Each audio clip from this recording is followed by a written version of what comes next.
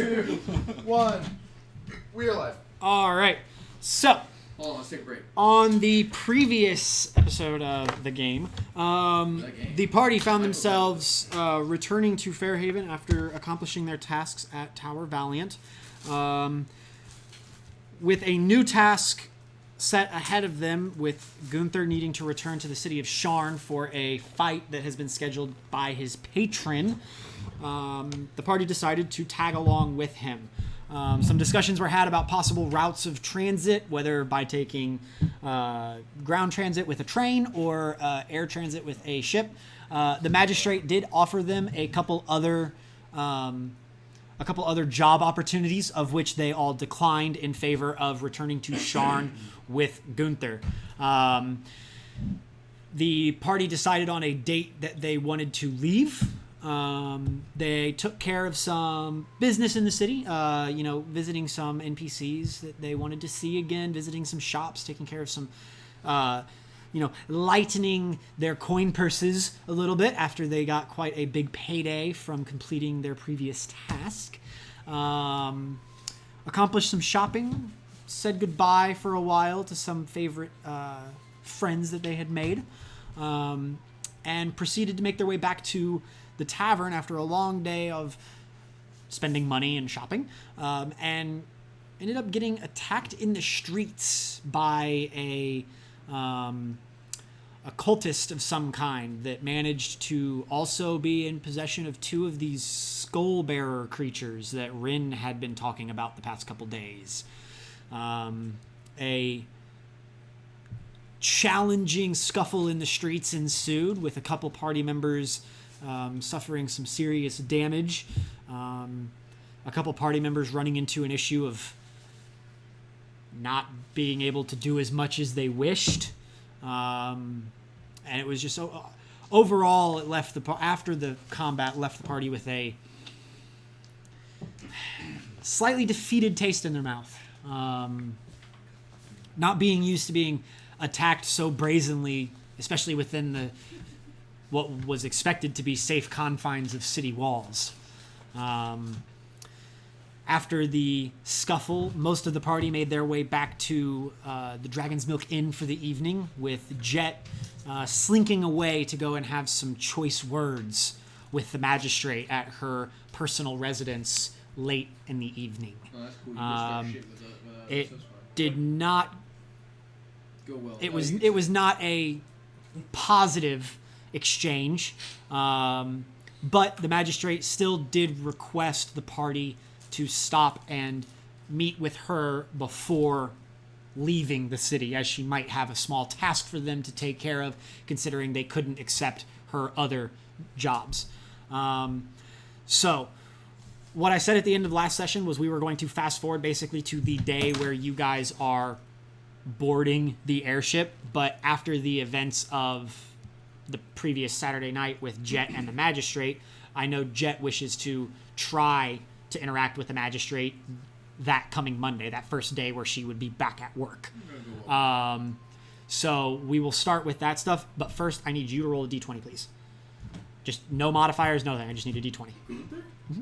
There's also, remember, I don't know how brief the RP is, between Jet and his contacts to meet the, remind me the name of the organization. The Translucent Veil. So Yeah. Whether or not we heard anything about the Brecken Hall, yeah, because he did ask about it. Okay, well, remind me. We will get to that. So, you find yourself on that Monday in the bustling streets of Fairhaven. Liadoon.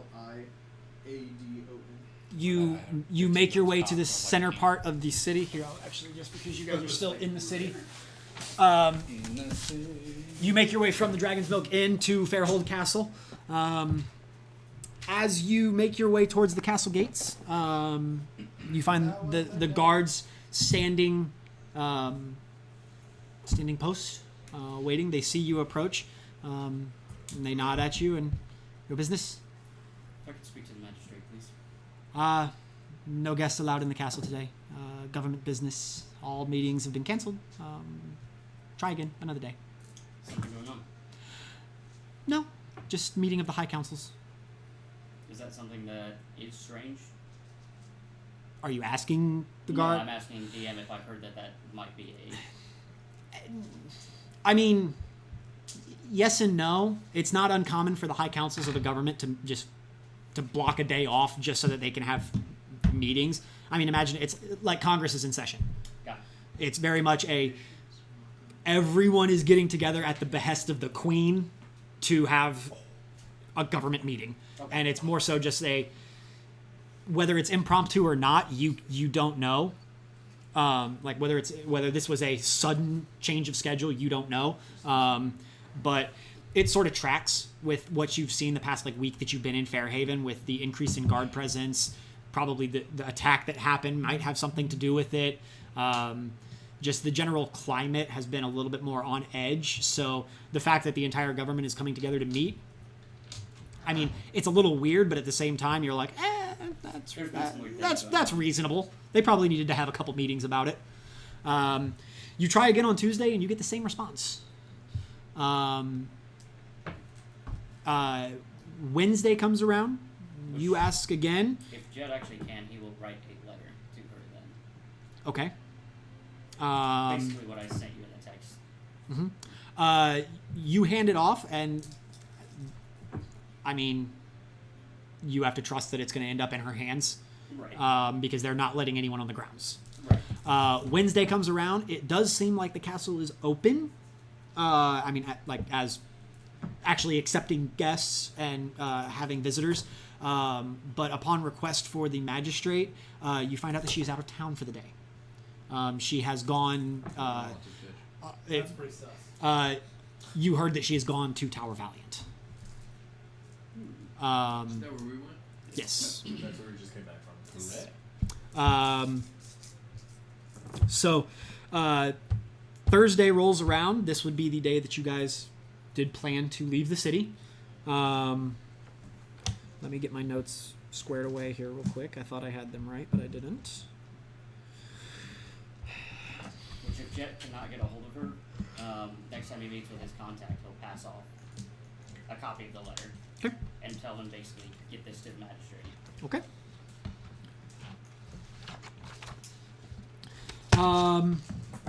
So, Thursday arrives. It is morning time. You all find yourselves waking up in the Dragon's Milk Inn. It is the day that you are scheduled to leave. You do know that the magistrate did request your presence on the day that you left before you leave the city. She did request to meet with you all. The morning is yours. The sun has just risen.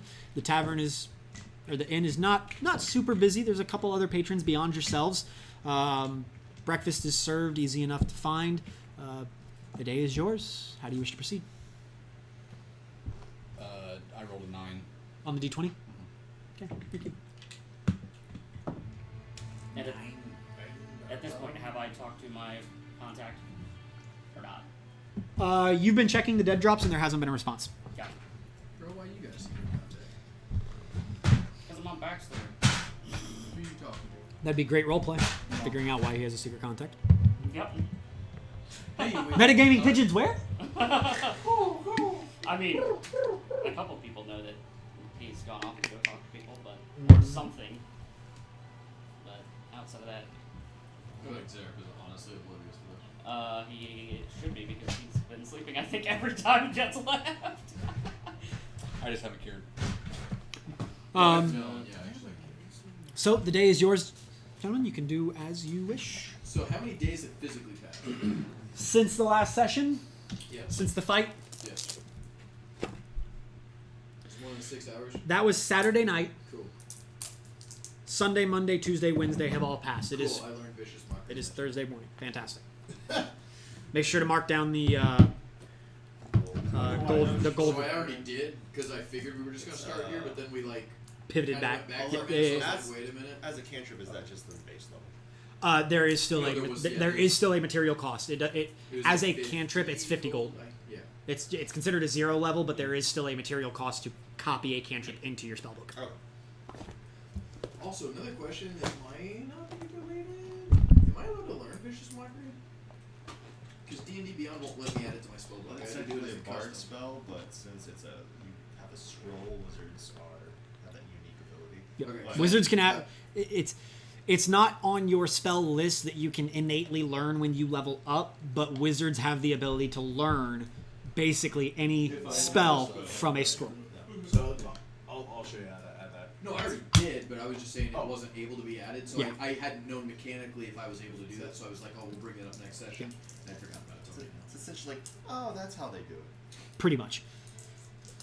Oh, you guys want these? Okay, Yeah, but you got to do it at the right angle. It's true. It's all about milking the prostate. Sorry, continue. I watched that movie the other day. That movie's so funny. Road trip? Is there anything anyone wants to do before we go to meet the magistrate? Your mom. The is falling just- red. Uh, Like, Vicious no, Mockery does not have any hand signs. It's all just verbal. Did we have a meeting time with the magistrate? What time was the airship leaving? Yeah. Have we figured that out? I don't think we ever figured that out. Is We it- never discussed that. If it's chartered just for ourselves, does that mean it's kind of like on our whim? Is it It's not chartered just for you. Yeah. Okay. It's Well, not. no. This is very much a you guys are showing up to the train Hold on, station hold and on, catching hold the on. train going the direction you're going. Hold on. I slide a copper to the guard. He nods and says thank you and doesn't respond. Um, I have my copper has our inn been under guard this entire time? that is very zero. Yes and no. The guard presence was extreme on Sunday, a little bit less on Monday, a little bit less on Tuesday. But you did start to notice, you started to notice an increased, just overall presence in the city of guards and Heightened alert. military. Can you remind me real quick why were there more guards there? Because we came back and then they switched Because out. when Jet went and had his interaction with the magistrate after the fight, one of his demands basically was that you guys be placed under guard because he didn't feel safe in the city. We don't Oh. know that though, do we? Nope. Nope. Yeah, so You guys have no idea of like, the that's our interaction. best player knowledge. You have no idea of the interaction okay, that that's he and fine. the I just magistrate wanted had. to know what- Nope. And Jet hasn't said shit about it. Wait, that's what? About Jet's interaction with the magistrate Yeah. after the fight. Oh, Don't say okay. what? You guys as characters have no idea. Do we need any extra supplies for the voyage? Supplies, motherfucker. Supplies. On an airship, do Where I are the know like glasses? the? You don't know, but Gunther would know. Okay. Okay, Uh, question. There is no need for you guys to purchase supplies. Small fries. Alright. There is no need for you guys to purchase supplies for the flight. Food and all that kind of stuff will be provided by the ship. That is included in the ticket cost. Oh shit, we're gonna have another person show up with a wanted poster. Gunther, Something. do we need to have our own food and everything like that for this trip? Gunther will take care of all of it. No worries. So I still have a bunch of the dried meat that he gave me. I don't think we ever went through that. The stakeout. The Probably steak, not. the steak. That's- So much that's- left of the steak. And we should probably, I'm not gonna lie, eat it quickly. It's starting to smell funny. Pocket bacon. Gotcha. Bacon. You know, I probably should have put that in the bag of holding forever ago. My bad. Meat. Looks like smell it. No, I don't. Bit like almonds. That's terrible. I don't want any of that, You actually. gotta scrape a bit of the green parts off in order. Oh, God. Um, Constitution save. we probably should not eat that now. Mental note, we should probably think Gunther thinks it builds character. I have one. Well, Bag of cold says Oh, you have cold the egg. highest Constitution save of the Yeah. entire party. Yep. So, Well, I think we should have one final breakfast before we venture off into a completely different side of the continent. and I do believe we need to go at least see if the magistrate will see us. Probably some of you drop here. See if she has any work for us in the shop. Right. She mentioned we should go back. But outside of that, I think that's it, and then we can go straight to the airship. Gunther, do you happen to know if they have a typical schedule that they leave? Yeah, I would have visited Martin the day before just to say my goodness. Okay. Would I know like times and Not really. It's more so one of those things that like you stop every day the schedule is posted outside of the docking tower. So You guys would have seen this. I didn't include it at the beginning of the campaign when you first entered Fairhaven. In the same district as your inn. So you guys are in the sales ward right here. Mhm. That's where the Dragon's Milk Inn is. This is the train station where you guys entered the city. Right here on the corner of Basale's Ward, on that major intersection, that is the docking spire for the airships. And so as you guys exit the inn that day, starting to head your way towards the castle to meet with the magistrate, you just sort of glance up and you can see there are 3 ships docked at the spire. Two smaller ones and 1 larger one. And it's very much every day they post the arrival and departure schedules on a board outside the spire. So it's just one of those things that you guys just on your way to the castle just have to stop, check the board, and be like, okay, this one's going south. This is the one we need to be on. It departs at 2:15. Okay. We'd be able to do that, You right? said then. that's all displayed on the spire? It's the schedule is just on like a bulletin board outside the spire, just in front of it. Can we slay the spire? No. Jesus Christ. So, I mean, like any type of downtime like this, That's I for would you. love to have. What? him try and, like, He's talking about the spire. The Learning schedule things. outside the spire. I said, can we slay a Oh, spire? I was thinking I wasn't paying attention now. Like I yeah. I will text him in just a minute. Well, I did have hold a question. on. What? So were we able to pick up V's new cloak and everything? And Yeah. also, Yes. Over the course of the days waiting to get to I the just wanna make airship. sure we did actually get it. Yes, you all were able to pick up your clothes. nice Okay. fluffy jackets. I Yes. just I was wanna make gonna. Did we get my 4 bags of holding in that I was time? gonna roleplay. We were able to- yeah, we did that, right? We did picked up that? my 3 wishes, right? They accidentally, No. You already took it out of your gold. they accidentally put it in another bag of holding and it imploded. Did you say it imploded? That is what happens. That is what happens. It does tear a hole in reality. Yes. You get sent to the I did that to And then destroy we its become wrath. Futurama. Beast with Got to do what you got to do. Evo shows up. So, as you guys make your way towards the castle, you do pass by the spire for the airships. You do look on the schedule. There are 2 ships that are heading not in the right direction. You do one ship is heading north to Stormhome, and another ship is heading east towards Karnath, the Maror holds, the eastern coast of the continent. But there is one ship that does appear to be heading south, and its destination is Sharn. Okay.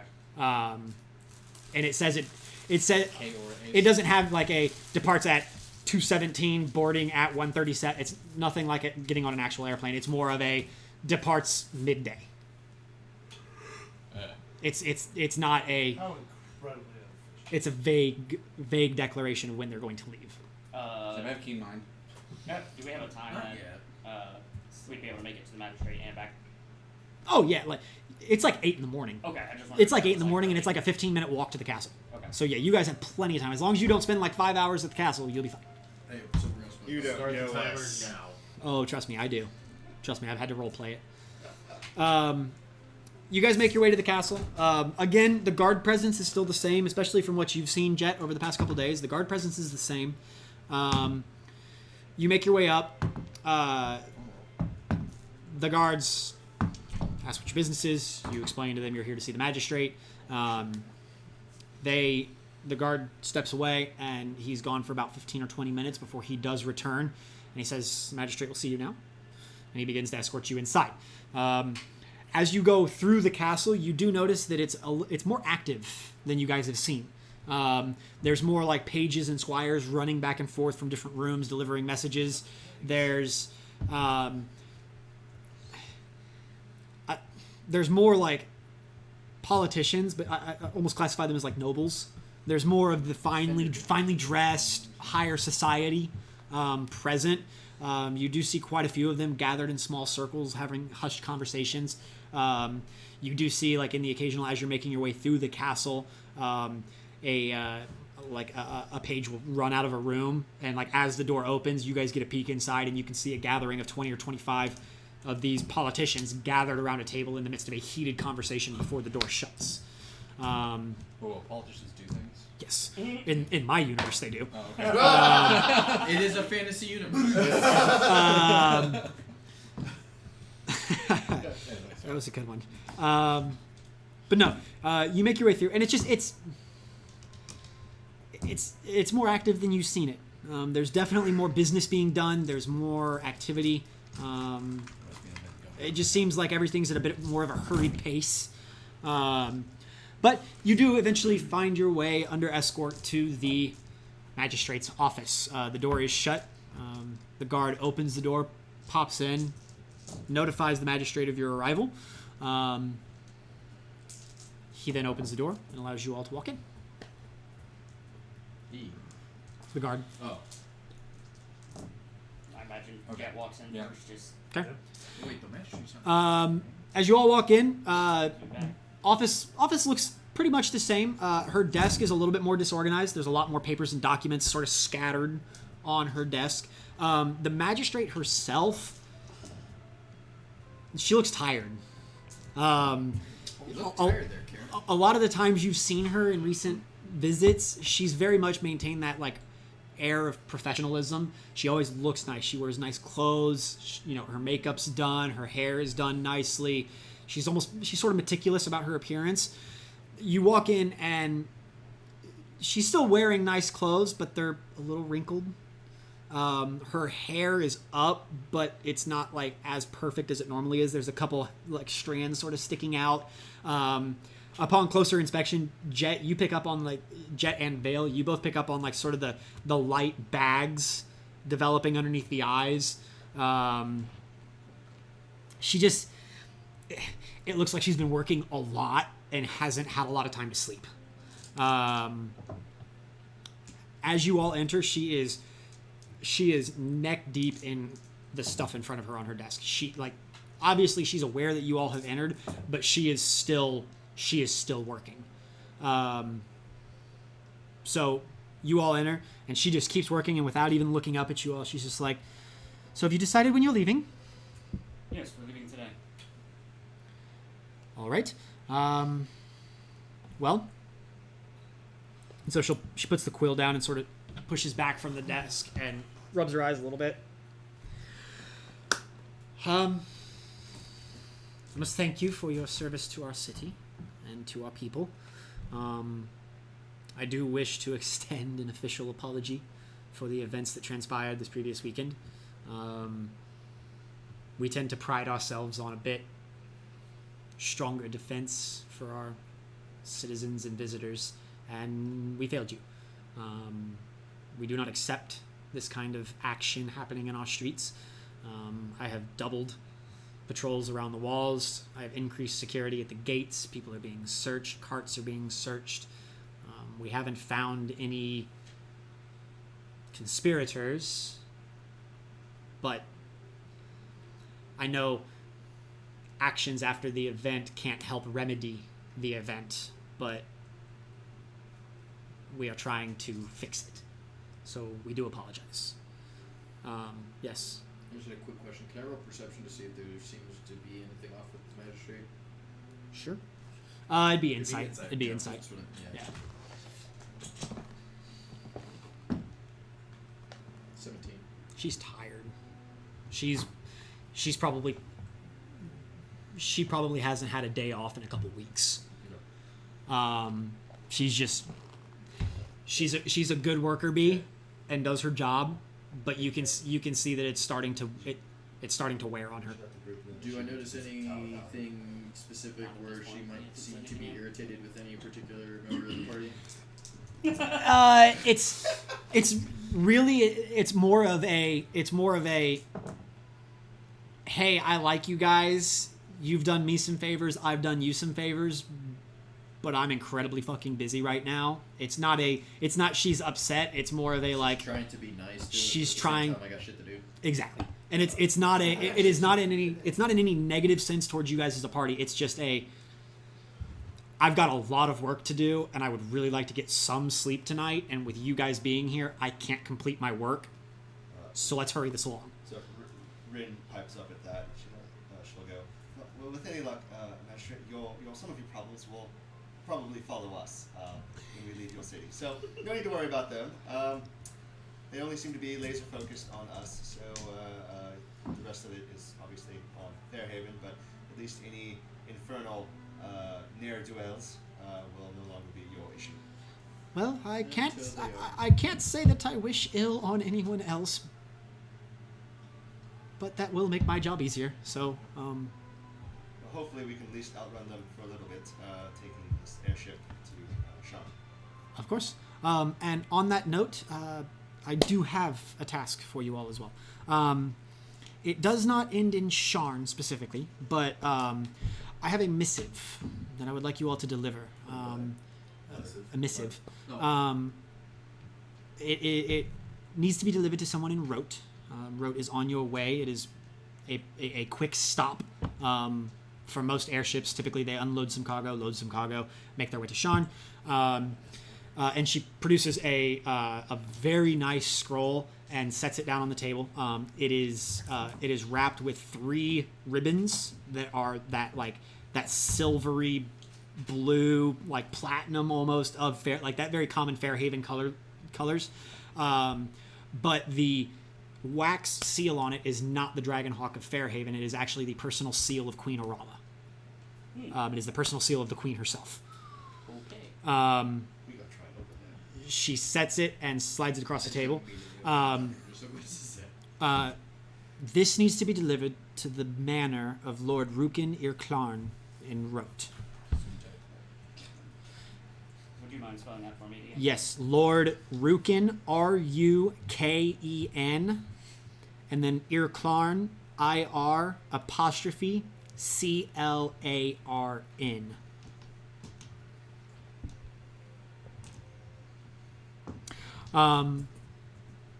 Whatever airship you take that way should be stopping en route. It would not take you more than an hour or 2 to deliver the message. The Lord's Manor is rather challenging to miss, and the missive should be handed off to either the Lord himself or Jurian. Jurian. And upon looking at the actual missive, it is stamped with the Queen's symbol, and the missive itself is not addressed to the Lord Rukin. It is addressed to whoever Jurian is. If you could just tell us, that'd be really nice. Nope. Can we get that answer real quick, Dan? She's like, I will let you know. This is sealed. This is sealed and protected by House Cibis. If attempted to be tampered with or opened, if you lose it, if someone else gets their hands on it, do not worry. If it is attempted to be opened by anyone except the addressee, the message will self-destruct. Very well. I use prestidigitation. I was gonna say myself. this I got guy. flashbacks to Inspector Gadget. Jet will take it and then immediately just put it in the bag of holding. Unfortunately, this is not a job that I can pay you for. This is merely a favor that we are asking. A favor that will be hopefully repaid in kind sometime down the road. As you can tell, this is a personal missive from the Queen herself, so do take care.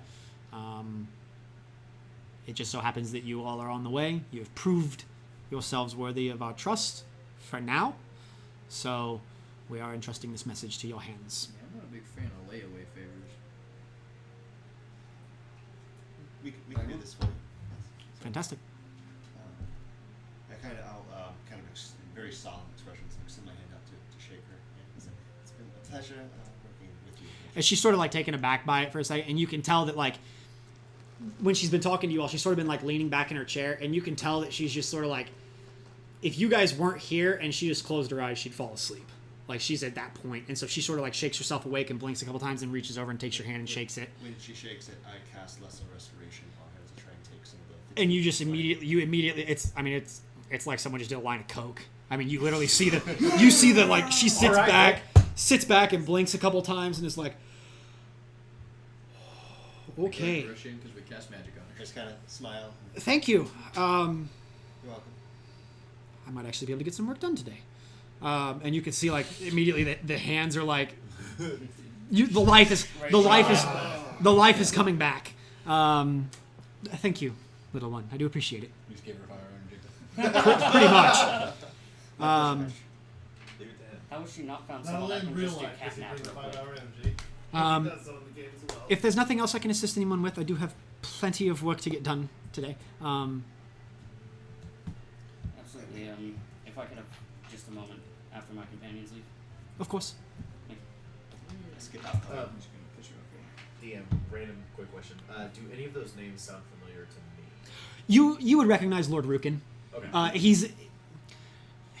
He's not a government official in the city. He's like a wealthy playboy style. What's his Um, Lord Rukin, your Claire. Does he have 6 fingers on his left hand? he's a. It's like living in the same neighborhood as Jeff Bezos. Yeah. It's everyone knows of this person. They're rich, they're wealthy, they have a massive house. They're sort of a playboy. They throw extravagant parties. Billionaire, playboy, philanthropist. Exactly. And that's really all you've never had an interaction with them. It's just But I know him. exactly. Yeah, you've heard of the name. Jurian, though, you don't. Nothing rings a bell. No, you don't recognize. So yeah, do you all make your way out of the office? Yep. Okay. Everyone makes their way out. Jet, you stay behind. Mhm. Okay. Does anyone shut the door? Jet will wait until the door's shut. We don't. shut the door. We purposely I was don't gonna shut say the door. I wouldn't have shut it. We purposely don't shut the door. I'll shut the door. Okay. Fuck me.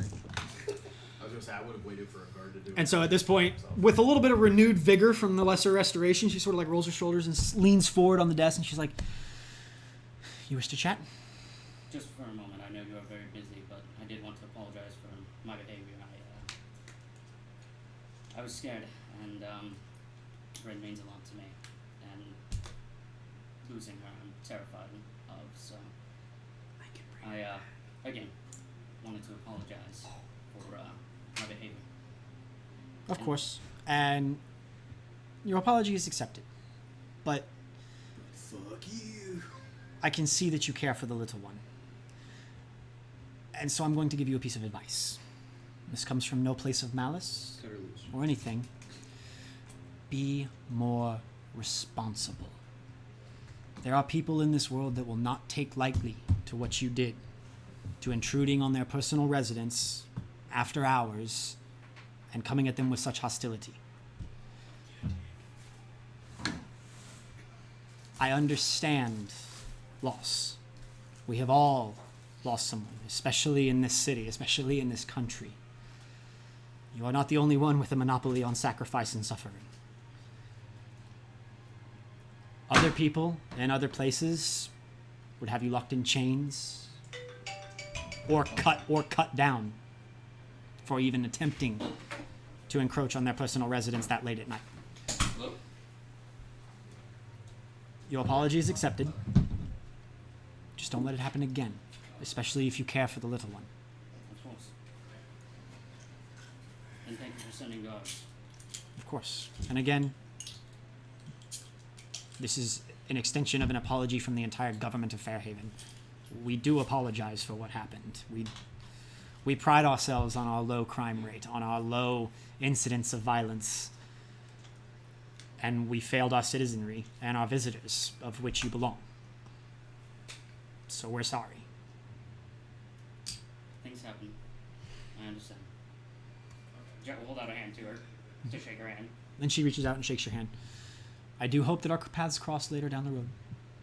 I imagine we'll be back. You have a lovely city. We pride ourselves on that. Good day. And she nods and goes back to her work. Yes.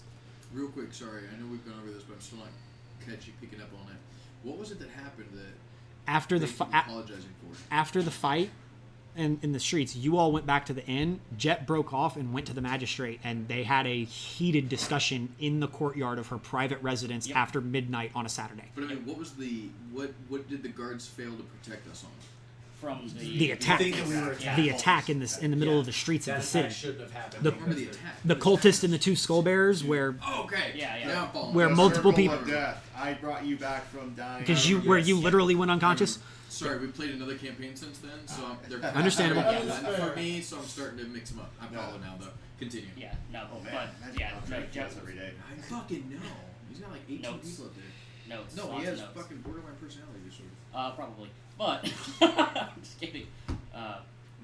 that's what she's apologizing for, and then Jet's apologizing because he. I remember that. I remember that. He felt like he was very aggressive. I just forgot we were attacked once we got back into the city. So, but then he would leave after that.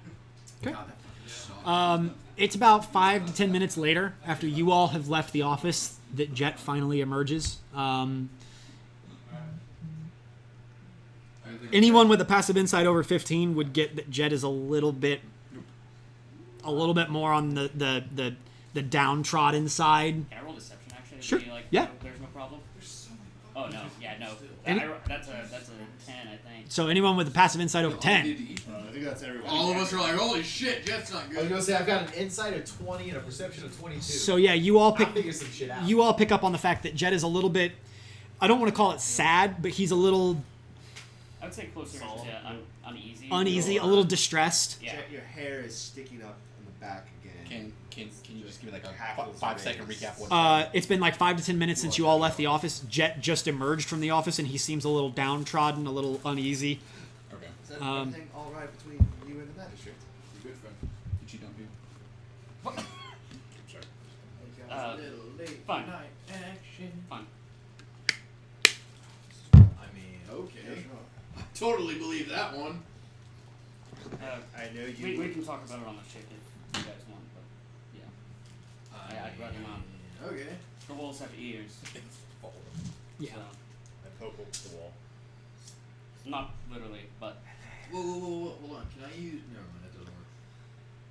I'm gonna try to use like prestidigitation to like make it so he can talk and nobody can hear, but that's not how that works. You can cast a message. yeah. Yo, bro. What's up? Are you going to cast message when I'm standing right there? Just my cup away. What's up, bro? You literally just in front of everyone. Again, we can talk on the ship. I prefer not to talk in the middle of this castle. Why are you ignoring me? You know how many? Why are you like not telling me? I'm now tugging on your arm. Let's go to the airship. Let's go to the airship. Yeah. I've never seen one. Jet's gonna start walking towards the airship. Again, wolves have ears. I'd rather not. So just like talk to me to like do this. I figure I can just tell everyone if everyone wants to know. But I'm actually smoking. You're not wasting a spell. It's a cantrip. I can do it too. I will spend the remainder of the Send walk yourself to on the a airship back tower trying to teach V what a piggyback ride is. Oh my That's god. fair. Lit. That's fair. What's your strength? 11. Okay, yeah, you got her. Sweet. Easily carry that. I mean, he is a Yeah, you're like super metal tall. and wood. Yeah, you're super Yeah. tall, right? So Yes. yeah, I mean, Yeah, you're 6'8". And by the way, while you're climbing on my back, Yeah. I'm just not crazy. No reaction. Just Yeah. Essentially jungle gym. yeah, essentially, yeah. There's probably some handhelds. You're a grocery hold your store? arm out, dude. So I'm swinging on my arm. I'm getting flashbacks to Saffron Finch. Oh god. So you all make your way to the airship tower. Come here. At this point, it's probably after waiting for the magistrate, walking through the castle, talking to her, walking back out, getting to the airship tower. You're probably looking at like 10:30, 11ish. You're like late morning, getting to that midday time. You make your way to the spire, the docking spire, and you enter the lobby on the lower level, and it's a by no means a large room, probably twice the size of the room we're in right now. Along the back wall, you do see a single set of like large double doors. They are closed at the moment. You see probably between 20 and 25 seats, some mounted against the wall, some mounted back to back in the center of the room. And from where you entered on the left side, you do see what appears to be a ticket counter. No ticket. No No taco. ticket. You make your way in. As of right now, there's nobody else in the lobby beyond yourselves and the single older lady working behind the counter. How do we know she's single? Okay, sorry. No. Insight check. I'm sorry. Good for asking the important question. Anyway, sorry about it. No. This is of the spire place, right? Yep, Okay. this is the airship. Cool. All right. So then she's the only one in. She's like the worker. Yeah, she's literally the only other person in here besides you guys, All right. and she's sitting behind the counter. So Okay, I'm gonna approach her. okay. Oh, It'll be in the fridge in the door. I keep forgetting about the sauce. I've eaten like 60 tacos. Sweet. Okay, so No, we have how many? I do. 1, 2, 3, 4, 5, 6, right? Yeah. Although ask No, if there's there's, 7. ask if there's a 7. ask if there's a child discount and elderly discount. Gunther, don't forget there's 7. 7. There's 6 plus you. Oh. Yeah. 3. It's Three. it's kitchen wrapped, Corey. It's kitchen. No, there's only 6. No, it's fine. I'm just letting you know it's kitchen wrapped, so it's like double and triple wrapped. That's throwing me off. There is 6. Sorry, he's not in yet. Yeah, Just leave correct. the room Yeah. until your Yeah. characters are Just text me when. It's throwing off the drunk wizard. You don't have to do it. No, I get it. I was like, I feel really bad. He's like, with jail leaving. CJ, get the hell out of here. She's just going home, guys. So you approach the lady at the counter. Yes. And she's working. She's a little on the older side, and sort of looks up and goes, how you doing, honey? and Old ladies need lemon too. looks at you and goes, Good morning. What can I do for you? Gunther need 6 tickets for airship to Sean. The one that's leaving today. Yes, ma'am. All right. 6. And she looks down and she starts flipping through basically like a Rolodex, and starts flipping through The it. fuck still using a Rolodex? And she's looking through it, and she goes, 6 passages to Sean from here. Stop over in Rote. Total cost comes to 6,600 gold. Yeah, you got this, right, Chad? Okay, so damn, I didn't realize that was fucking expensive. Holy shit. It's not cheap to fly on airships. Fair point, bro. It's not cheap. Okay, no, so like, What if we promise to run into the Twin Kel, Towers? Kelbris to Kenneth is my good friend of mine. He will take care of it. Interesting. You're on the Decaneth account. Put it on text. What? Do you have proof of permission, a marker, a signet, a missive, anything that proves you are able to use this account? No. What the hell just happened? You got I mean, yeah, I would say, and I show on my wrist. And she looks at it and she immediately recognizes the stylized Decaneth logo that is the personal insignia of your patron. Very well. And she It's a sigil on my armor, on my wrist.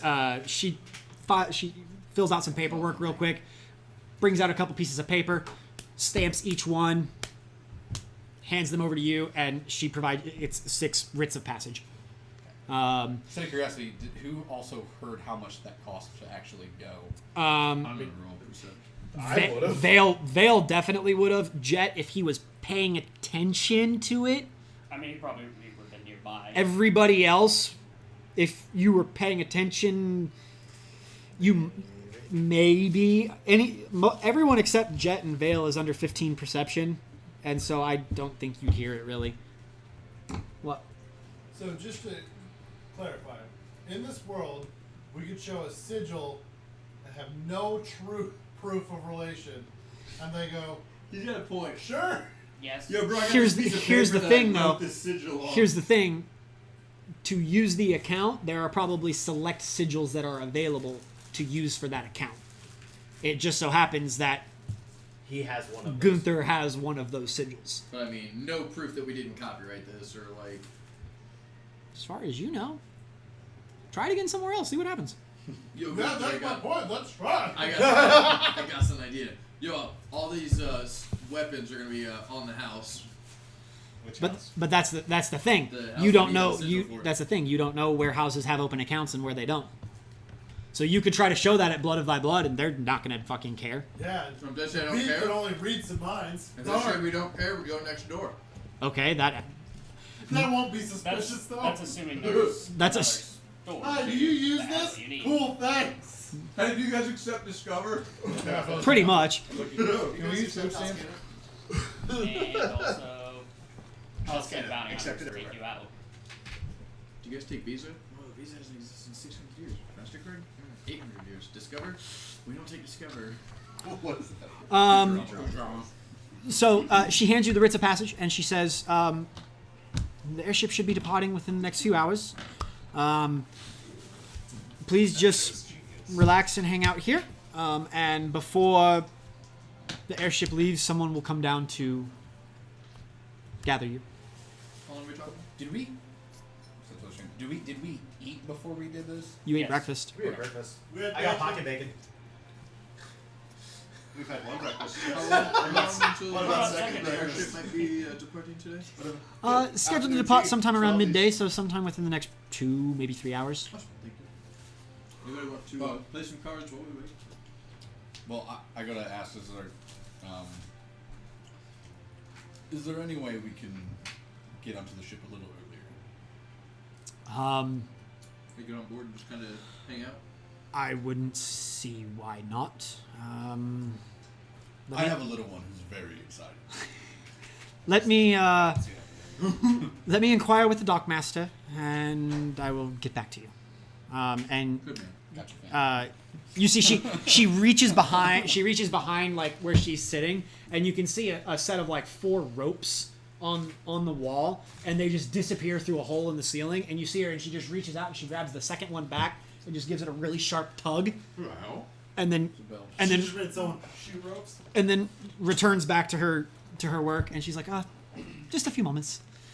A few minutes later, you see from the 2 double doors that were closed, you see a half-elven woman come down. She is late 40s, early 50s, wearing like very not dirty but very worn workers' clothes. Very much like you see a plumber of 30 years that's wearing the same jumpsuit for the past 5 years. You know, it's worn. It's not dirty by any means, but it's just got, it's a little frayed around the edges. It's seen some work. It's old. She's wearing the workers' clothes. She's got on thick leather gloves. You can see a pair of like goggles almost up over the head. Hair's pulled back in a super tight ponytail. She steps through the double doors and through a side door into the office. Has a hushed conversation with the lady working the desk. A few minutes pass. The lady at the desk gets your attention, and she's like, the dockmaster has no issue with it. At the end, it's going to be up to the captain, but she's willing to take you up. Right now, she doesn't see why the captain would say no. So you're welcome to follow the dockmaster here, and she will escort you to the top.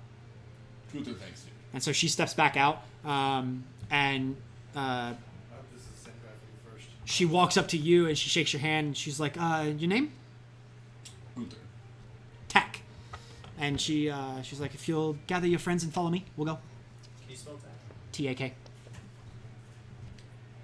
I'm gonna turn around, lock eyes with Ren, and be like, Like dust trail, like dust cloud. Still, and there's a smoke cloud in the shape of Ryn. She walks you through the double doors, and it's weird. You walk through the double doors, and you expected, like, stairs, but you walk out, and it's just a large circular room with smooth walls, no furniture, no nothing, and it's sort of weird, and you obviously recognize it. You know what it is. But you all walk out, and as you step out into this circular room, you look up, and the room is just a cylinder in the middle of this spire that rises from the ground floor, and all you see above you is just open sky. Everyone comes in, steps on the floor in the circular chamber. Tak looks around and goes, "Is everyone ready?" I guess. Uther's ready. And she mutters a few arcane words, and you feel the floor start to vibrate beneath you, and then it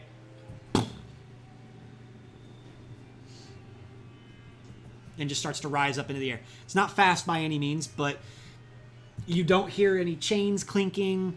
You don't. It's just a rising platform that's basically an elevator.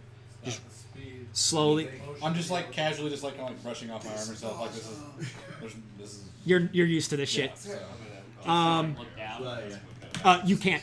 The platform that you are standing on Oh, goes to the edges. Oh, okay. I mean, there's like a millimeter gap between the platform and the walls. Oh, okay. is now the walls clear technically? though? No, they're stone. Did Mexico pay for them? I will cast detect magic because the little one We're is gonna make curious China as to what pay for kind this of one. magic is being used. It is it's a form of evocation magic. Evocation magic. Try and jump while it's rising. You do. It's not like an elevator. It doesn't bounce. I'll jump harder. No, I'll jump harder. It doesn't bounce harder. How do you jump harder? Yeah. Yeah, Little kid logic, don't worry. really slamming those feet into the ground.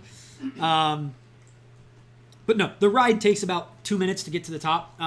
And the tower itself, from the exterior, rises about 250 to 300 feet off the ground. The only other thing that's taller in Fairhaven is the central spire of Fairhold Castle. The one that has, not the one with the eyes, but the one that is like the central spire of the castle. And even then, that central spire is maybe like 30 or 40 feet taller. I mean, this is a massively tall spire, and it sticks out in that district because most of the other buildings are like 40 feet tops, and this just shoots above them. Safety railing. Surprisingly, when you get to the top, like when you rise up to the very top floor, the circular chamber that you're in is actually turns into like a semicircle. So the direction you entered, right, you rise up, and that direction that you entered from actually is walled off now. It's like a semicircular wall that rises up, and it emerges onto a large rectangular space. And this large rectangular space is bustling with activity. You see crates, you see barrels, pallets and sleds with materials and all kinds of supplies on them. Workers bustling to and from. And from this rectangular platform extends farther out, like a large, like cross-shaped platform that extends out, and it juts out probably a good 70 or 80 feet from the spire. Directly out ahead of you is one ship, and then as you sort of step out a little bit farther, you can see off to the two sides that jut out, there are two more ships. And as you walk out, directly ahead of you is the largest of the ships, and then the ones to the sides are the two smaller ships. You step out. There are no guardrails on the edges. So literally, V just instinctively has one hand on your shoulder. But you do see, actually, I would say you pick up on it and you pick up on it. This platform itself, like you're walking on like a dock. It's made out of wood planks, but the ends of the wood planks are like crimped with metal that runs along. So they made like a tray basically, and they just slid these wooden planks inside this like guide rails, and then they laid them flat.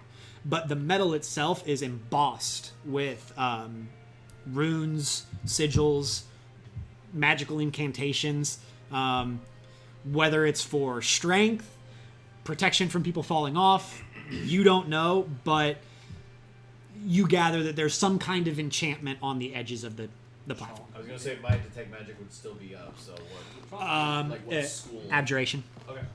shielding. How wide is the crosswalk? The platform that you're standing on right now, probably 30-ish feet from side to side.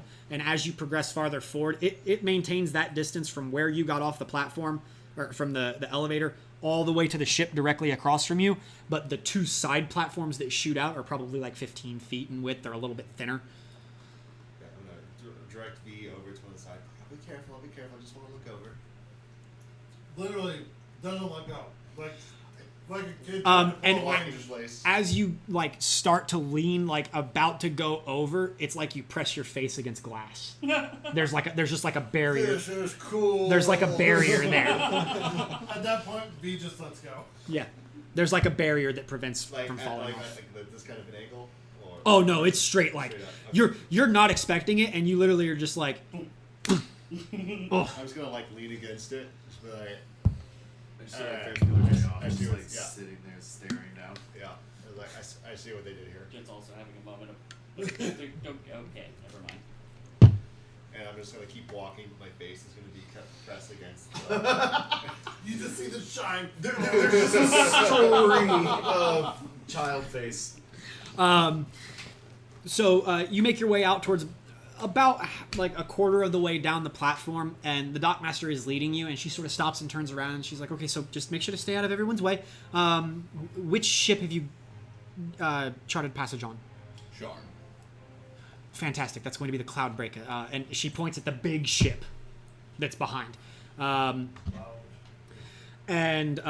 So you guys see this ship is monstrous compared to the other two mounted to the sides. If the other two are, if you're familiar with Sea of Thieves, if the other two are sloops, this is like twice the size of a galleon.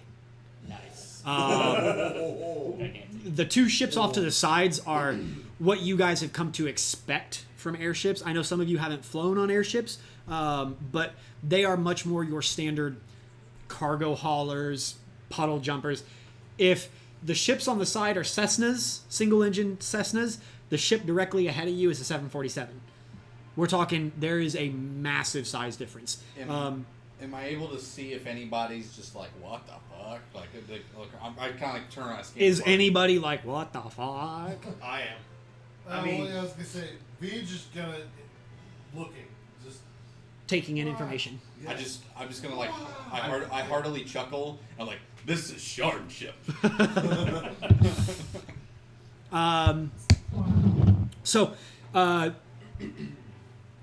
In terms of the ship itself, from bow to stern, we're probably looking at 250-ish feet long. At its widest, starboard to port, probably 80 to 100 feet wide. From top deck to keel, probably in the neighborhood of 75 feet. Maybe 69. You're gonna see you can for those of you that are experienced, Gunther, you can easily see like the multiple decks underneath, and so like you've seen a couple larger ships than this. There are House Lyrandar does operate 3 massive like luxury cruise liners. Basically, they depart from Sharn and Stormhome only, and it's basically like a 2-week tour around Corvair kind of thing. And you have to be incredibly wealthy. And they are massive ships. They can only dock in Stormhome and Sharn. They would not be able to fit here in Fairhaven. If they tried to dock in Fairhaven, they would probably run aground. Just massive ships.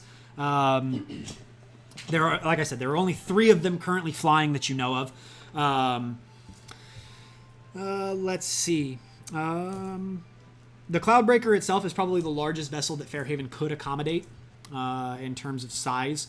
The ship itself is made of a rich red wood with golden accents filigreed around. It's actually really cool because in the shining sun of midday, it almost looks like the ship's on fire. Like it almost like radiates the light that reflects off of it. That yellow and gold filigree covers the sides of the ships and works its way towards the front, where underneath the curled bowsprit at the front you can see a large like figurehead. Again, you guys are going to recognize this description from the one shot. It's very much the almost like Poseidon rising from the sea, but instead he's like rising from a cloud.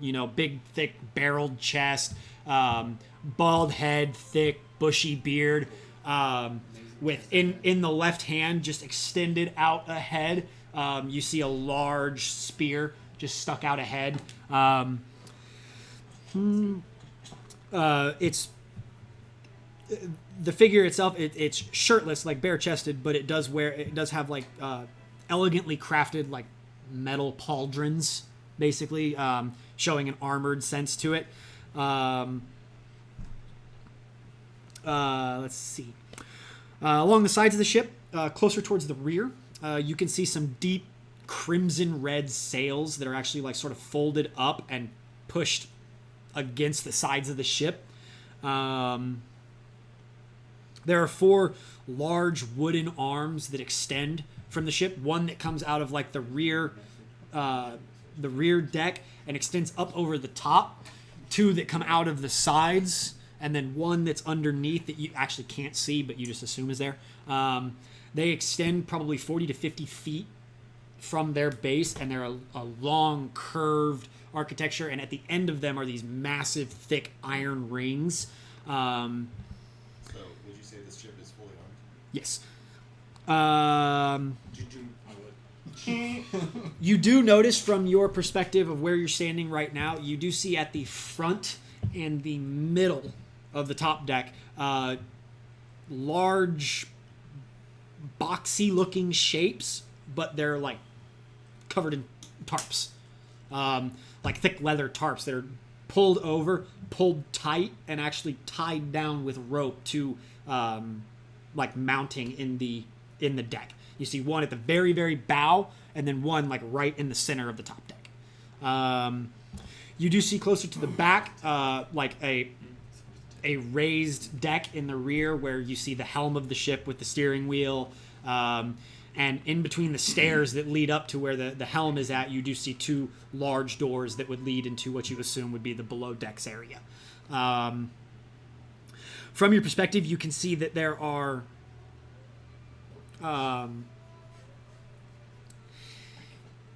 you specifically pick up on the gun decks, specifically the doors on the sides of the ship below the top deck, where you raise the doors up and you push cannons out through, and you see it and it's like, that's weird. And then you think about it, and you've seen these kinds of ships before. And these ships made an appearance towards the end of the last war. And they were basically massive floating gunships. Each deck has probably 30 of these gun doors. And there's 3 gun decks, it appears to see. So you're looking at 90 cannons on each side. Like, this looks to be a wartime vessel. It's a flying man at work. That's still very much the inspiration. This is a military vessel. This is a wartime vessel that probably has been repurposed. Probably got commissioned towards the end of the war and didn't really see much use. The tarp covered objects in the middle of the deck and the front of the deck are probably stand about 6 feet tall, maybe like 4 to 5 feet wide on each side.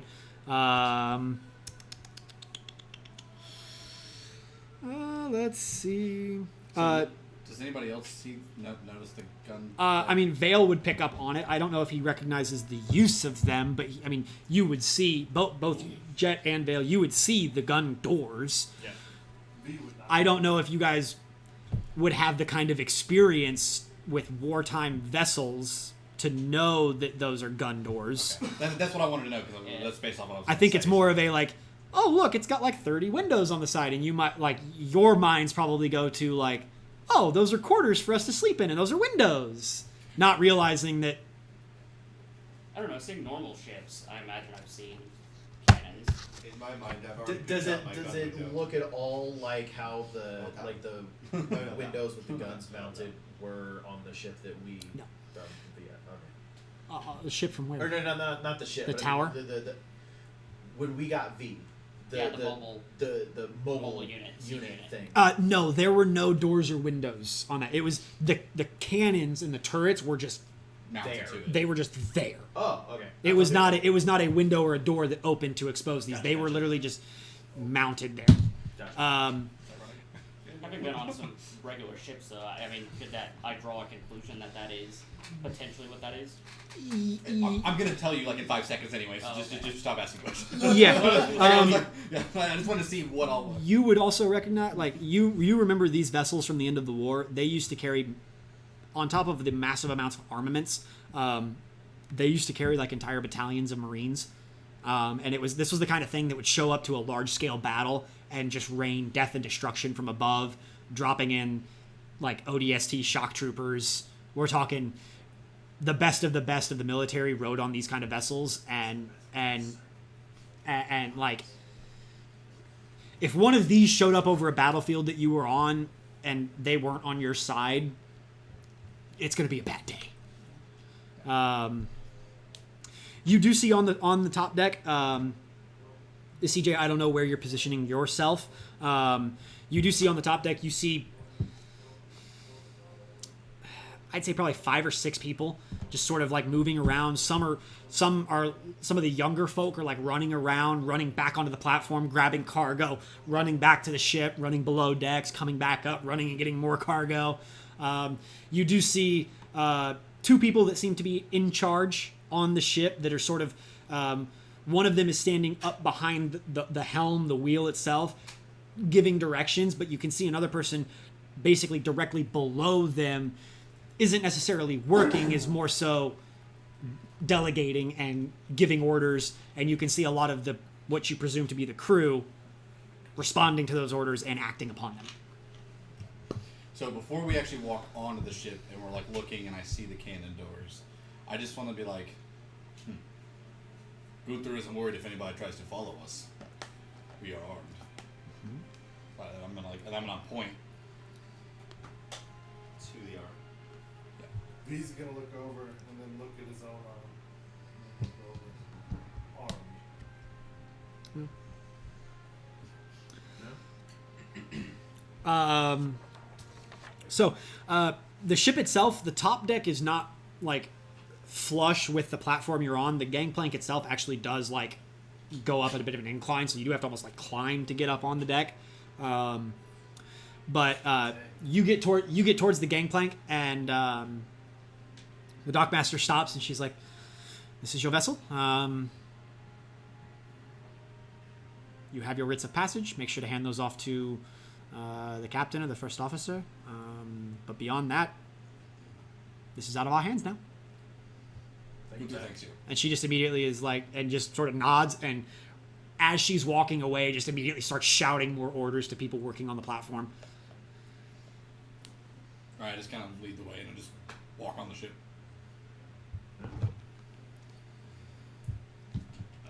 Like right on your heels, fall. As you make your way up onto the ship, you see not the person that was standing up behind the wheel, but the person that was down below that was giving more of the orders. You see them sort of hurriedly walk over towards you.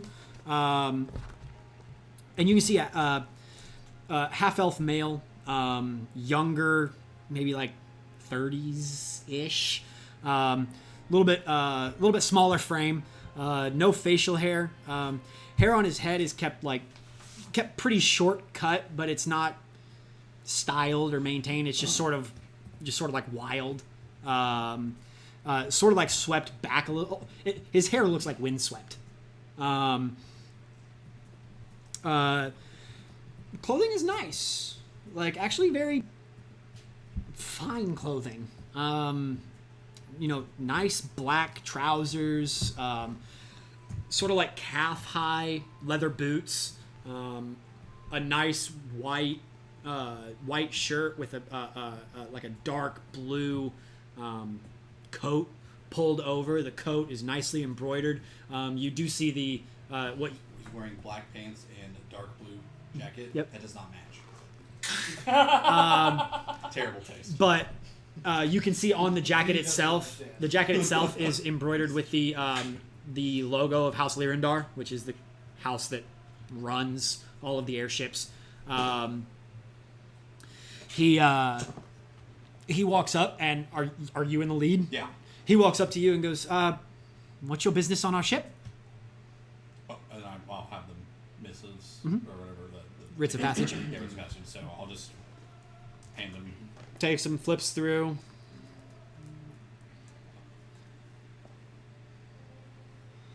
Fantastic. How many of you is this your first time? he literally looks at Ren and then just Actually, that would follows be my suit. first time on an airship. It's been a long. Actually, it's been a long time. It's been probably a couple years for you. But I mean, you said first. Yeah. So Yeah. I raised my hand. I was like, it's probably not my first on an airship. Yeah. Fantastic. You've been on an airship before? Many times. Hands you a belt, hands you a featherfall token. Yep. Your supplies. Thank you. Thank you. You'll find your quarters downstairs. For the rest of you, my name is Exo Romulus. I am the first officer of the ship. I will be. Kind of like slowly work your way, your hand down. It's okay. It's just a question. I will be running the second shifts of the day whenever the captain is sleeping. So this will be partially my vessel. For those of you that this is your first time on the ships, welcome. Welcome aboard our fine vessel, the Cloudbreaker. You all have chartered passage to Sharn, yes? We'll make sure no one's on the wrong ship. Yep, correct. Fantastic. We will be departing shortly. We will be making a small stop en route to offload and pick up some fresh cargo. About how long is that gonna be? The journey to or the layover? The layover. Ideally, we don't like to hang around long. We're looking in the neighborhood of probably 3 hours. Oh, okay. Um, Plenty of time. For those of you that it's your first time, take this, and he holds out it's like a simple leather belt, and attached on two sides of the belt, you can see probably like 2 or 3 feet of rope that's just coiled up, and attached to the ends of the rope is like a carabiner, like mountain climbing gear, basically.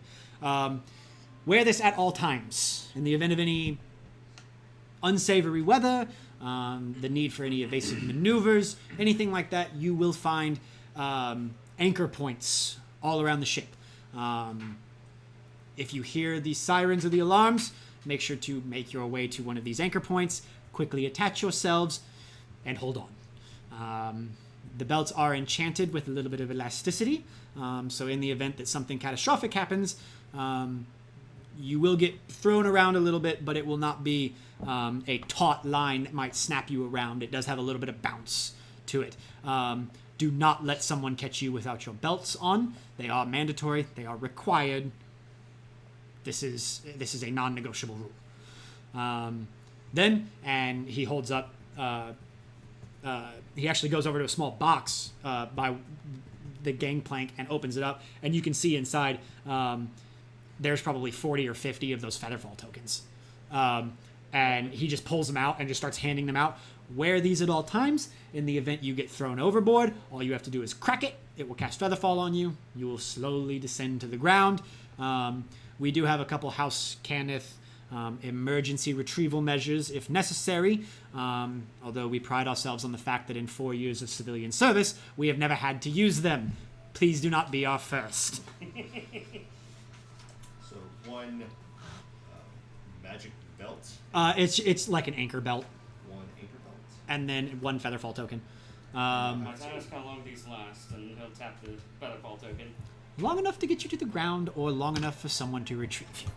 Perfect. I now have 2 featherfall tokens. Nice. As you answer that question, I'm over there doing maintenance on something, Mm-hmm. and I make the offhanded comment, yeah, make sure you don't go splat. And so most of you would hear this Warforged probably 15 to 20 feet away. Just make this little sideways comment. And if you'd like to describe your appearance. Alright, I am, well, as Warforged, but I'm more, as you can tell from my detail, I got dings, I've got, like, scuffed up metal. I've been into some shit. So, just kind of a grizzled look. Do you like the bender, when he stops drinking type of look? Got a 5 o'clock shadow. But I got I guess stains, but like you can tell I don't really keep up the maintenance of my armor. It's just what it is. Okay. Do you have like the work overalls? Oh, yeah. Get, tools and whatever. It's hot for sure. The XO continues. We are predominantly a cargo vessel. We do have some quarters for passenger requirements. You will find meals served in the mess alongside the crew. They are served at sunrise, midday, and sundown. You are on your own to find your meals. There are no calls. There are no bells. You just need to find yourself in the mess at the proper times to get fed. If you require anything, ask someone on the crew. We might be able to help. We might not. Again, we're traditionally not a passenger vessel. You will find your quarters downstairs. Try to stay out of the crew's way. In the event of any unsavory conditions, understand that we will do our best to protect and ensure your safety, but a few of you look fairly capable. In the event of anything unsavory, if you wish to aid, we won't stop you. Just stay out of our way. The captain himself is a little busy, but I'm sure you'll have a chance to interact with him before the night is over. We will be departing here shortly. Find your way to your quarters downstairs. They are on the 3rd deck below. If there's anything else we can do, let us know. Do you mind if I get the captain's name while you're here? Baz. Baz. Thank you. Also, as you are talking, you hear a loud whistle, and then you see a steel defender in the shape of a German Shepherd come trotting onto the. 3/8. I told you 3/4. Now go back and get me the right one. Kind of like ears and tail, and then just kind of just waddles back off. Are you still holding on to Ryn? Yes. So you start to walk away, and you get like Thing. you get like 2 steps away, and you're just like, nah, and you're just like held back. I just have my 3 fingers holding onto your cloak. The mechanical dog. God, you're so uncool. I should have quick spot real quick. I was trying to guess while we were kind of at it somewhat. Stop for a second. I'm just giving everyone a heads up. I am leaving. I'm not feeling good. Okay. So I texted Tyler about 10 minutes ago, but I was just letting everybody else know I didn't want to interrupt while CJ was being introduced. I do not feel good. Sobering up? Yeah, but then tacos mixed with alcohol, and my stomach is in knots. I feel like I'm gonna throw I up. feel like that's like it goes hand in hand, Yeah. like peanut butter and jelly, tacos and alcohol. Yep. It's- Goddamn. I usually have Roscoe's the day after.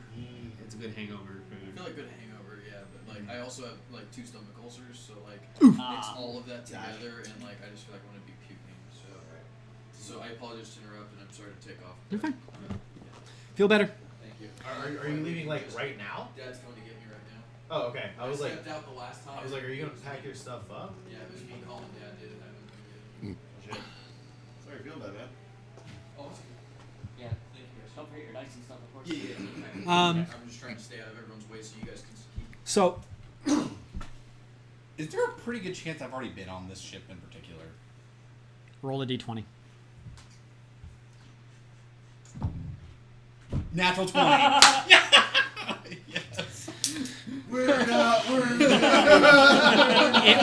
It was right after the war, like right after the war. But you do remember catching a ride on a vessel that is very, very similar to this. Could even be this vessel. You do remember a ride on something very similar. Check, Do I know- do I know check that? under the 3rd gangplank. You carved Gunther was here. It takes a couple hours, but as you make your way down to your quarters and start sort of exploring the ship, it starts to come back to you, and you're just like, shit, I have been on this ship before. Quick question: do we each have individual rooms? Are we bunking up? And is the room number on our ticket? There are no room numbers on the tickets. You do make your way down to the 3rd deck, and it is a hallway with 5 rooms on each side, and all the doors are shut. But I mean, you haven't really seen anyone else that doesn't look like crew.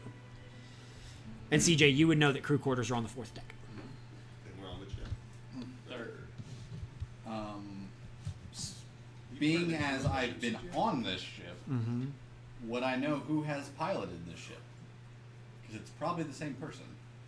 Baz. Okay, so I do know who that is. Mm-hmm. Nice. Mm-hmm. I'm excited. You would know.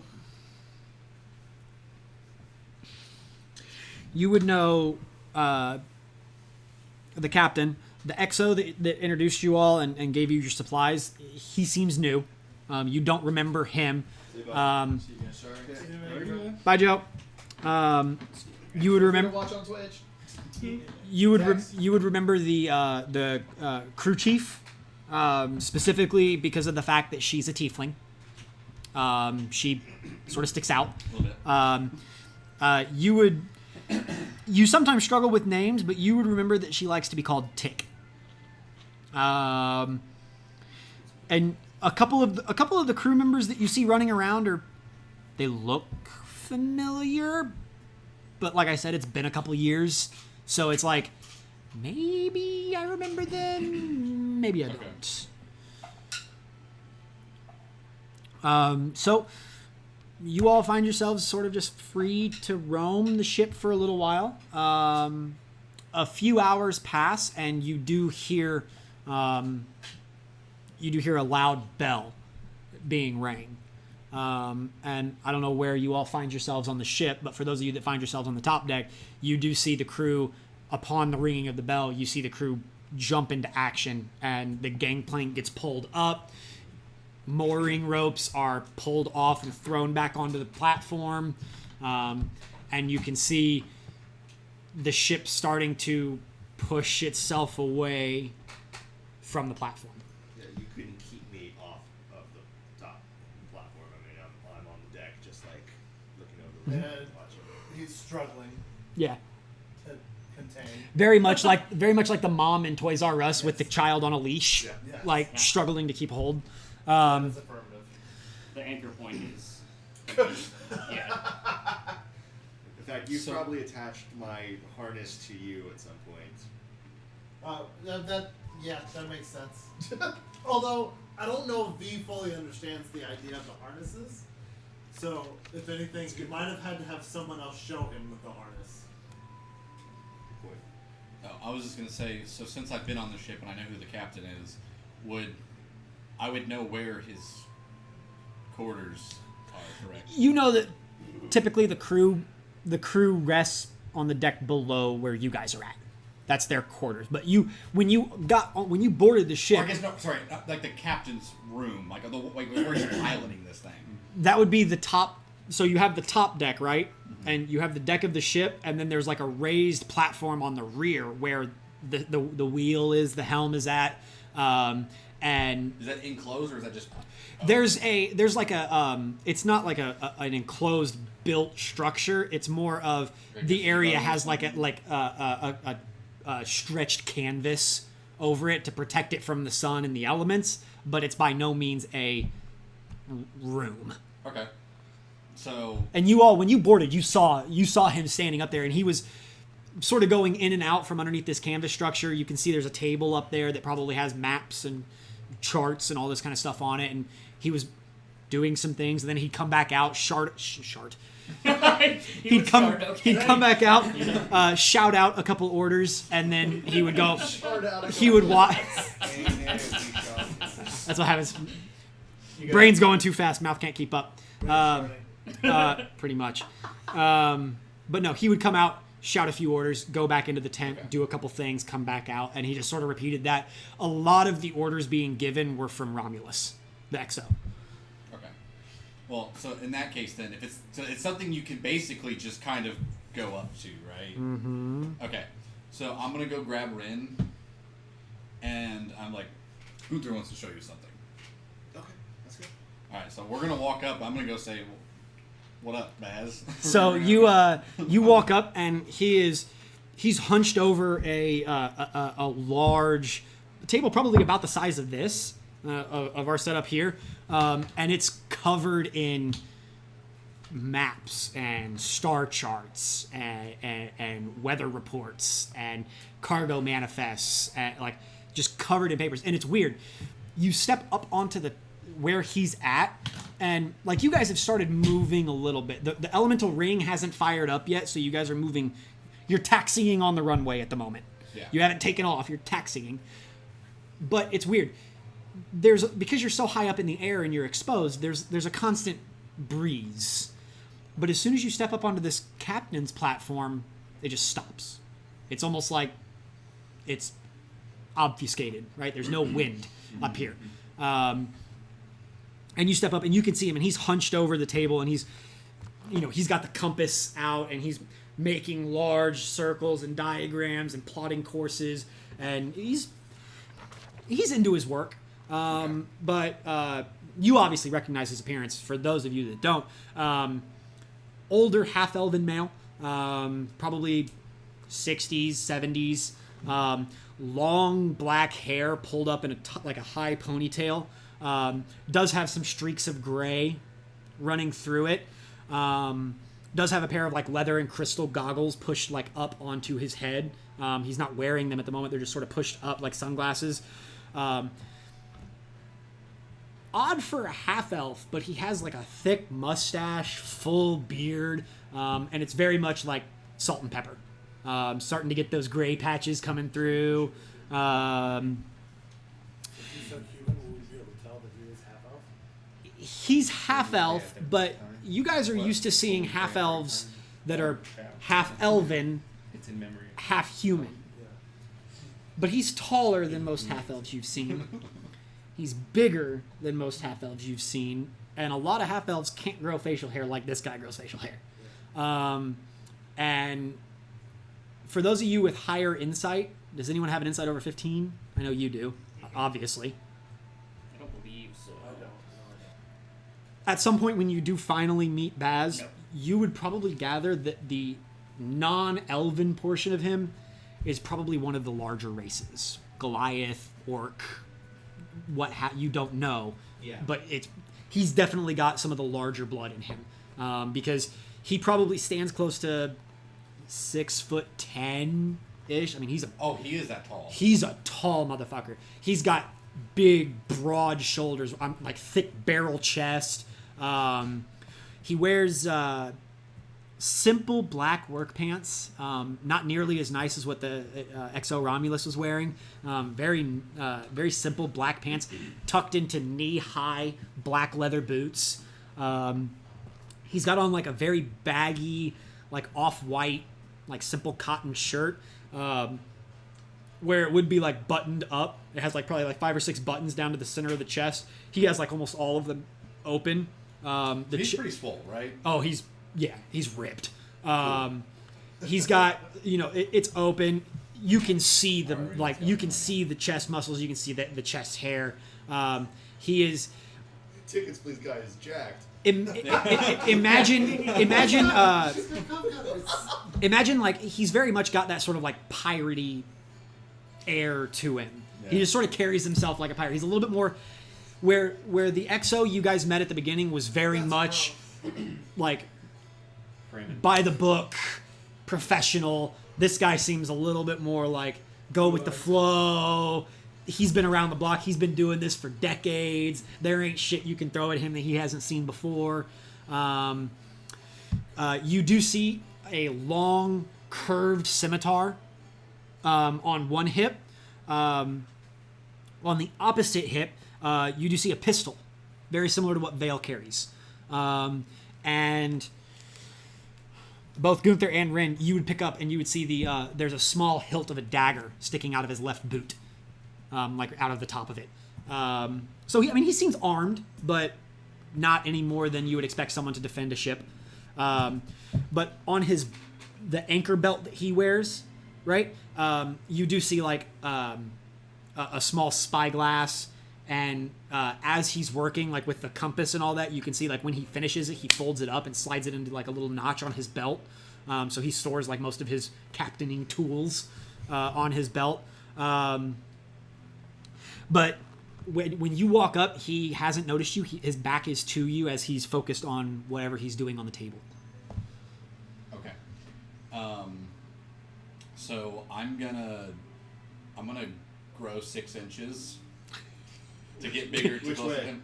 Yeah. I was gonna say below the belt or above? Can't bear to be the shortest guy in the room, can you? So I'll be 6'8" at this point because he's 6'10", and this is gonna be like the scene from Predator where like the handshake or whatever. You son of a bitch. Yeah. So I'm gonna walk up to him and like. Trying to think of this way to put this. Yeah. Well, we'll just say that right on. What?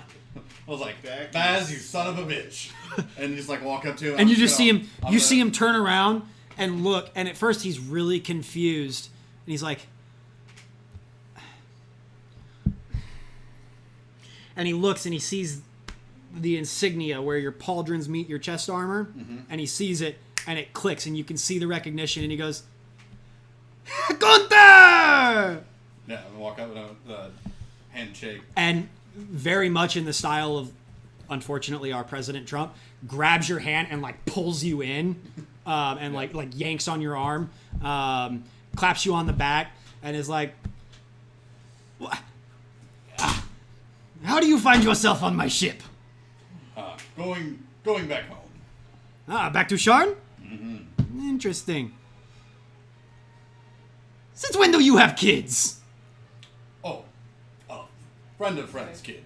But first time on an airship. Wanted Not, to show her. not your kid. Good for you. Gunther no keep kids. What do you do with this? And Jesus Christ. you see this from your perspective, this giant of a man, and he just leans down on one knee and looks at you and goes, "First time on the ship, eh?" I am like 10 shades red, blushing. I'm like, yes. Well- What you described is a very handsome, roguish scoundrel. So Very, it's like, very much so. And he's like, "Well, Yes. you couldn't have picked a better ship for your first ride." It's amazing. I've never seen anything like this before. You won't see anything like it ever again. I promise you that. I'm just like not saying anything. So why do you find yourself in Fairhaven? This is quite far north for you. Business delivered a message. Going back home. I understand. You have another fight? Interesting. What day? You would remember what day. Was it the 14th? It's like the 5th. The 5th, okay. We might still be in Sharn. I might have to stop by. It's been a while since I've seen a good fight. Gunther would like it. He wants to go out in the garage.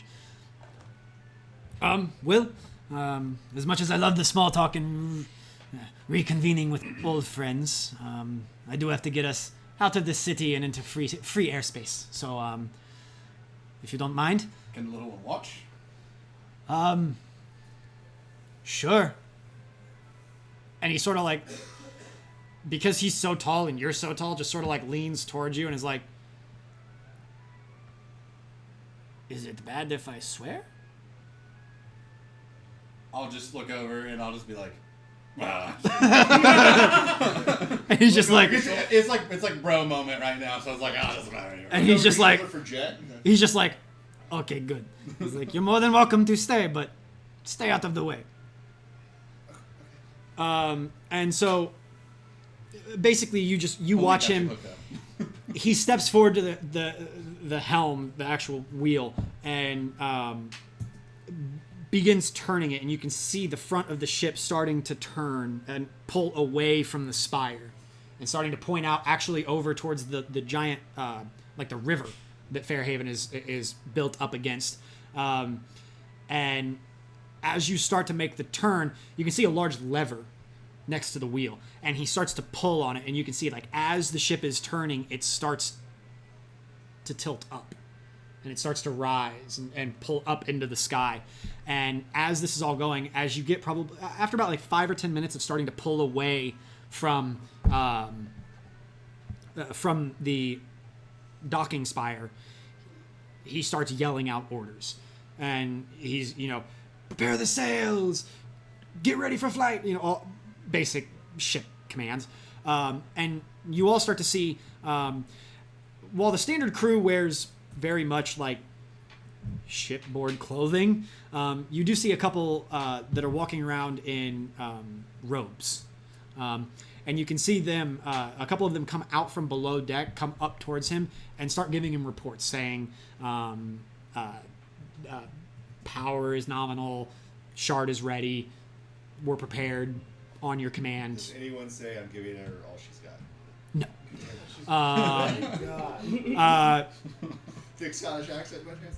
But basically, he, after a few minutes of starting to rise through the air, he gives the command, and you can see one of these robed figures disappear back below deck, and probably about 60 or 80 seconds beyond that, those large arms that are sticking off of the deck of the ship, you see them start to glow and spark, and then they start to glow red hot.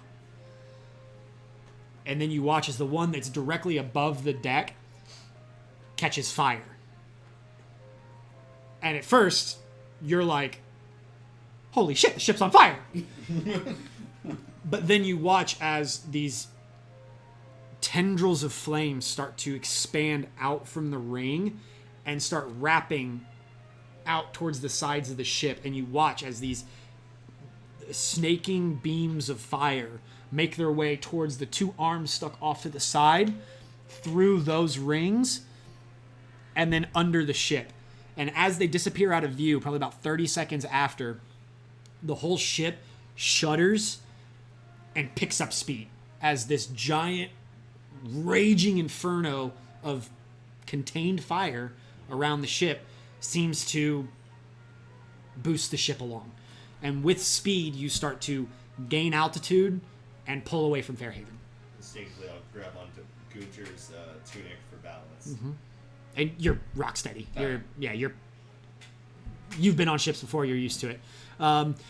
As you start to climb higher and higher, Baz walks over to a small chest on the side, opens it up, and pulls out a large, like duster, almost. Throws it over his, throws it on, and it's a big fur-lined, heavy leather coat that comes down like just past his calves.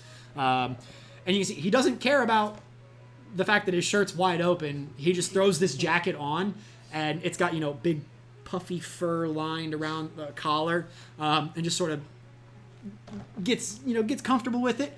And you start to notice that the other crew members that are on the top deck are doing the same thing.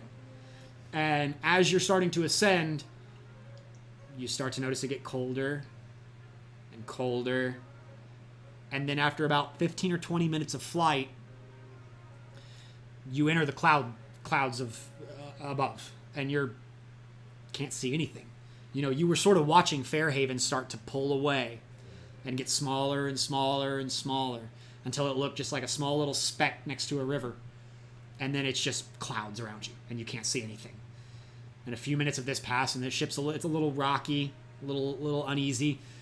And then all at once, the temperature drops by about 30 degrees, and you break through the top of the clouds. And it is just bright blue sky as far as you can see from horizon to horizon. Rolling clouds below you. If you're not standing where the captain is, if you're down on the lower top deck, a very, very brisk headwind. So you guys are sailing into the wind. But as you break the clouds, the crew chief specifically calls out to you and is like, Sprocket! Bastion! Deploy the sails! And you... On it. And you make your way towards the back of the ship, down to the second deck where the mechanisms are at, and you just start cranking at them, and Bastion is on the opposite side, doing the sails on the opposite side. And from your perspective up top, you see those sails that were folded along the side of the ship expand out like giant wings. And at first they're deployed out like this, like they're catching the wind. And then once they're fully extended, you watch as they actually tilt like wings And at this point, the captain looks back at both of you and goes, well, now we are on our way. Should be 3, maybe 4 days to get to Sharn. We have some reports coming in of a weather system developing near Sharn. Worst case scenario, it'll be 4 days. Best case, 3 days. We'll stop in Rote on day 3.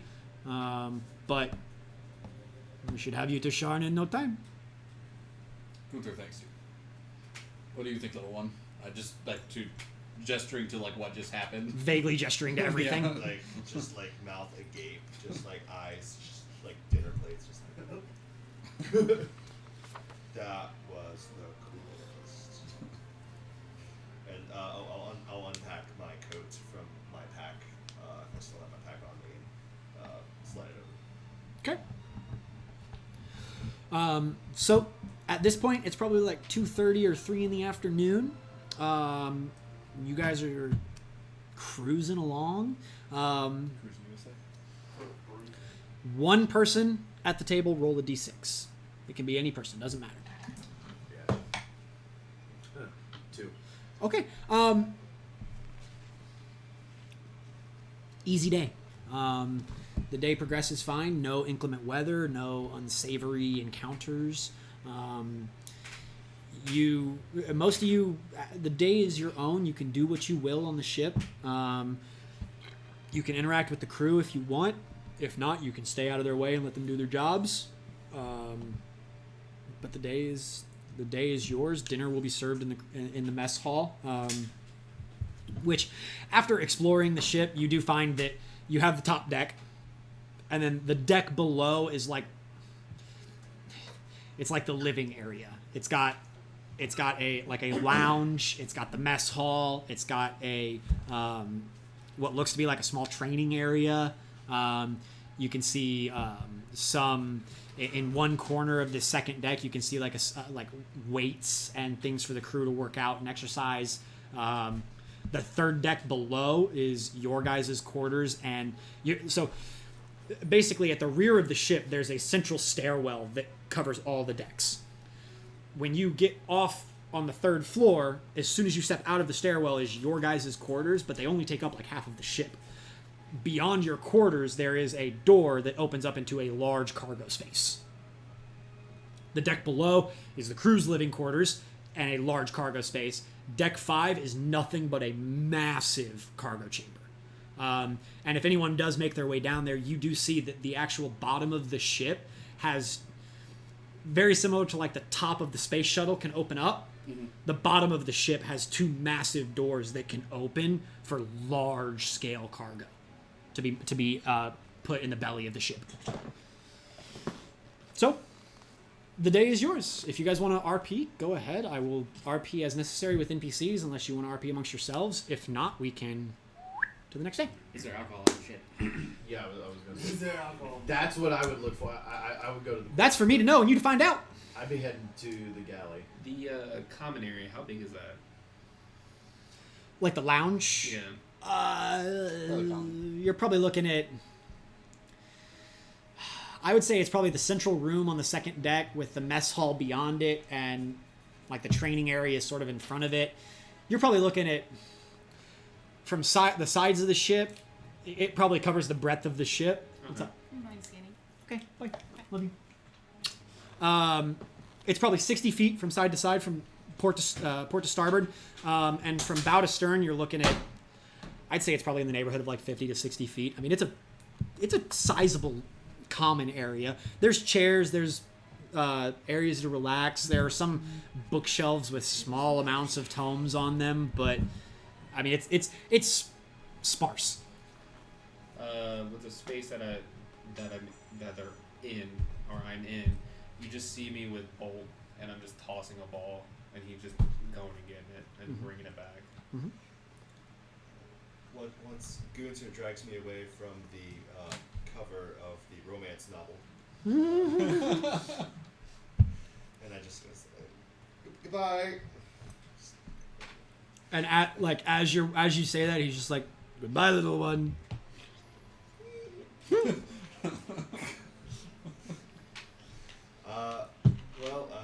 How apparent are just sitting there with a ball tossing. Yeah, it's your. I would say you work first shift. So you work from sun up to like mid afternoon, and then someone else takes over. So you're on your off time. Mm-hmm. V, are you still with Ryn at this point? If I see you and you both, your awesome German Shepherd, Robo-Dog, I would probably walk up to you with V not too far behind me. Like, V, he's like you. He's a Warforged. Hello, I'm Ryn. This is my friend V. We're passengers aboard this ship. Yeah. You're kind of smaller than most of the passengers we have. I don't know if who got you on here, but all right. And as for V, you said? Yeah, V, introduce yourself. V. What's his malfunction?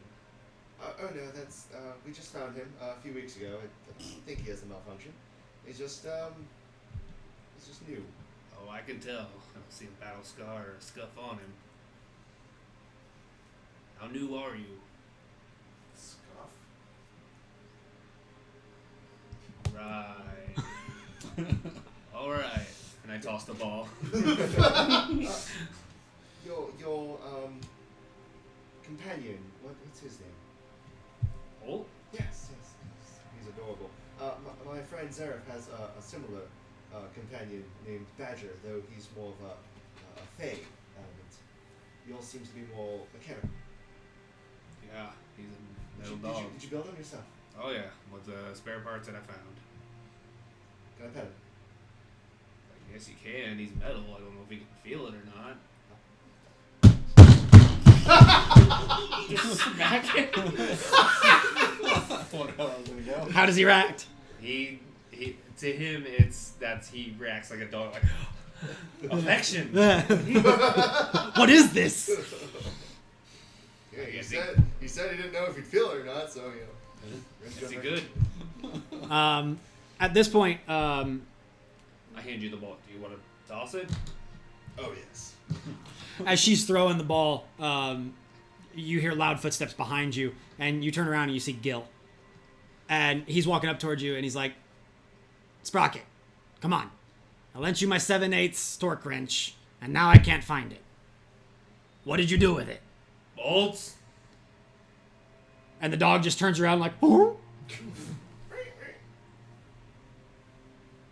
and off with the ball.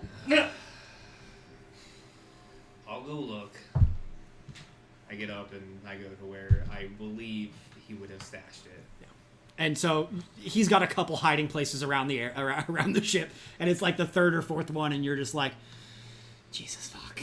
And you grab it and you make your way back and you give it to Gil, and he's like, next time that dog steals one of my tools. I know. And just turns around and walks away in a huff. I look over. He's not gonna do anything. Just kind of giggle. So you're one of the crewmen. Are you mechanical or something like that? Do you?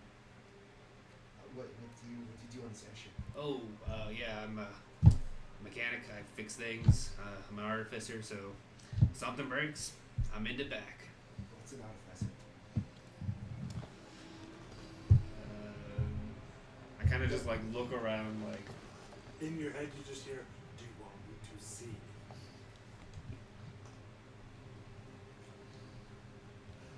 It just turns and looks, and his eyes start glowing. And he uses detect thoughts. It was magic. Yeah. Detect thoughts on him. What's the save? Well, I get the surface level. You get surface level. And it's, I think, Is he a thought? 14. It's intelligence. I think it's wisdom. It's Wiz. Yeah, wisdom. Wisdom 14 save. So when he casts detect thoughts, he's going to get surface level thoughts, basically current emotional state. I'm slightly confused at the question because I feel. So you get confusion from it. But roll a wisdom If I save. continue to, yeah, I guess he would. He wouldn't stop. Yeah. That is 7. 7. He does not make it, so you continue to push. Yes. He's going to get probably some of your most recent thoughts and memories. So You're gonna feel him though. yeah, so now you know that this Warforged that looks new and undamaged, that is giving you a weird vibe. You can now feel him like he is pushing into your mind. The information you give is essentially you guys coming onto the ship. My first thought was, oh great, more crew to haul to our destination. A little bit further back, talking to Gil about finding my friend.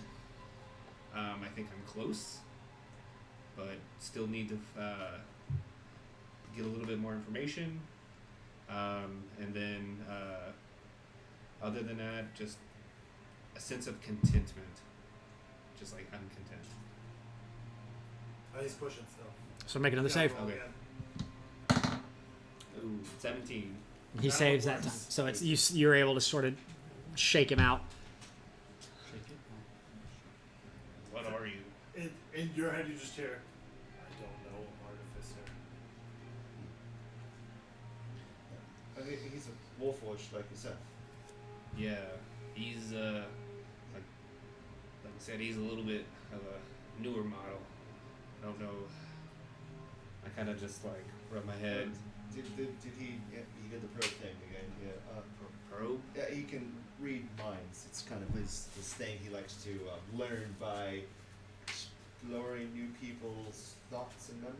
Is, I guess the best way I can describe it. V just goes, Usually it's customary to ask first, but We're still learning the asking part, but he seems to get along fine with just in your head, you just hear V go, I ask you. Right, but you're supposed to ask the person, the target of whom you are. You know what? It's gonna. It's a process. We're working on it. I apologize. My name is Ryn. Like I said, this is me. My friends. Have you seen us before when we were first entering? Jets, Gunter, Zareth, Vale. saw the crew that you were with. Right. Well, I don't want to say crew. We're more like.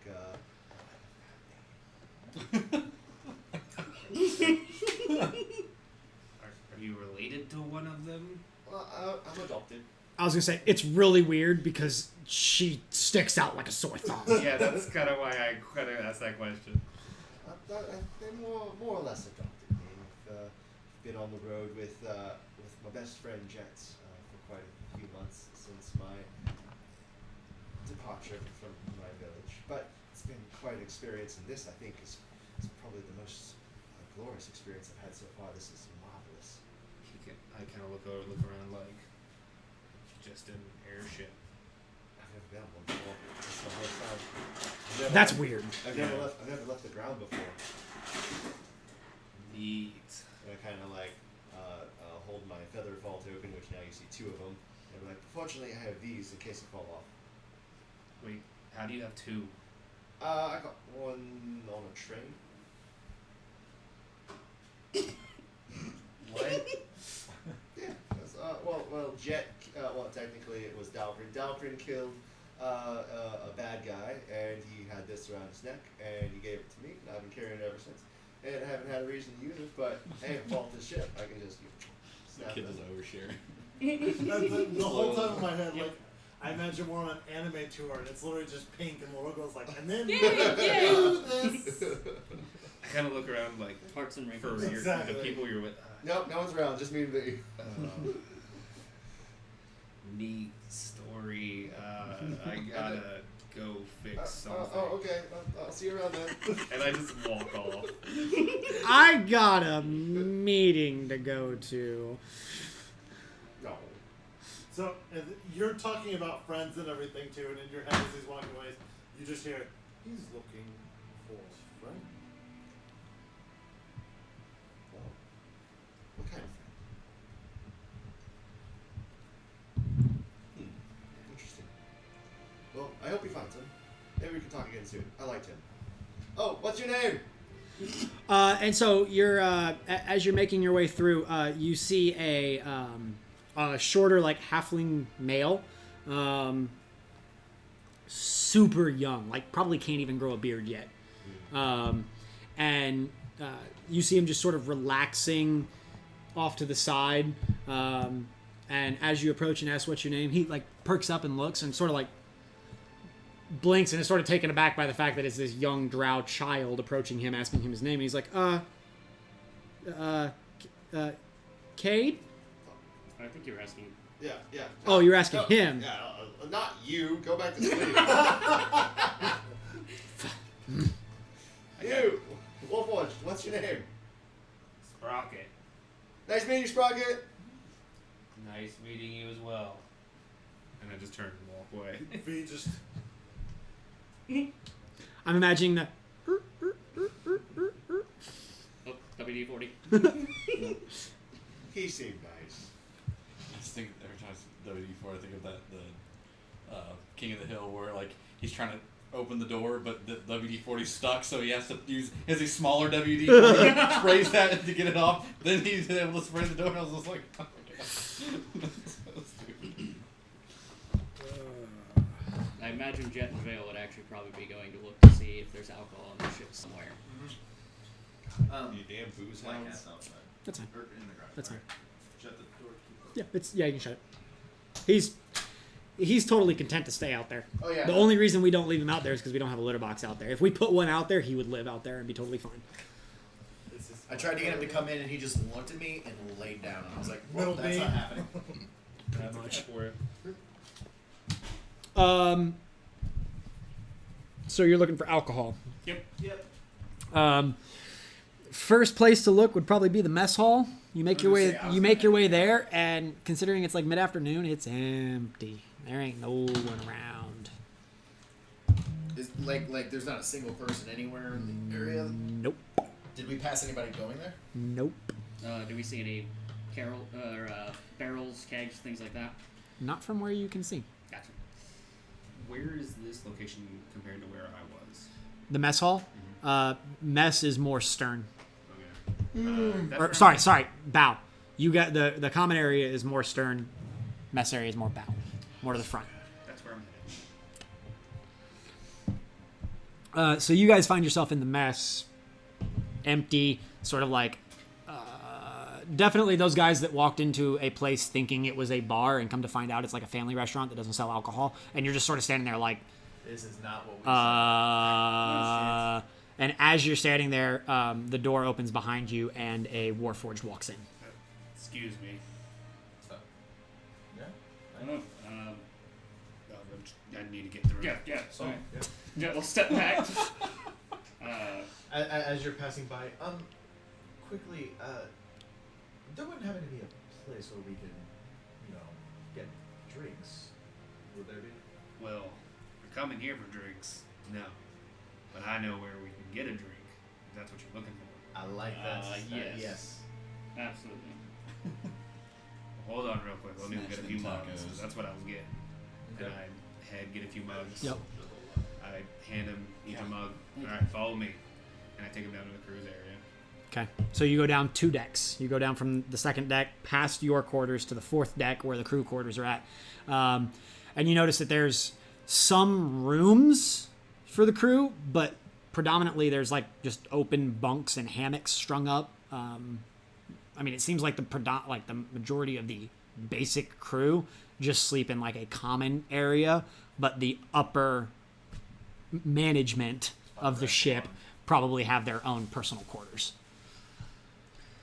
Oh, follow me. We got a keg back here. Technically, we're not supposed to have it, but on one of our last trips, we were able to lose a keg. Can you grab me some cookies? there are no cookies. Let me see your mugs real quick. Yep. Okay. Okay. One. Top it off. Hand it to you. Thank you. Umbrella. Thank you. So, are you with the little one?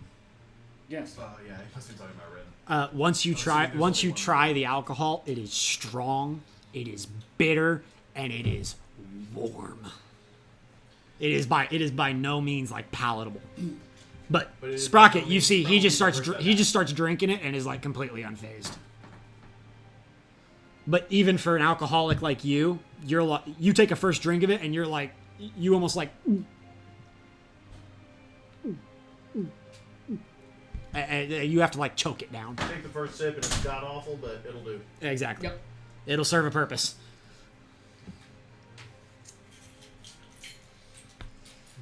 Yeah, we are. You've met her, I imagine. Yeah, talks a lot. That she does, but she's a good kid. Yeah, I can see it. What's up with the What kind of a Warforged? fucking question is that? Well, Of course it does. The Warforged. You mean V, the one that was probably following her around everywhere? Yeah, it really didn't catch his name, but something's off about him. He's brand new. New, yeah. Don't really see new Warforged. It's kind of a odd thing to see around here. Yeah, how old are you then if, like, you're calling him new? I was, I guess constructed during the war, Makes sense. so You're probably pushing like mid-20s, mid-30s. so about 20, if you want to give it an age. Time really doesn't mean a thing to a Warforged. Fair point. Yeah, no, we just recently came across him and he's taken a liking to us, so he's just following us around for a while. You always do that, mind thing. Fuck.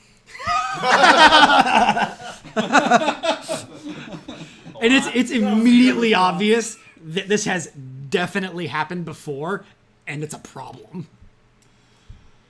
We've been meaning to talk to him about that a little bit. That was a good response. That was fantastic. If he fucked with your head, he, for whatever reason, has not been able to figure out that people do not like that. That people don't. Warforged don't like it either. Right. People, I meant just all of us. Oh. You know. Yeah, usually, us Warforged don't get, tied in with regular folk.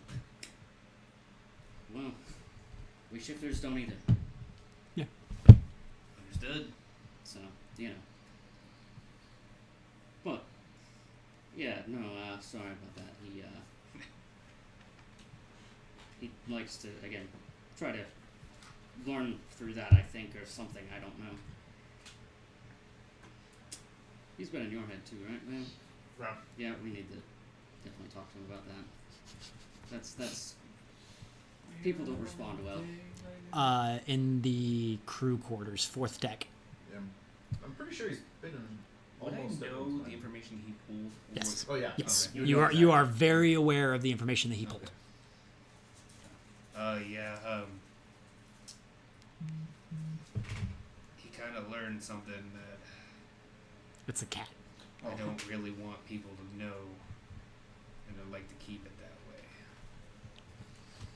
We'll Let's kill him. we'll talk to him about that. Yes. It'd be better if both of us tried to talk to him. Maybe got just kind of, Maybe. you know, some of that. Oh, God. Yeah. Gonna no. get cornered. We need to talk about that. Again, apologies. That wasn't supposed to happen. And, fuck. Yes. That's fun. I remember when I was new and I was understanding the concept of not knowing the world. I've made my fair share of mistakes. It's, not to do it. But like I said, that information really like not to have most people know about that. Fair. Well, you're more kind than most. Tip, if you see his head start to glow and his eyes start to glow, step back 30 feet. It doesn't work if you're out of range. Understood? I know that little spell myself, but use it very sparingly. Because, again, people don't like him. You can just tell me. 16. So about this point, as you guys are all hanging out in the crew quarters, you hear some louder footsteps, and you're sort of put on edge because you're like, oh shit. And you see Gunther's head just sort of poke into the room, and and Gunther sees all of you drinking and is just like, what the fuck? Gunther, drinks. I leave you alone for 5 minutes, or No, so I see that they're drinking, and I'm just like, I was like, Gunther seen you found drinks, and then like I just offer. I know. Actually, you see me pull. I have a bottle of rum. Nice. And you would recognize it as it's one of the captain's personal stash, which he only breaks out for the crew on like very, very rare occasions. Impressed. Baz's a good friend of Gunther's, and I just Captain. Got it. Huh. I say you wouldn't know the captain if you hadn't rolled a fucking natural 20. I take a quick just glance at Gunther, and I realize you were in the war. Gunther fought for Sire. All right, come have a drink. All right, and I just kind of go over and is there a place to dispose of things in this room somewhere? Like a trash can? To pour that shit out. No. It's fine. Glug, glug, glug, glug, glug. Hey, hey, guess what? I found an entire Reddit thread on drinking rules. Oh, shit. Time to metagame. things that don't Get apply your to towels. I mean, drink in RL while drinking in Oh, game. that's saved. meta. Depending on how much I History. age by the end of this campaign. Well, that and whether or not Jet stops you. Okay. Shifters age much My faster. favorite part about it is the entire post is called 5E rules for the alcoholics in the party. All right, I need to see. Jury's still out. I drink. Yes, but there's a difference between so, some casual drinking and like the male you. vintage Here's how it works. jet drinking. You may consume a number of alcoholic drinks up to your Constitution modifier. After that is when we will begin the rolls. Okay. I can drink too. Okay? Yeah, I drink too. You're going to be fine for a while Yeah. because your con is so high. You, I'm pretty sure your cons are a little bit on the lower side. So you can consume 3 drinks before you even have to start rolling. Okay. Oh, then actually I'm not too far. And basically every drink after, the DC gets higher. And there's actually there's effects based on if you don't succeed on your rolls. Okay. Cool. Sounds like an awesome fucking table. Yeah. All right. It actually is really cool. I stumbled across this at like 3 a.m. when I was in bed scrolling through Reddit, and I was just like, I was waiting for you to be like, oh, I stumbled through this at 3 a.m. when I was completely trashed. no. So you guys can get as many drinks as your con mod, and then we will start rolling. So keep track. Cool. So that's 1 for me, and I'm So yeah, everyone's 1 down except Gunther. I kind of make a. All right, we can drink, but please hold your liquor. We're not technically the crew's not supposed to be drinking with the passengers.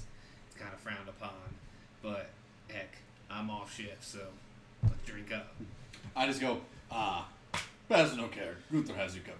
Is there any way to get some water around here? It's back in the mess hall. It's not that big of a deal. I was just gonna rinse my cup out. Hold on. Bolt. I mean, The dog comes. prestidigitation. Oh yeah, that's true. Prestidigitation, be my fucking cup. Yeah. I just So you call the dog in, and as you're giving your commands to the dog, you just see him just like. I guess that's one way to do it. Go. And it just sort of like, Leads oh, away from- and turns around and walks out of the room. Aw. He just kind of puts his his tail between his legs, kind of just like. Moseys on out. Doesn't he at least get a treat for coming? He'll find something. He always does. Fair enough. Like a dunce. All right. So I'm gonna Thank you. round for everybody now, but then I'm just gonna be like, so what's going on? We were Well, you guys role play. I'll step actually away for a just second. Go for it. talking about V, and unfortunately V just kind of mind fucked our friend here. So, you know. It's kind of putting it lightly, but yeah. I mean, something we definitely need to talk to him about. We can't be reading people's minds everywhere we go.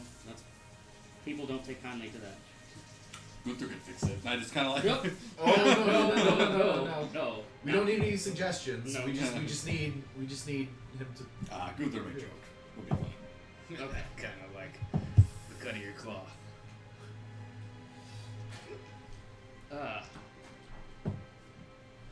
Okay. Yes. Please don't smack him in the head. I feel like that would not be a good thing. Might stay out of yours. Anyway, where you guys head to? I assume where we're going, but any particular reason why? Just the transportation? I'm just gonna, hit my chest like Gunther has fighting power. Okay. We're headed out to lunch. I can respect that. But oddly enough, we're going to be stopping in Rote very quickly to drop off a letter for somebody. So luckily, the ship's stopping there too. So Convenient. Yeah. Right on our way. easy money. Wait, I didn't think about that. Do we get paid upon delivery? No. No, she said we didn't get paid. It's a favor. That's right. She's gonna pay us back with a favor later. That's right. I forgot. Yeah, sorry. Basically, this is you guys doing a favor for the magistrate, and you now have that chit to cash in at any point. She owes you guys a favor. When somebody else in our party gets a bounty on their head.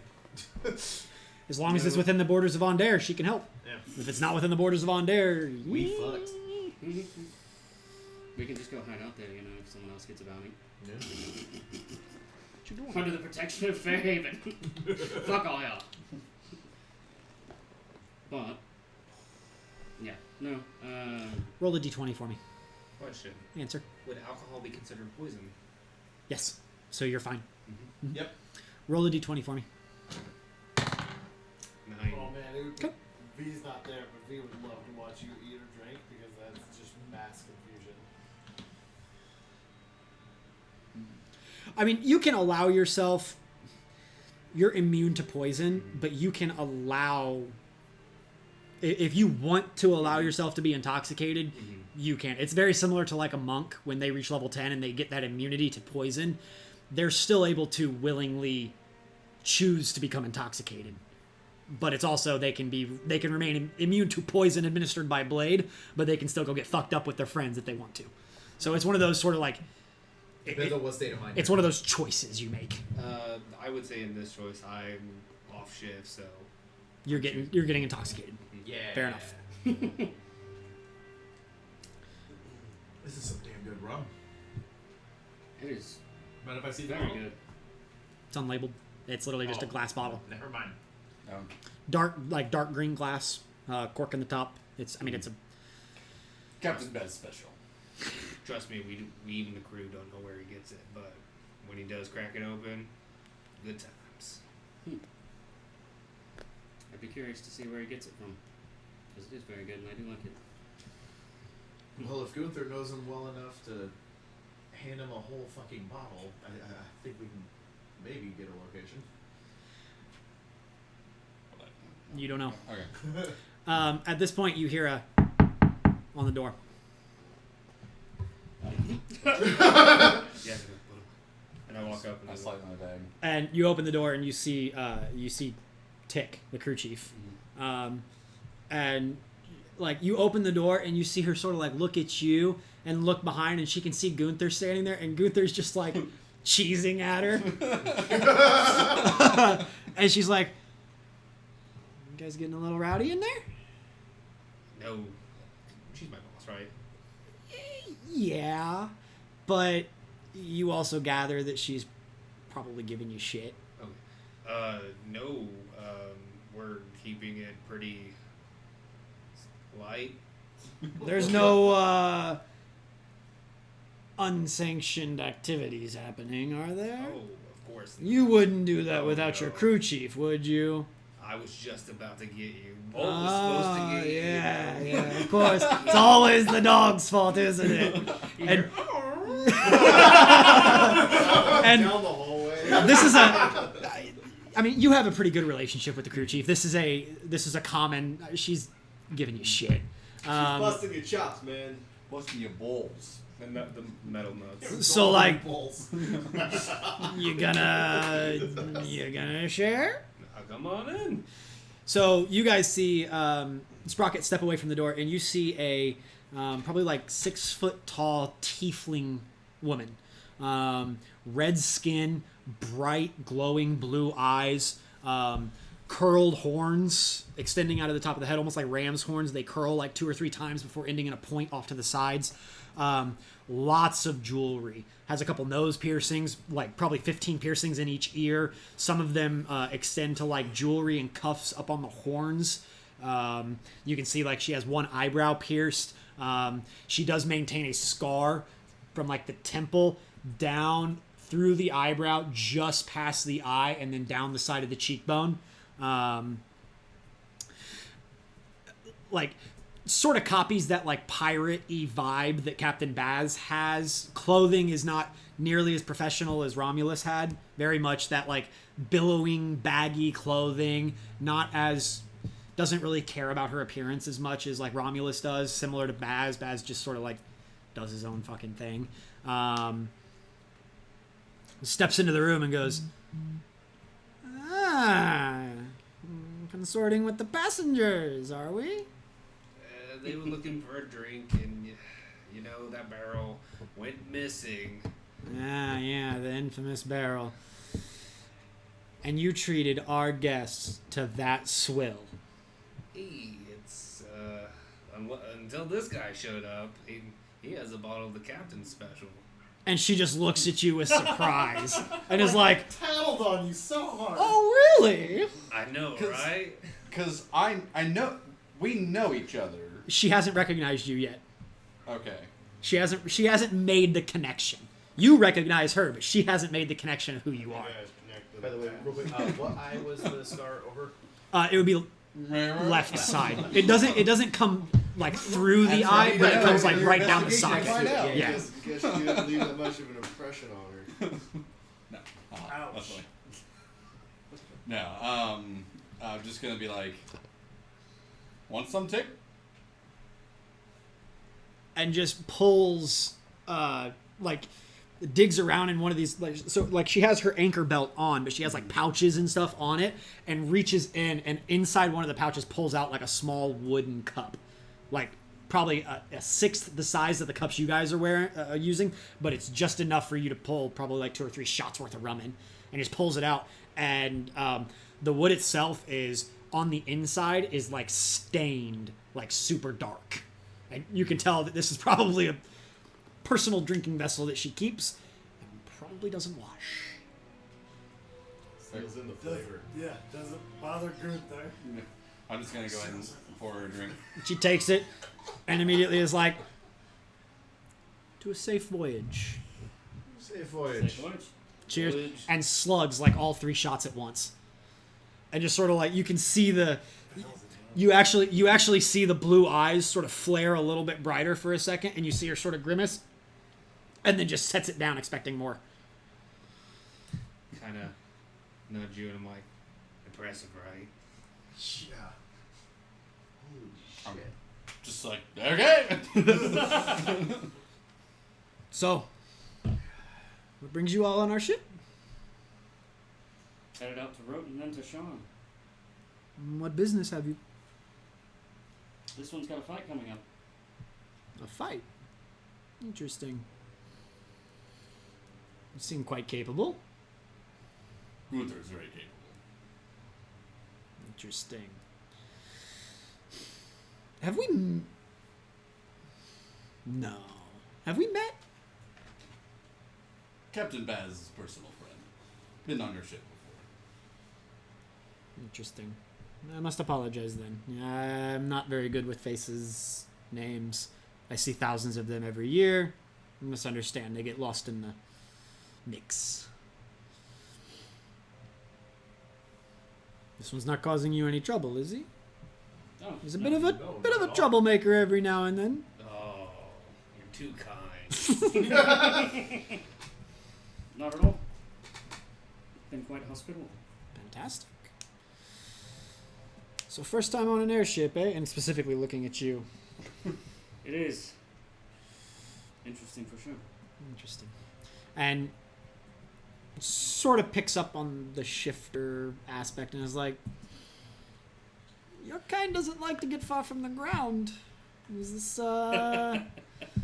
okay with you? You're not uncomfortable this high up, are you?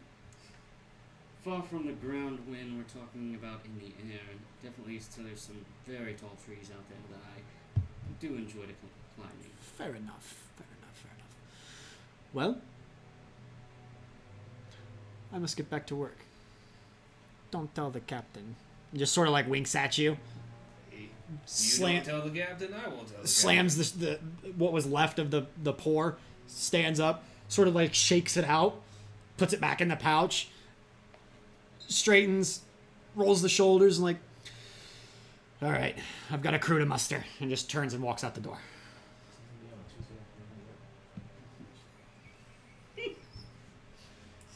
Oh. She's a lively one. Oh yeah.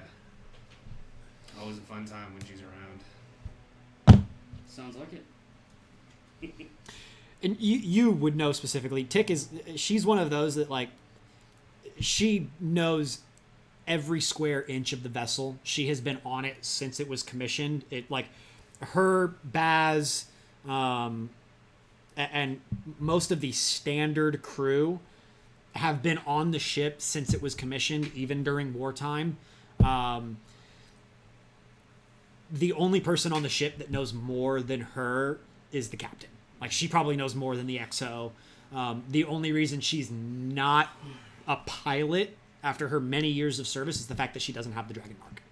Like, if she had the Dragon Mark, she would easily be a pilot. So she very much maintains that, like, she's like, I know a lot more than you, and I know that I know a lot more than you. Don't question me. Like, she just sort of maintains that vibe a lot of the times. When she's doing her job, she's very serious about it, but at the same time, she maintains that sort of piratey. She likes to have fun. She likes to give people shit. Might show up for an occasional drink towards the end of her shift. You know, that kind of stuff.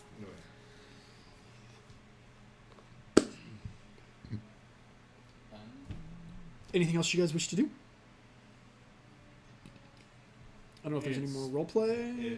If you guys, I don't know if they venture out into the common room, but after the departure of Sprocket, I have then set my eyes on the halfling, and I'm telling him my whole life story. And he's just sitting there just like, yeah, uh-huh. And just every like 20 seconds or so, he's like just looking around the room looking for any escape, and there is none. Eyes locked in. And he is just, you can tell that he's doing it to be nice, but is 100% uncomfortable and just wants to get out. Once Jet finishes his drink, he would go look for Ren, just to be like, better make sure V and Ren are alright. Last time they were in the common room. It might still be there. Remind me, which deck? That is the second deck. Got it. Well, have fun, gentlemen. You make your way out. Thank you.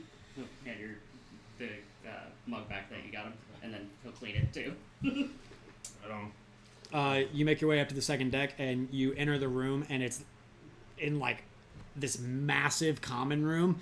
You just see Ryn over in the corner with this halfling man that's like pushed back in his chair in the corner of the room, and she's like 3 feet away from him, just like rapid fire, just like, and then we did this, and then this, and then this happened, and then we did this, and then we went there, and then we did He is this. just standing behind her, just standing there completely motionless. At that point, Just we taking in all of this found information. we found out the cultists were coming from the Slumbering Serpent Inn, so we went in to investigate. And the halfling is literally just like, cool. That, wow. The Ren, imagination of this girl. Ren, how you been doing? Oh, this is Jet. Yes, Jet will walk over. This is the this is my friend I was telling you about. This is Jet, and he rescued me from my village, and I've been traveling with him ever since. And he's been teaching me about the bardic arts, and I've been trying to get the performance. And he sings with me, and he dances with me, and he tells all sorts of great stories. I am pretty good at that, but hi. Jet, this is my friend. And he shakes your hand, and he's like, Cade. This is my new friend Kane. Kane. Pleasure. It's my friend Kane. Is his last name Six? No. He's dead. Well, that's a fabulous story. You look a little tired, friend. I must excuse myself. I do have to get back to work. But I will see you around. Goodbye. Nice And just meeting you. and like rapidly gets up and like pushes his way between both of you and at like a power walk disappears out of the common room. You can run, but you can't hide. I don't say that. That's He's stuck on this ship for at least 3 days. I know. I haven't even gotten to the good part yet. Oh no, I heard the part about We fight the fight cultists. I got you. demon. I got you. They disconnected. Snakes. I did it for you. You asked for the password, I got you. I don't know if we should talk about that one. Yep. That's a little bit of a... I saw it come up. I was like, what the? Oh, it's Corey. It's a good story. Isn't that what we do? We I mean, put Yeah. I grand don't know what adventures into isotopes stories. It's a a great story, but Yeah. generally people don't like to hear about demons being in their cities.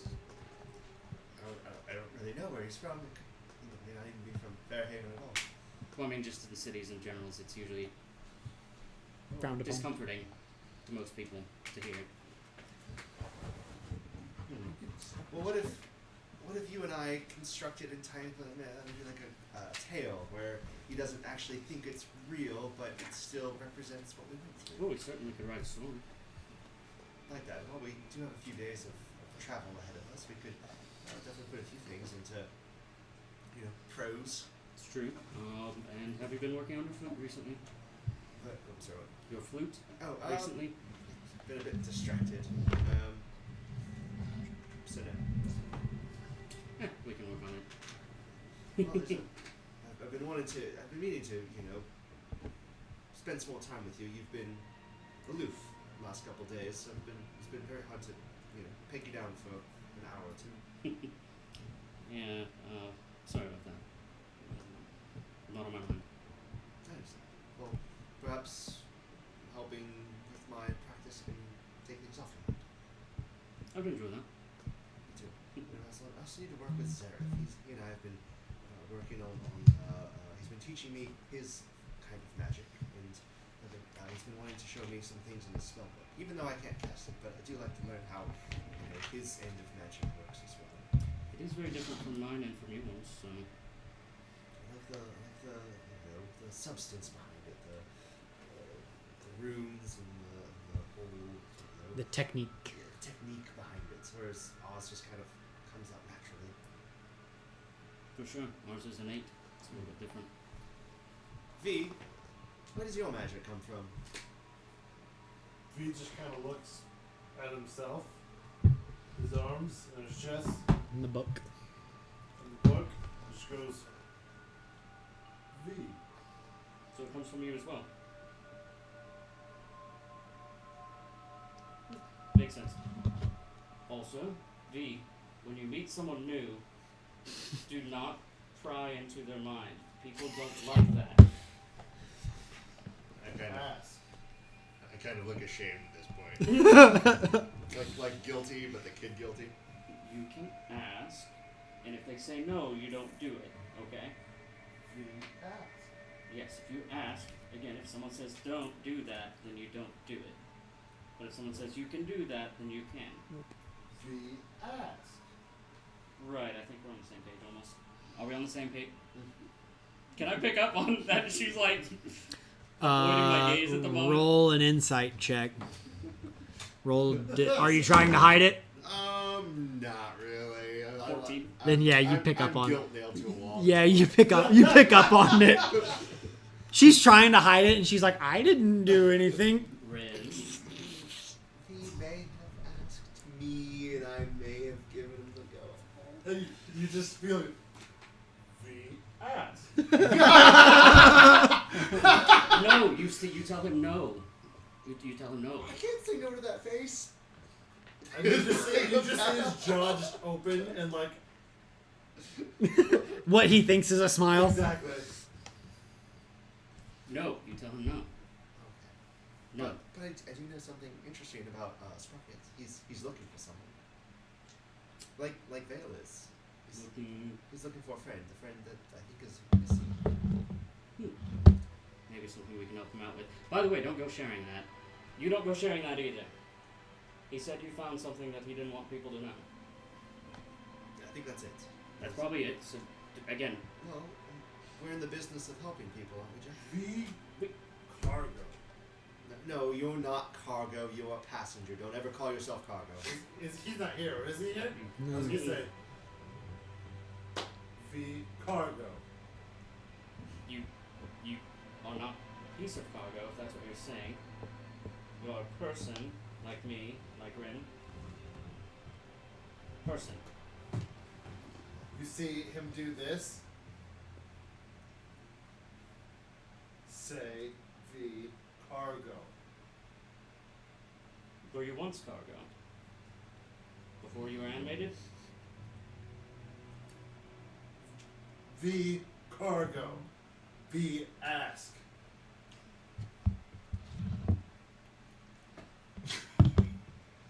I'm still learning his speak. I am as well. V, are you saying he's looking? Well, he doesn't breathe, obviously. You just see him Uh, imitate everyone. Make an insight check. Well, I was gonna say he might not have to. So he's literally gonna pull up to his head and start to pull out a thought strand, Oh. and then just hold it out. The cargo. Detect thoughts. And basically, the initial thoughts where he thought that we were, he's taking the, what did you say? Essentially, you said, oh great, like, your initial thoughts was, oh, you saw a bunch of people that were cargo. Oh no. Crew. New. Crew, oh, I thought you said cargo. Yeah, that's So, and then it also contains any of the other. Oh, so details Jet of- gets everything that he just got. Yeah. Or that he gave V you. freely just pulls all of the thought strand out. Oh. And that, like, probably 30-second initial time thing, including her, like, hello, hi, like, all the thought. And also probably you asking. Correct. Ryn. Really, you have to tell him no. If he asks you, can I go into someone's mind? Say no. What if he asks the person? He can ask the person, but if he asks you, you have to say, no, you have to ask them. Okay. Please. She seems really defeated. Please, for the love of all the gods. But how else will he learn if he doesn't, learn from other Warforged on how to act? By asking people, and by talking to people, interacting with people. That's how we all learn how to interact with people. But he's different, and that's not fun. He is different, however. What are you doing over there? Yeah, just saw you like move like He's this. just mimicking Ryn's Yeah. reaction. He was mimicking your hand movements. V learn. Yes. Part of learning is making mistakes, which you made a mistake in not asking the person if you could detect their thoughts. You don't ask Ryn, you ask the person you want to detect thoughts on. V ask. Yes, so if you wanted to read my thoughts, you would ask me. V ask. Make a stealth check. So you said yes as he says V ask. No, his no, eyes no, start no. to go. 17. Ooh, Like, try to ooh, move back. that's his passive perception. This entire time you're having this conversation with him, you sense Ryn is moving behind you, and you sort of like glance over your shoulder, and you can see that this entire time you're explaining to him, she's just like, No. Which right when he So started I was doing, gonna say. So as he started saying no, he just stops. Jet will shift and then move 35 feet back. Yeah. and he's just like, I just imagine like full cat mode, runs No. 30 feet away, slides, and is like, No. No. No. No. A full brink slide. V ask. You have to ask me first to say, can I do this spell on you? Can I do this spell on you? Well, yeah, if you ask like that, no one's gonna say yes. No one's gonna say yes anyway. I just want to say, I'm super excited for like 10 sessions down the line when you guys are facing off against an evil person, and he just V's asks- just like, can I detect your thoughts? I cast the spell. God now. damn it, then I'll just do it. You have to say, may I read your mind? Try that. May I read your mind. There you go. Try that. Oh. I'm gonna need another drink. I'm gonna need another drink to continue this conversation. I should have brought Vay with me. I should have brought someone with me. I'm going to need drink. You should definitely stop repeating that piece.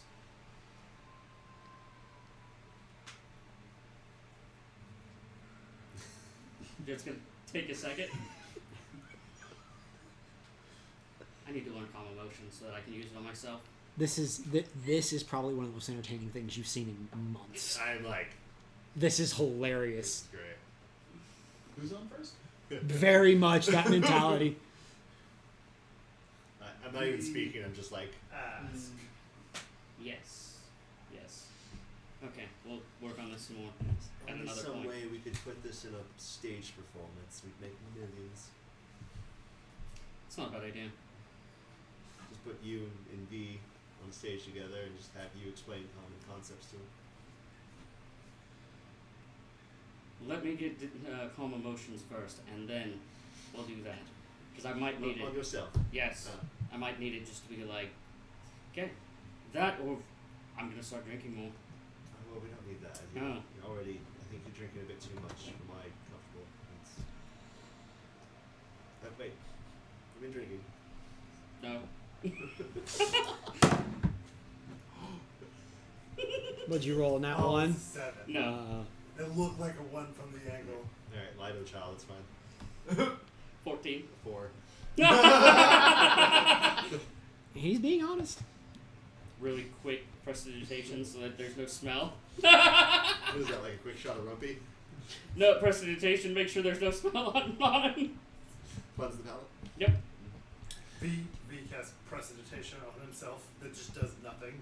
You just see the magic and the little glow. What? Oh, you know that trick too. I forgot. Well, Jet, I think you should, I don't know, try to talk to Sprocket, see if we can't help him with his missing friend. I mean, we are in the business of helping people. We are. He, I will talk to him. he Huh? Using the wind use here. If we get paid. Yes. Metagaming pigeons. Yes. But again, What are pigeons doing at this don't altitude? shout out with people. Between the three of us, we know. They're not But, pigeons. Polymorph. you know, he doesn't want that spread around. V cannot share with Uther. Not yet. V cannot share with Vale. Not yet. Again, it seemed to be a sensitive topic for him. V cannot share with Zareth. Not yet. Sensitive topic. Don't really want to, you know. Third beyond I've seen in cannot 15 minutes. share with Badger. No, because my understanding is that Zareth can see and hear through Badger. So if Zareth was smart, while you were talking to Badger, he would actually just flip into Badger and be listening the whole time. I don't think we have enough here. Share. Not yet. Don't forget it. Yeah, no. Actually, V I'm gonna go ahead. share. I'm gonna be mad tomorrow. You shared with me. You shared with Ryn.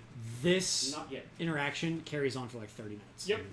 This is just literally back and forth, and by the end, you're just like, That migraine that Hey, were you was. here? it's literally, it was like a headache, but It's like now a- it's now- literally, now it's a stress headache, and you're just like, I've been trying to drink these instead of drinking monsters. and you just stop the conversation, and you're like, They sound like no. $3.50 a piece at the gas station. Nope. I'm done. And And you guys Done. look back. You guys look back at me. I'm just like, this is great. So now I'm good for one. I come stumbling in looking for Bolt's ball. It is squeaky. Wonder who Oh. took it. Sprocket. Going, Good. little one, do you have Bolt's ball? Thanks. And I squeak it, and I'll hear and bust through the door, and just happy as Oh yeah. and I toss it. V no share. Right, and that's gonna move against the wall. There's a dog. It's a mechanical dog. Yeah, he's still not a fan. It looks like a dog. It's just instinct. Yeah. So Share. I'm going. I was saying, if you find your way to this at any point, you would notice that Jet's hair is like standing up on end a little bit, Yeah. and he's got that little bit of. So in Ears kind are of like pointed. laser Ears are pointer laid back. style, I'm gonna cast Dancing Light, and I'm gonna see if he'll chase one of the lights that I cast around the common room. Oh yeah. Very, very much that. Like, He drops Are it you going to? and Seeing as everyone else trying to get a light. No, I'm another part of the ship. Okay. Just hang out. I will say, since we're coming towards the end of this day of travel, it is 10 o'clock. Let's go ahead and take a quick break. Let's take 10 or 15 minutes. Everyone get up, stretch their legs, go to the bathroom, get some food, get some drink. I have to pee. V has to We'll come back at, it's 9:58 now. Let's come back at 10:15. Got it. All right, let's do it. 10-12. Technically, to V, this would be hashtag. Fantastic.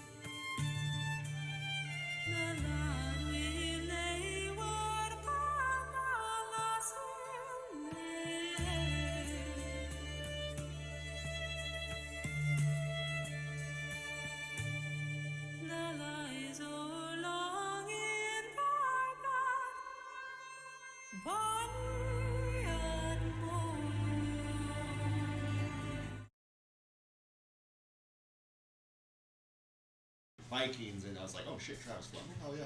And Well, see, another thing about that's another one where it is definitely worth picking up on Blu-ray just for the special features you want. Yeah. Like it's. So, was there anything here? Let's go ahead.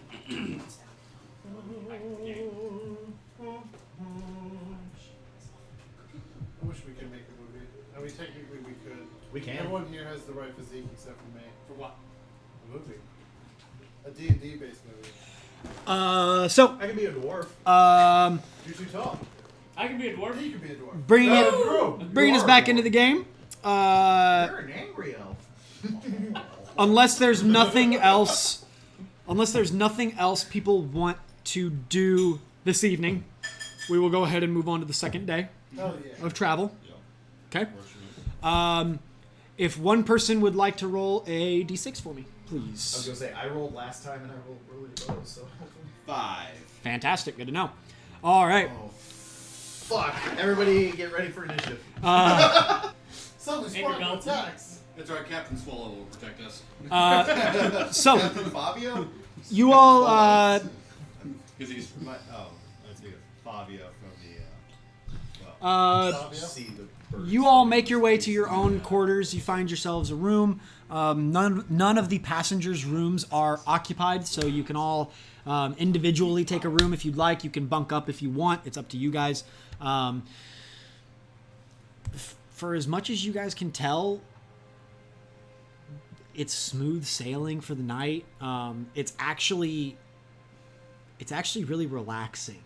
For the like a lot of you first timers, you would have expected there to be like vibrations and it would be difficult to sleep, but it's very reminiscent of, for those of you that have been on like an actual sailing vessel, it's very reminiscent of that, like the motion of the waves, and it almost like rocks you to sleep. And it's very much that you find yourselves getting in bed almost like, God, I'm going to struggle to get to sleep, and you find yourselves falling asleep faster than you would have expected. Random question. So, due to the size of this ship, does it seem to be smooth? Because I've never been on an airship of this size, but I've been on airships before. Does this seem to be more smooth compared to other airships due to its size, or is it about comparable? It's about comparable. Okay. It's hard to tell any difference. Yeah, that's fine. Because again, it also has probably been a little while since I've been on an airship. I'd like for you to roll a d20 for me, please. No modifiers. 9 again. Okay. 9. All right. So, and yours was a 5, right? 5. Okay. Morning comes. Good, depending on how you. You all find yourselves. I'm on shift. You are on shift. You would have been on, by the time the party rises, you would have been on shift for probably about an hour or two already. You all, did anyone bunk up, or did everyone take their own room? You know where I was. You were with Ren. And I feel like Jet and I would have at least shared a cabin. Okay. Would you have been in the cabin or guarding the door? Probably, it depends actually on them too, on how, because Would you have let him in the room, or would you have asked him to guard the door? V would have wanted to stand right by the bed after all of the stuff that happened with her and the thing inside the room, like the skull bear and everything. Jet wouldn't object unless Ren would ask otherwise. To say, like, for V to be outside, he wouldn't care either way. Whatever V wants. So 3 of you in the So, room yeah, I was together. gonna say, V would just be in the corner. The- Tight quarters at this point. They're not. What is it? They're about the same size as the room you had at the Dragon's Milk Inn, but there is only a single bed. V's just basically Like the butt. kneeled in a corner. I was going to say, we've got a bedroom. Take a bed if you like. Thank you, Jack. Appreciate that. Of course. Would you have liked a drinking buddy? Yeah, I would have just been hanging out. Okay. Yeah, you guys. I mean, the night is your own. As long as you get your 8 hours of sleep, you all rise right after what you expect to be sunrise. But there are no windows or anything like that.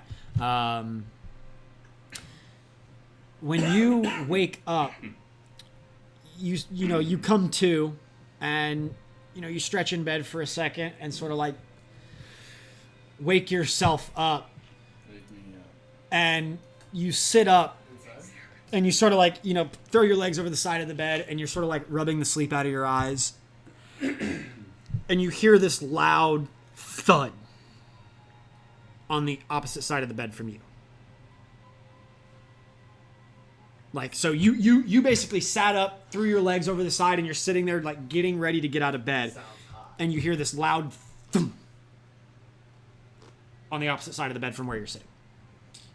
Okay, well, I'm clearly gonna, like, what the hell? And just, like, You turn around and you see a 4 foot tall, probably 2 foot wide stone pillar.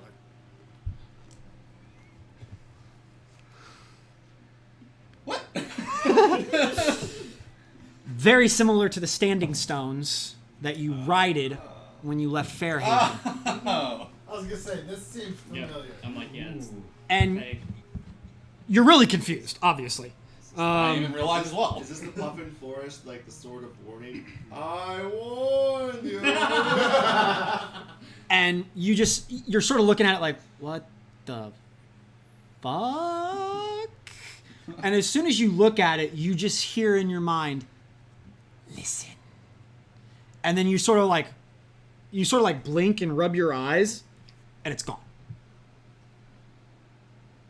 And you're immediately on edge. Like you've gone into, you are awake, you are defensive, you're like, shit, I need to get my armor, I need to get persuasion, it's time. I'm in the room. And about this moment, like as you're getting out of bed and like reaching under the bed to pull your rucksack with your armor out, behind you again, you hear a thump. Okay, well, I'm gonna turn. You turn around and you see another stone, similar to the one you first saw, and you hear that voice in your head, and you just hear, soaring stones yield surprising stories, Jumper. And then it disappears. Hayden Christensen? Hold on. What did I hear? Soaring stones. Soaring stones yield surprising stories, Jumper.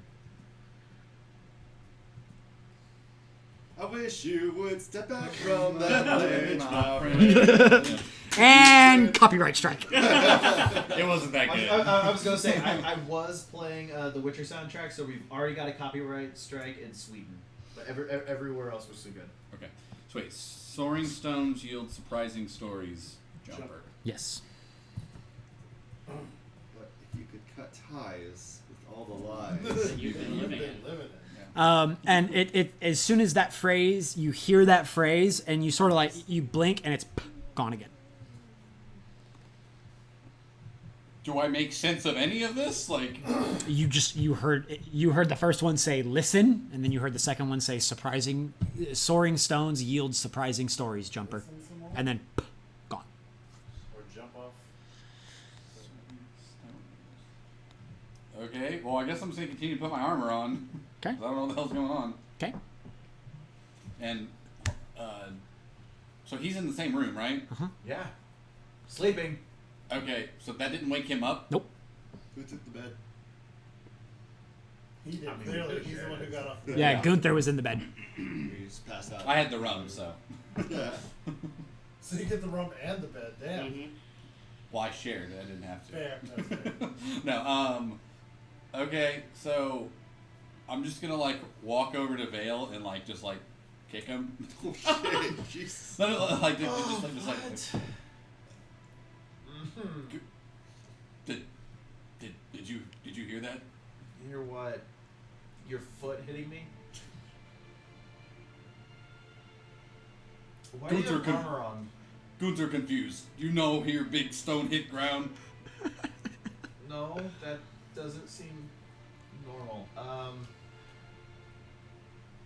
Fuck, you've got armor on, and then I'll just get up and I'll just start donning my armor, grabbing guns. Like I'm yeah, in where was the sound coming from? Gunther saw stone fall in room. Hear voice. What kind of stone? Big one. Big stone. Big stone. Big stone you've never seen before. Just poof, room. Would I be able to put two and two together that it looked? Roll an intelligence. Oh, roll fuck. a wisdom check.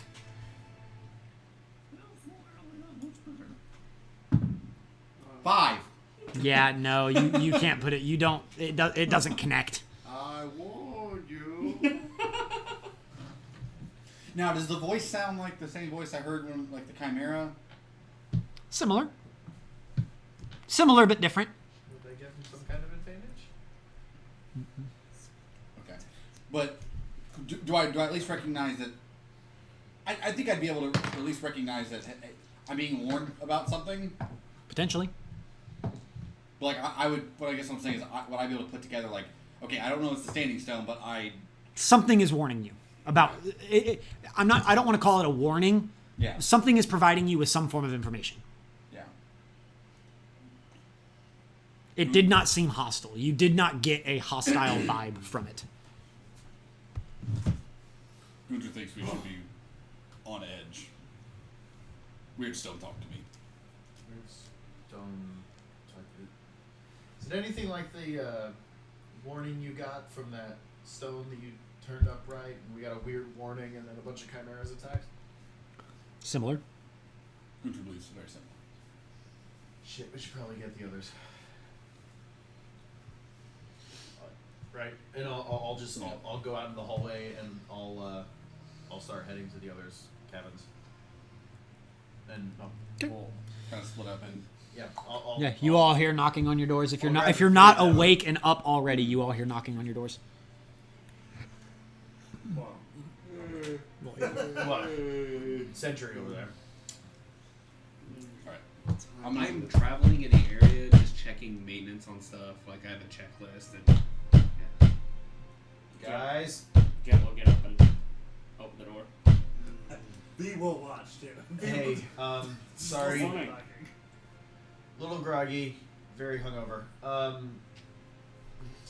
Gunther, you remember the stone? It turned normal, and then Stone talked to Gunther, and Chimera's attacked, and bad stuff happened. Yeah. Yeah, the stone's talking to Gunther again. Okay. What did it say? I don't know. He just said he was shocked that I slept through it, but there was a stone landed in the room, and it talked to him, big stone, and then it was gone. I was asleep for all of that. I promise you he wasn't taking anything else besides the alcohol, so he wasn't hallucinating. Did you make sure to clean your glasses before drinking too much? I mean, it's always a possibility, but By that time, I'm gonna be coming. I got Zareth, and then Yeah. come back this way. I mean, it's could have been, but Also, is he sure it's actually real, that it's not a dream? Sounds like you both just woke up, right? yeah. I Would don't know. hear him say that? He woke up. He was really into this, and he already had his armor on, and Morning. Gunther heard Stone roll off bed. Gunther was already awake. Not dream. Sure you're awake. How much did you have to drink? Gunther's fine. Does it look fine? Sure. I'm feeling buzzed, so Gunther's golden. And it said, There was a stone and it talked to you? Is this all happening in one of the rooms? No, In the general passenger quarters, Okay. like in that I was gonna say at this point we're like he just opened the door. So we're probably in the hallway talking probably in a about hallway talking. this. Yeah. so I'd be able to remember what it said to me. Right? Oh yeah. Okay. Gunther heard, So while this conversation's going on, I'm gonna ritual cast detect magic just to. soaring stones yield surprising Stories. jumper. When you cast detect magic, literally everything around you glows. Air shit. Everything fucking glows. The wood of the ship itself is enchanted. Everything around Soaring you stones glows with yield magic. surprising Oh yeah. It's like it's one of those that it's like being hungover and drinking as soon too as I much. finish and everything glows, and I just You're see immediately everything's like, the Matrix, and I'm like, It's the worst. Yep. You're just damn it. Now it makes sense. Headache, big headache. Yeah. And I'm still Not slightly. big brain moves. You can literally see you see Vale start to like That was too mutter hard. an incantation, and you just immediately see the fuck, that's bright. It's too early. I laugh. Still too early. You do the hallway. Oh fuck. Yeah. Okay. Hey, hi. What's all the hustle You, and bustle have about? you heard any random loud noise? Nice catch, though. My bad. Yeah, golden. Oh. Is it still? Less. Did you turn that off on accident? Nope. No, I'm gonna check the. I was gonna say, still on. Okay. Did we lose the camera? We did lose the camera. Hold on. Is it I plugged will in still? deactivate Yes, and I will reactivate. Did you try unplugging it, plugging it back in? That's what he's doing right now. Check the load. It's still a no-go. It's still plugged in. Is there a light that we could tell if it's on or not? Whoop. Oh, that just reset it. Okay. Oh. Okay, now turn it back on. The button's on the side where your finger is. No, side. Well, or that. Oh wait, did it get it? Hey. That moment. Oh. And we're back. Step back from that ledge, my Can I friend. Yeah, put it's this stuck in all the actually heads. over here? Huh? I was Will gonna this say it's be on the able to loop pull- right pull now. over this way? It could, yeah. Cut ties. Because I keep all hitting the that. lines. Hey, Or if, I was gonna say, or you can just pull the cord up on the table.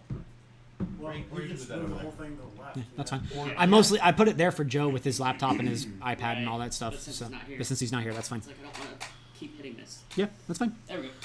Thank you. Okay, you all find yourselves in the To hallway. answer your question, I kind of just look around and like on an airship there are lots of sounds like that. Well, I get that. You just Gunther heard something. It was a large That phrase stone doesn't mean hit the anything to me, ground. does it? It woke him up, Okay. and then It sounds like something it, happened. But like honestly, it sounds like he's the hallucinating. last time that this happened, I know this sounds strange, but the stone was warning us of something that was coming up, and we didn't think too much of it, and then we got attacked by Chimera. 47 damage. So it's something we should probably heed. Whoa! Here. Warn the captain. Something's apparently going down. Doors, Maybe look.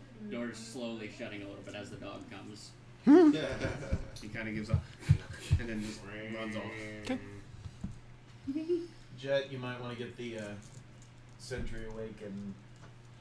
Yep, he's already awake. Probably Rin. Well, I mean, he's awake, but I mean, like, Out of the sentry state. How? I'm kind of turn off screensaver. He's up. I don't know the whole workings of the ship, but a magical stone appearing in the ship, that's kind of far-fetched. Well, I mean, it's more of a.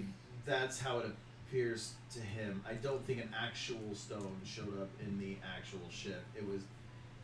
Long story short, something happened. He did something, and now we tend to get warnings when something really bad is about to happen. And since he rolled a 5, I have a feeling something really bad is about to happen. What is this rolling a 5? I don't I understand. don't Now know. you're hallucinating too. God damn it. I told you I had more. Or, well, no, I didn't have more to drink than him. I have slightly lower tolerance. Only rolled I 9. knew I probably shouldn't have gave you all that. It wasn't your stuff. It was the rum. It was really. Yeah, the captain stuff's pretty strong. It kind of messes me up, and I'm a warforged. Does it make people hallucinate? Depends on who you are. There was no blue fairy coming off the bottle, if that's what you're asking. I was gonna Green say fairy. green, Sorry, yeah. sorry. Green fairy. My bad. Well, no, you're colorblind. Well, Because I am, Cat. true. I'm just gonna I mean, my left eye doesn't work as good as it used to, Got it. but I'm just gonna very like specific be like Gunther know what he saw. Gunther know what he heard. see, we've been around Gunther enough. I think we should at least take a look. Gunther I'm should not just against be it. I'm good. just saying it seems strange. And just to interject here, you really shouldn't be worried about anything. The captain and the crew and some of the even the mage rights, they pretty much keep this thing safe. So I wouldn't really worry too much about it. So he said something now. Like what explodes?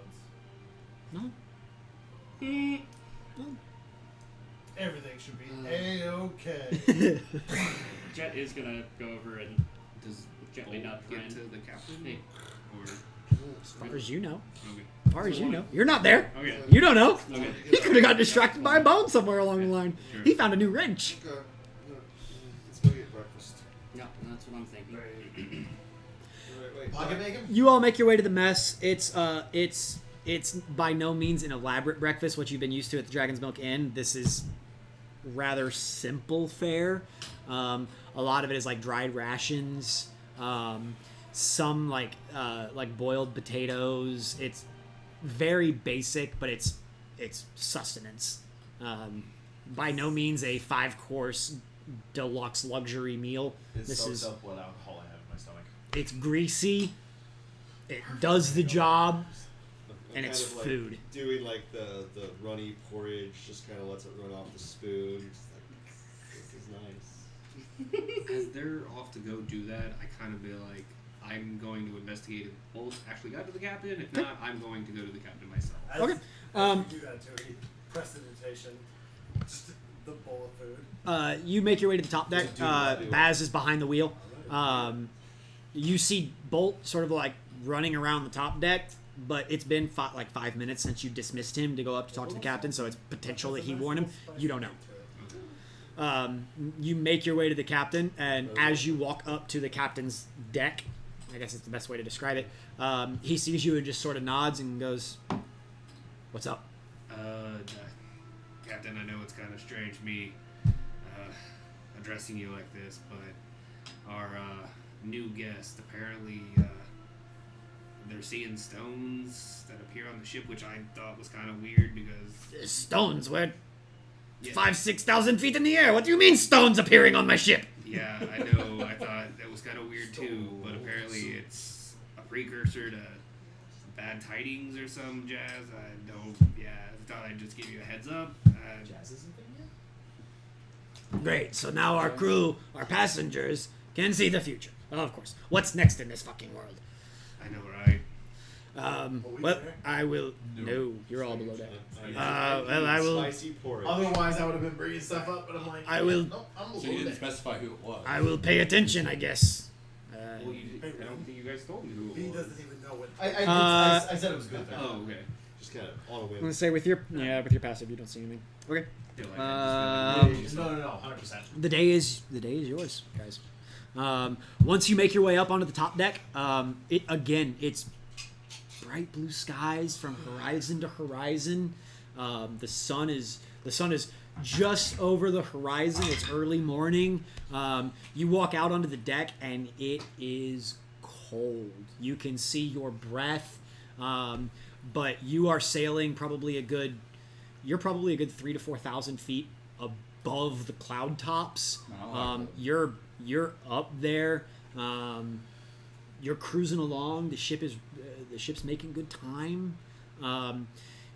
You do, from your high vantage point, you can see way off in the horizon in the direction you're traveling. You can see a little bit of a darker cloud system, which you gather is probably what Captain Baz was referring to in terms of the weather system that was developing around Sharn that might give you guys some struggles getting into the city.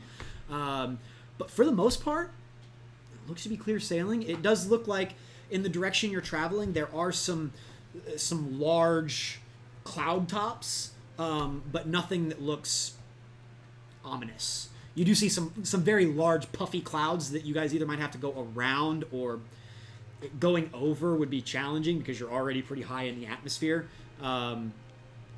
You might just punch through them, but by no means they're puffy and white. They're not gray and dark and ominous looking. They're just puffy clouds. What time of day did you say it was?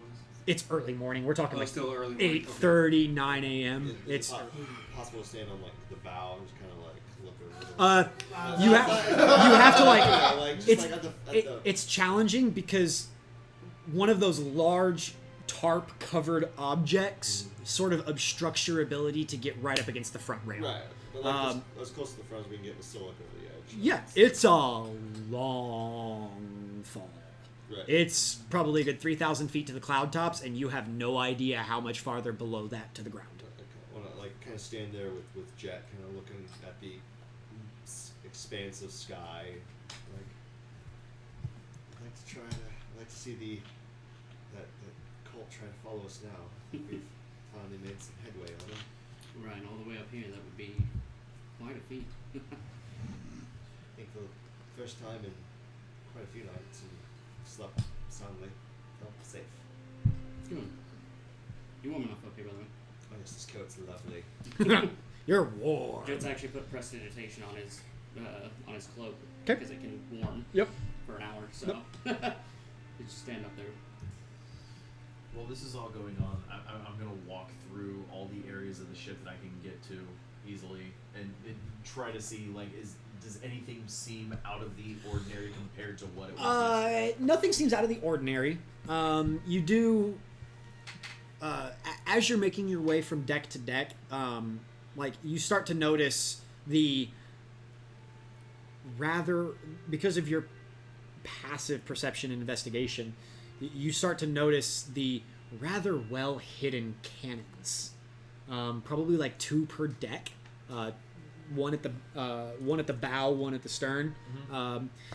And there's, like I said, there's one on each. Sorry, 2 at the bow, 2 at the stern. So 4 each. 4 per deck, 1 on each side at the stern, 1 on each side at the bow. Okay. You dig? Yeah. So there's 2 at the front, 1 on each side, 2 at the back, 1 on each side, and that's each deck. But they're well hidden. Yeah.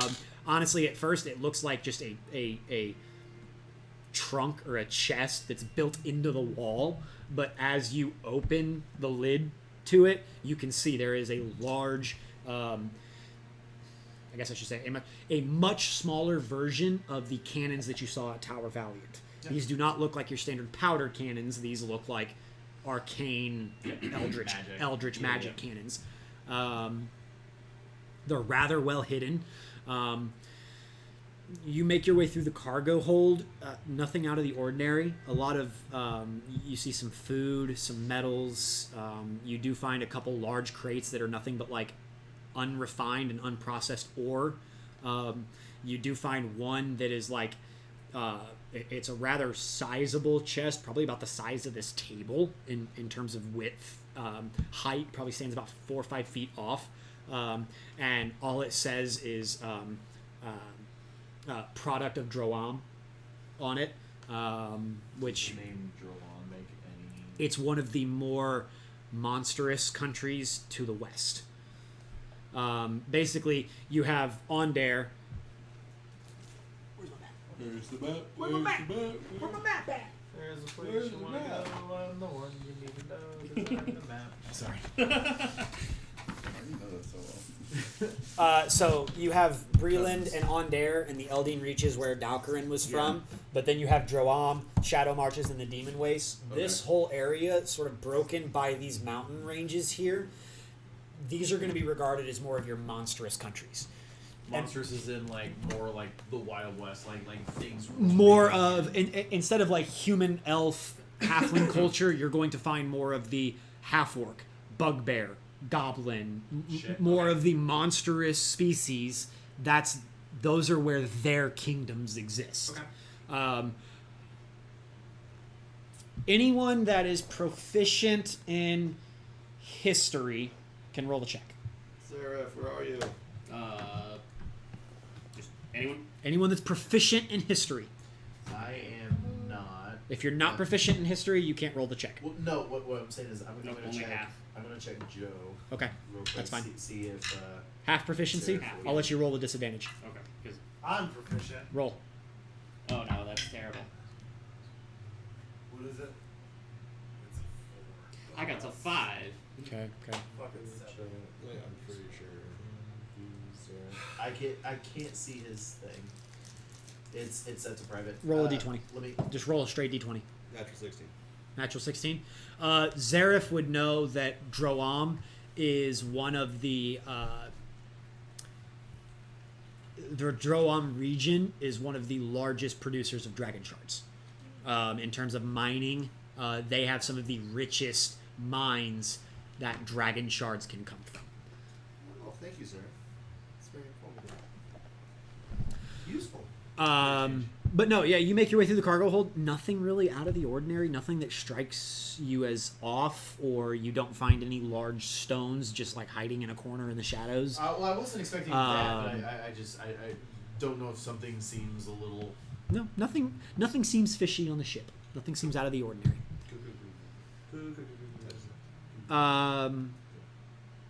Anything else people want to do? We got breakfast. I think Jet will want to practice your flute up here, or should we go inside? I feel like if I try to practice up here, the wind will just carry it away. Probably. I'm gonna be pacing on the top deck, like just looking around. You do notice that, like, as you're getting, like, as the day progresses, you're getting closer to those massive cloud formations. Not the ones that look ominous, but the ones that are just like puffy white clouds. You're getting closer and closer, and it doesn't seem like your course is diverting. We'll go down, practice some flute and other bardic. Yeah, just practicing your performance. That's fine. Yeah, you guys can spend a couple hours doing that, just going over technique on the flute, different performances that you guys have done in the past, just sort of refining your technique and working on your performances. You do catch a couple of the crew that are on like either break or are on their off shift. You do catch a couple of them, not like obviously coming and pulling up a chair and sitting there and listening to you guys, but like you guys are in the common area just sort of practicing, and you do notice that a couple of them will wander in expecting peace and quiet, and they see you and they're immediately sort of, I'm going to go to my own quarters. But then they hear you practicing and they're like, oh, it's not that bad. And they'll just sort of, not obviously observing you, but they'll sit on the opposite side of the room and act like they're reading a book or writing in a journal, but they're there to listen to you guys perform. Have you know we beat Fairhaven's finest? We did. Literally. Yes. We're damn good. All right. Let's see if you guys are going through the clouds or around the clouds. Can't go through it. I did text my other DM, and he doesn't have a full-on system that he's built out, so I've got another one I'm going to bother and see if they do. For learning new skills, fantastic. Yeah. Yeah, he doesn't have a full-on system, but he kind of gave me an overview of what he generally does. So. Paper Mario shift to a different plane and then go around it? A couple hours pass. It comes around to midday. You find yourselves down in the mess getting lunch. Again, very simple. A lot of dried rations. There are like some sandwiches prepared, but by no means is this an elaborate lunch. It's not that great, but it soaks up the alcohol. How you feeling, buddy? I'm feeling great because now I'm back into more alcohol. God. It's a little tipsy already. It's like noon and he's already a little buzzed. It's not that great, but I mean, the more you drink it, gives a shit, right? Accurate. Taste becomes less important. I mean, I can make it taste better. You know that, right? Fuck, why didn't you say that? Prestidigitation, make it taste. I imagine I have an idea of what you like by this point. Yeah. I would say that you're already at the point of being like you woke up at the state of you already having drank one drink. Yeah, okay. Because of how much alcohol you had. That'll be your second drink. The next drink after is when you have to roll, right? Yeah. Fantastic. Well, hold on. So is that like 3 drinks for how, like, so I can have 2 drinks without rolling. 2 drinks over how long of a We're course of like, time? well, because alcohol content for a beverage that's been kept on an airship is probably pretty high. So true, we're but talking I mean, like in the span of like 5 to 6 hours. In the span of 5 to 6 hours, having my second drink. You're at that point where the next drink you have before like dinner time, you're gonna be rolling. Man, this is a high octane beverage. Oh hell yeah! There's a Just rubbing there's a reason that the crew calls it jet fuel. Hey, fuels you. Oh hell yeah! Oh hell yeah! Live my life a quarter cup at a time. I'm just gonna be sitting there eating, but I'm just gonna like clearly be on edge to like confused, but trying to figure out like what's gonna happen. So, yes, on that note, what do we? It's just the three of us and V. What do we think of Gunther's, premonition? I mean, let's be honest. We've encountered weirder things than talking stones. Here's my thing. The way he's describing it seems to be exactly like the. Totally in character. Totally in character. Seems to be like the last time he got a premonition from one of those stones. So sorry. Seems to be like exactly like the last time, and we had 2 chimera attacks. So I don't want to take it too lightly. Well, we're a bit. I kind of like that. We're a bit more fortified than we were traveling with just a wagon and some horses on the open road. This is true, but I mean, if he's still getting premonitions about stuff, it's still not something. Premonitions every time we were in trouble. We would have gotten a premonition that night in Fairhaven, but we were walking around. Right, but if we didn't get a premonition about that, then how big of a deal is this one going to be? Chimeras weren't that big of a deal. It didn't. Right, but again, Killed one, scared the other one. I don't know. I think we're worrying about nothing, considering nothing's happened. nothing's happened yet. Yes, nothing's happened yet. Nothing's happened yet. I mean, it won't happen. We should always, with our group, I we just- should always keep our eyes open. I just think we should tread lightly and keep our eyes. To be honest, what'll happen will happen. We're stuck on this ship. It's So true. There's nowhere we can respond go. when it happens. I don't want to be caught with our pants down. I don't think we are.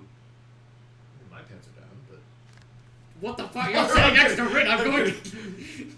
I'll come across this I'm table. kidding. I haven't had that much to drink. I will come across this table and destroy you. Right. I was just making light of a situation. I'm just saying we shouldn't be caught with our pants down. That's all. I just don't want to be taken off guard. On guard. No, I'm supposed to say that. I have the rapier. Well, you did. Yes, we. Oh no! I have a something around. Again, we're stuck on this airship. Regardless, if something happens, we respond to it. If not, It's what a 4-day trip to Sean, and on the 3rd day we'll reach that port city of Roots. Yeah. 3 to 4. Basically, he said 3 to 4 days. On the 3rd day, you should be arriving in Rote. It should be a 3-day journey, but he said it could take 4 days due to the developing weather system around Sean. Which road is actually where I'm from. How long has it been since you've been home? Your family? It's not been that. It's been like a couple months. Yeah. Because I was gonna say, how long has this whole thing been going on? This whole thing has been going on. Like 3 weeks. Yeah. So it's probably been like a month and a half. Let me check. Let me get you an accurate count here. You're fine. It's actually been 4 weeks. 1, 2. It's been 3 weeks and 4 days. 3 weeks and 4. So About a month. It's been about a month and a half. Your family? I have family there. I mean, I don't need to bother them or anything, but I will say, while we are in the road, I wouldn't mind stopping. I mean, we don't have very much time, so obviously the letter takes precedent. But if there is a little bit of time, I wouldn't mind stopping by the agency. My agency. Your agency. My agency, yes. Have you temporarily shut it down while you're traveling? Yeah. It just kind of sits there, locked up. I just want to make sure nothing's obviously happened to it. Maybe see what's changed. I'd love to see your agency. Yeah. It would be cool to see. Yeah. Speaking of which, do you know who we're supposed to... This, Lord... Earclarn? Rukin Earclarn. Earclarn, yeah. Yeah. I mean, And just to give you guys a quick rundown, in terms of naming conventions, Ear Clarn is of the House Clarn, right? like that IR apostrophe is typically reserved for nobility, long-running family bloodlines. In terms of the standard common folk, they wouldn't use that. But let's take the magistrate, for instance. The magistrate comes from a rather noble family, and her name is Ava Ir Osten. This person's name is Rukin Ir Clarn. The old kings and queens before the last war of the nation that spanned the continent was called Galifar. And the kings and queens of that were the Wynarns, the Wynarn family. They were commonly referred to as King Rukin Ir Wynarn. And it's more of it's a symbol of status. So typically only nobles, royals, people like that use it. The other naming convention would be for the dragon-marked houses, and that would be a D apostrophe the house name.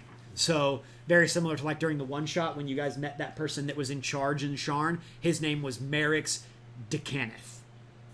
So only people that are from the house and have the dragon mark can use that name. But the IR naming convention is typically reserved for nobility, higher ranking, higher society, that kind of stuff. So as soon as you heard that Lord Rukin Ir Clarn, you all immediately would have recognized, okay, this is an actual dude.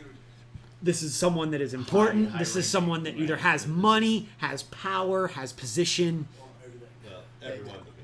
Exactly. It's not unheard of. It's one of those things that sort of, as a young child in school, you're taught about the president, and they're referred to as Mr. President. Right. Same concept. You would have known that if you ever encountered someone with the IR naming convention, to treat them with respect. Got I mean, Well, I was Lord, You would Lord not know. Rukin, I know of him, but I've never met him before. Yeah. And as for that Jurian fellow, I have no idea who that would be. How big of a town or city is this? Road's a pretty decent size. It's about equal Comparable to Fairhaven. Fairhaven, maybe just a little bit bigger, Yeah. but we're talking very similar sizes. Yeah, we're talking like a population difference of like 50. Yeah, big city, still a big city, but sort of like where Fairhaven is very well planned out and well designed. Rote is more like, because Rote is right here. Rote's sort of more tucked up against this forest, and instead of it being well planned out and well designed, it's more of like a compare the city design of Indianapolis to the city design of Boston. Gotcha. Okay, It's more Boston small- is much small. more like winding passageways and small roads, where Indianapolis is designed on a grid system that's easy to traverse. Yeah. Very different design styles. Similar population, similar size. Yeah, it's about the same as Fairhaven. Then you'll lead us around, and we have a few hours before the Yeah, I mean, ship takes off again. obviously they said it'll take about 3 hours. Obviously, the letter is 100% precedence. Cool. Depending on how long that takes, we'll see what we got. You would say that probably from the docking tower to Lord Rukin's manor, you're probably looking at about, to get from the tower to there and back, you're probably looking at about an hour and a half. Right, but it's 2 hours if it's like middle of the day and you have to push through the busy streets. Right, but I mean, like, we're talking an hour and a half to get there. And then we get gotta discuss, get inside, have a meeting with him, like, give him the letter, and that kind of Well, stuff. you were just told to make sure to deliver it to either Lord Rukin himself, to hand it off to him, or to this jury in person. Right. That's it. Right. There was no talk of a conversation or anything like that. It was just you are literally the delivery boys. Right, but in my head, it's like, we're not just gonna Drop show it up off to at the manor, guard. Oh, Lord Rukin, here we go. Haha. Thank Yeah. you. Bye. And turn around. Yeah. So, like, maybe close. Yeah. About how far away would like my place be from? In terms of going there and stopping, it'd probably add another 15-ish, 20 minutes onto the path. Yeah. In regards to whether you're going there or hitting it on your way back to the tower. We'd be hitting it on the way back. Yeah, it would add another 15-20 minutes to the journey, plus whatever time you use while you're there. Yeah. Spend lunch just kind of discussing logistics and Okay. The day progresses. For those of you that are on the top deck, you do notice that you are approaching this this cloud formation, and it doesn't seem to be. It's hard to tell. It's like watching the clouds move while you're in a plane. It's hard to get that depth perception and see if something is actually moving, considering you're also transiting in a certain direction. But from the perspective you guys have, it does not appear to be moving. It appears to be sort of like focused around a central location. But you guys, your course has not changed. It does appear that you guys are going to just push right through it. As the hours progress, it gets to like 2 or 3 o'clock in the afternoon, and at this point, that column of clouds is now it almost encompasses the entire 180 degrees of the front of the ship. It is this massive column of clouds that rises a couple thousand feet above where you guys are flying and descends all the way down to the cloud ceiling below you. It encompasses everything in front of you. It's probably a couple miles wide. And as you all approach it, you hear the captain yell out from behind. All he shouts out is, "Positions!" And you would immediately recognize this as a call to go to the top deck, and every single crewman has a position for when you pass through cloud cover like this. And basically, you're just lookouts. Just making sure that there's nothing dangerous in the area. Your position itself is more towards the rear, on the starboard side. But who all would find themselves on the top deck? I'm going to be on the top deck. I know you are. I was gonna say I would have just been hanging out with them. So Unless Ren wanted to do something else, but if you wanted to, it would be very exciting to pass through. And I will say, when he yells positions, he does ring the bell, and you hear that bring ding ding, Because I assume bring at the ding ding. time this happens, I'm technically off shift, but because he rings, You're getting close to the end of your shift. It's you're hitting that point where it would be like shift change. On the top deck, as soon as I hear that bell, I would probably want to go. I imagine we'd be up there because Jet would be curious to see what passing through a cloud looks like. I've not done either. Yep. I was gonna say at this point, like, I've been on airships before. This is a normal thing. This isn't like a Yeah, you haven't been through this on a ship this size. right. But passing through clouds like this is fairly common. The actions of the crew is not anything unknown to you. It's not unsettling. This is standard practice. Yeah. This Okay. is a we're about to head into So I something don't with need to be like. we're heading into somewhere with very low visibility. We need to prepare ourselves to look out for anything unsavory. Yeah. Everyone at their positions. You all find yourselves just sort of like very much like confused Travolta, just like what do I do? What do I do with my hands? While the rest of the crew, you do see them all moving to obviously set positions, and they're all hooking themselves in. Yep. Jet would Get make the sure adrenaline Ren. shot ready. Huh? Get the adrenaline shot ready. Oh, Travolta, yeah. Pulp Fiction. Sorry. Jet would make sure first to hook Ren, Okay. hook V, Okay. and then hook himself off. Okay. would I be passing by them on my way to my position? Sure. I will say you might want to hook up. Yeah, I was gonna. Thank you. Yep. I'll hook up and look over to Ren and be like, "Don't worry, it's gonna be more fun than scary. Okay. This is normal, but that's a little bit of entertainment." As you all start approaching, you see all of the crew pull their coats a little bit tighter.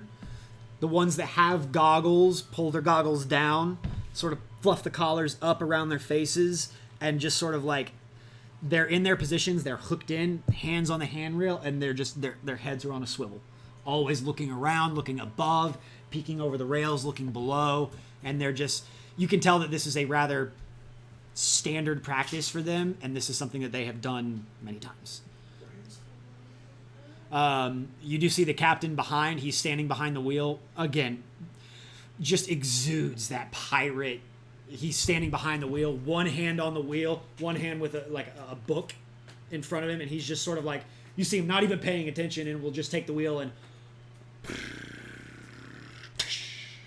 the ship just slowly angles to the side a little bit. He'll pull on the lever a little bit. You'll feel the ship sort of incline up, raise a couple 100 feet, and then level off. And he does right on his forehead. Has the mark of storms, I and couldn't it's remember if that was mentioned. yes, Fucking it's swag. has the dragon mark, and the entire time that he's at the helm controlling it with that fiery ring surrounded, that dragon mark just very faintly just. And for those of you with a higher perception, so Vale and Jet, you would notice that that dragon mark pulses in time with the pulsing of that elemental ring of fire. And as the fire sort of flares and then resides.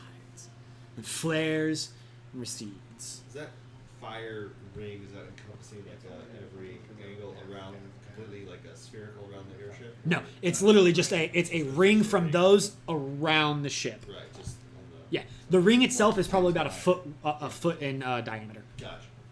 But shouldn't get issue. Jet would point that out to Ren too. Are you looking? Are you like paying attention to the ring of fire at this point? Yeah. Roll a perception check. Because one of the crewmates is void soon. 22 passive perception. Well, you're not paying attention to the ring. 12. This is specifically for 12. It's weird. You swear as you're sort of looking at it as it stretches across the top of the ship. You're just sort of glancing at it, and out of the corner of your eye, you see what you think looks like a pair of eyes, and they appear and then disappear.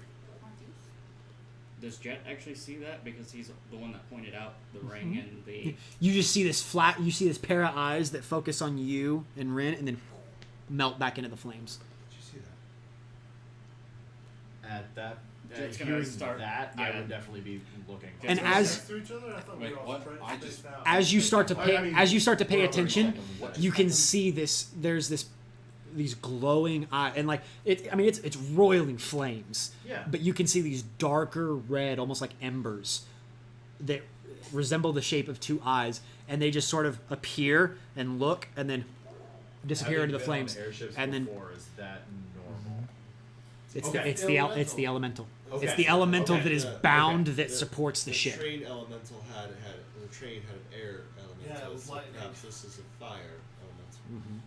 Yeah. Because what does fire do? Fire heats the air, which causes the air to rise. It also burns True. The ring of fire. the ring of fire. Will Jet be able to put that together as well? Because if not, he's been told that shit's going down. Quick, someone spill it. Potentially. Ah! I feel like... I was gonna say at With the- Vale at- being there- At the very least, I would have put it together that I've seen this on other Okay. airships before. That's the air elemental. That's a normal thing. That's a Fire. or Fire fire elemental. Sorry. It burns With in that, the Jet ring would of fire. relax. Yeah. Because That- it'd that- start to be like... That's a normal thing. That's a normal thing. About this time, you start to push into this massive cloud formation, and your visibility goes from horizon to horizon to Zero dawn? you can't see 5 feet off the side of the ship. I'm gonna do that thing where the kid holds their breath as long as they can. It's one of those that you're all standing sort of together, and you can see the rest of the crew around you, and then as you start to push into the clouds, everything fades away, and anything more than 10 feet away from you, you can't see. This is thick cloud cover. You do start to notice the moisture from the water vapor that makes up the clouds. You can feel it press. Just the air around you becomes wet. It's almost like standing out in the rain, except you don't feel the rain falling on you. Yeah. You're passing through a sheet of water. As this is happening, I'll lean down to Rin and be like, penetrating it. It's Got okay to breathe. It's actually quite refreshing.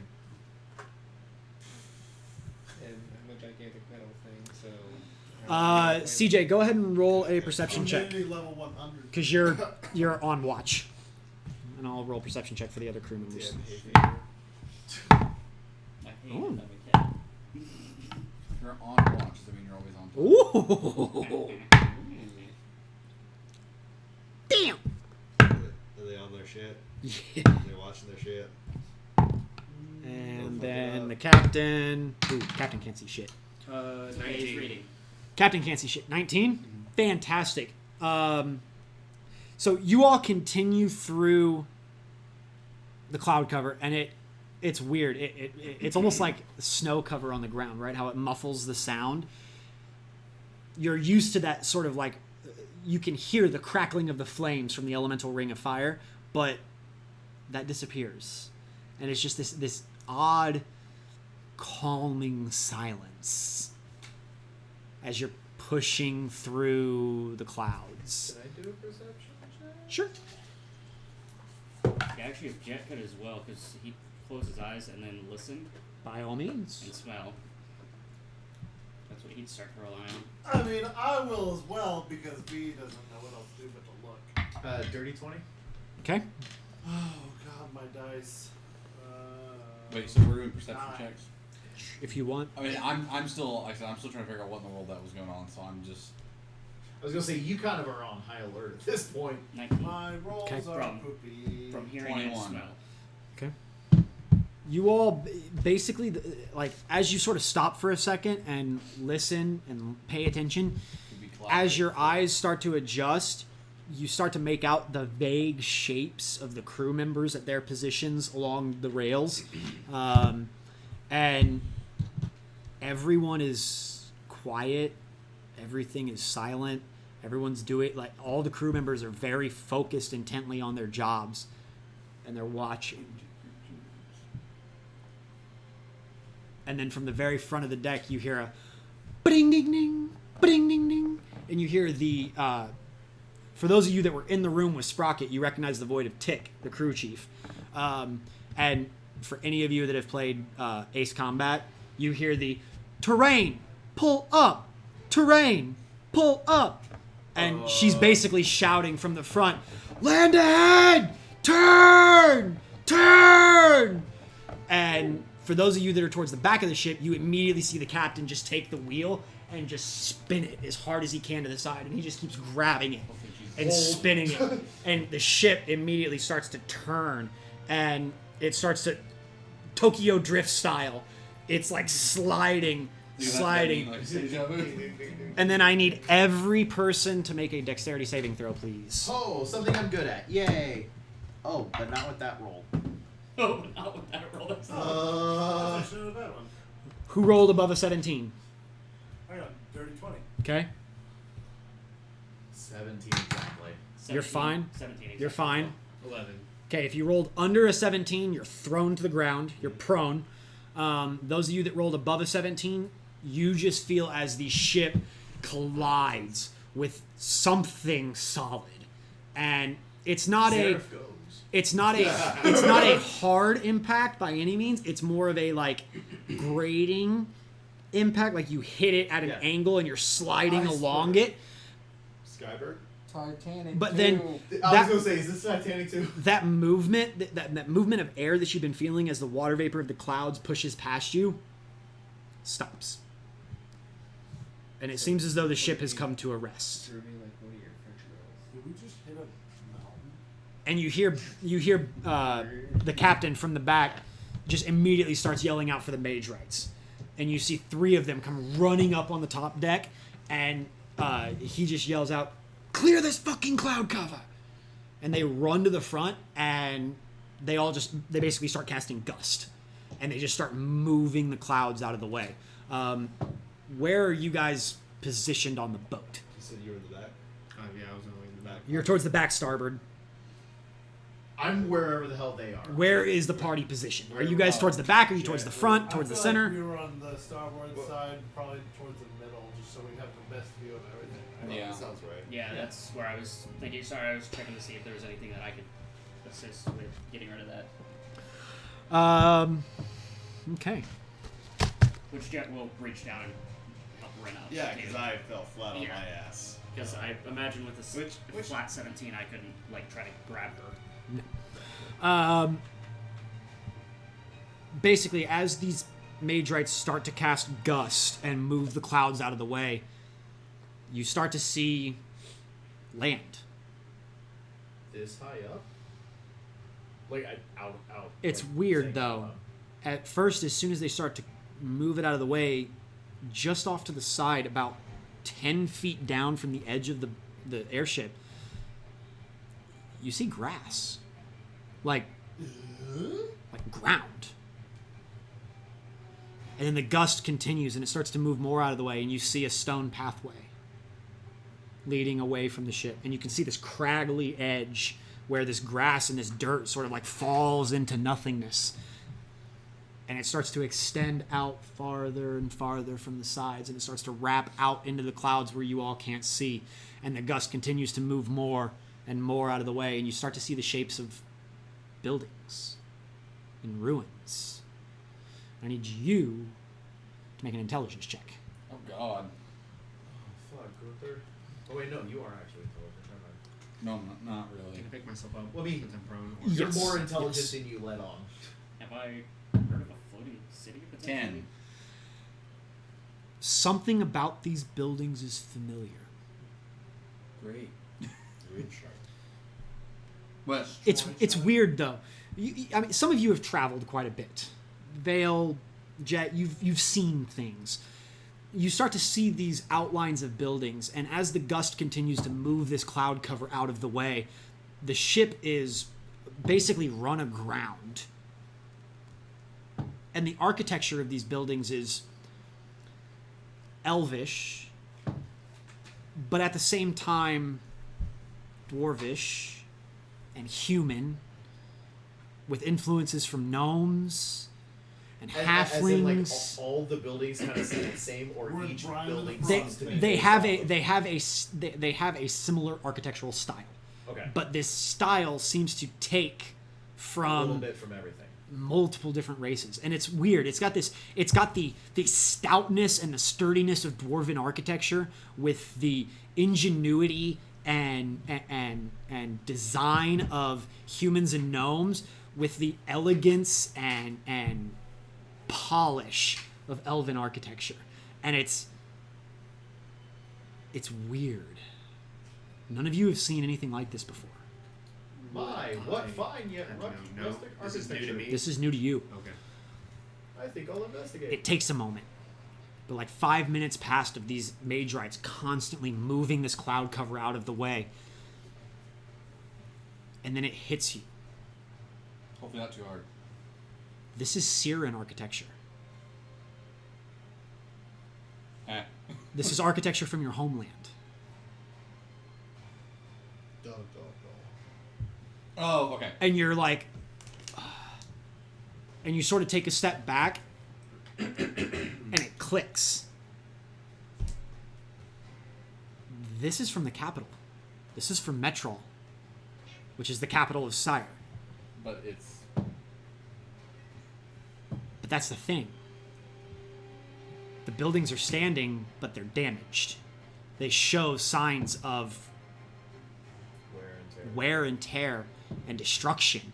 And some of these spires that stand probably another 100 feet into the air, some of them have crumbled in on themselves. Some of the doorways are partially destroyed and crumbled in. You can see off to the side, where you guys sort of beached yourselves, there's a courtyard. And you can see ahead of you, there's like a large archway that pushes farther in. And as these mage rights continue to move the cloud cover out of the way, you can see that this is not just one or two buildings. This is a sizable chunk of land that just appears to be floating in the clouds. Okay. Am I still on the ground, or... No, you would have gotten up by this time. Okay. The book is freezing cold. Okay. Colder than it's been before. That I remember. Yes. Is the captain within shouting distance from Yes. me. I make a nonchalant, Captain, we've hit land.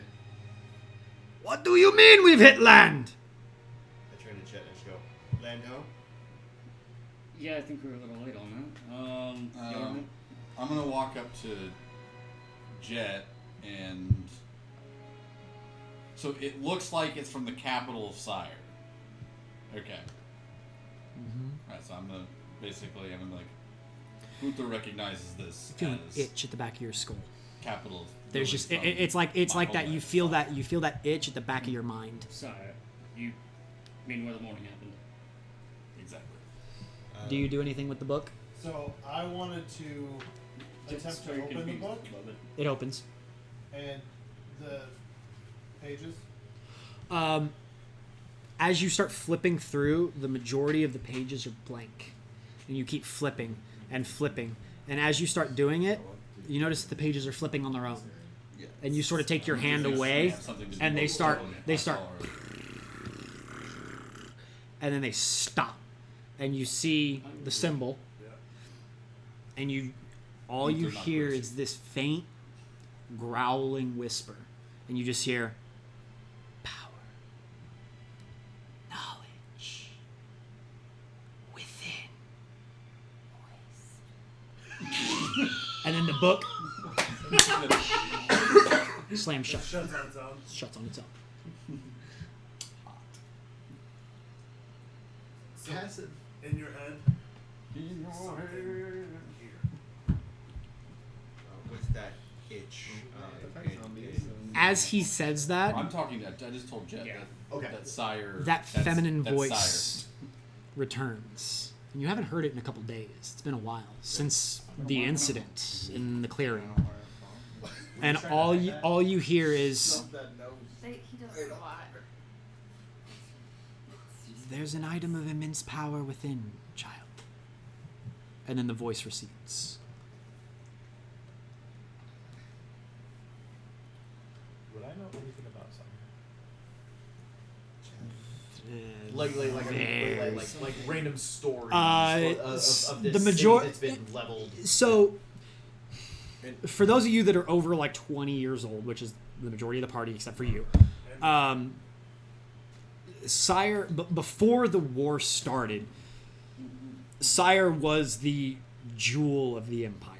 It was the epicenter of all the different cultures. It was the epicenter of knowledge, of magic, of art, of culture. It was this melting pot of humans and elves, gnomes, dwarves, halflings, some of the more monstrous races, tieflings, bugbears. It was this melting pot of society, but it was widely regarded as the jewel of Galifar.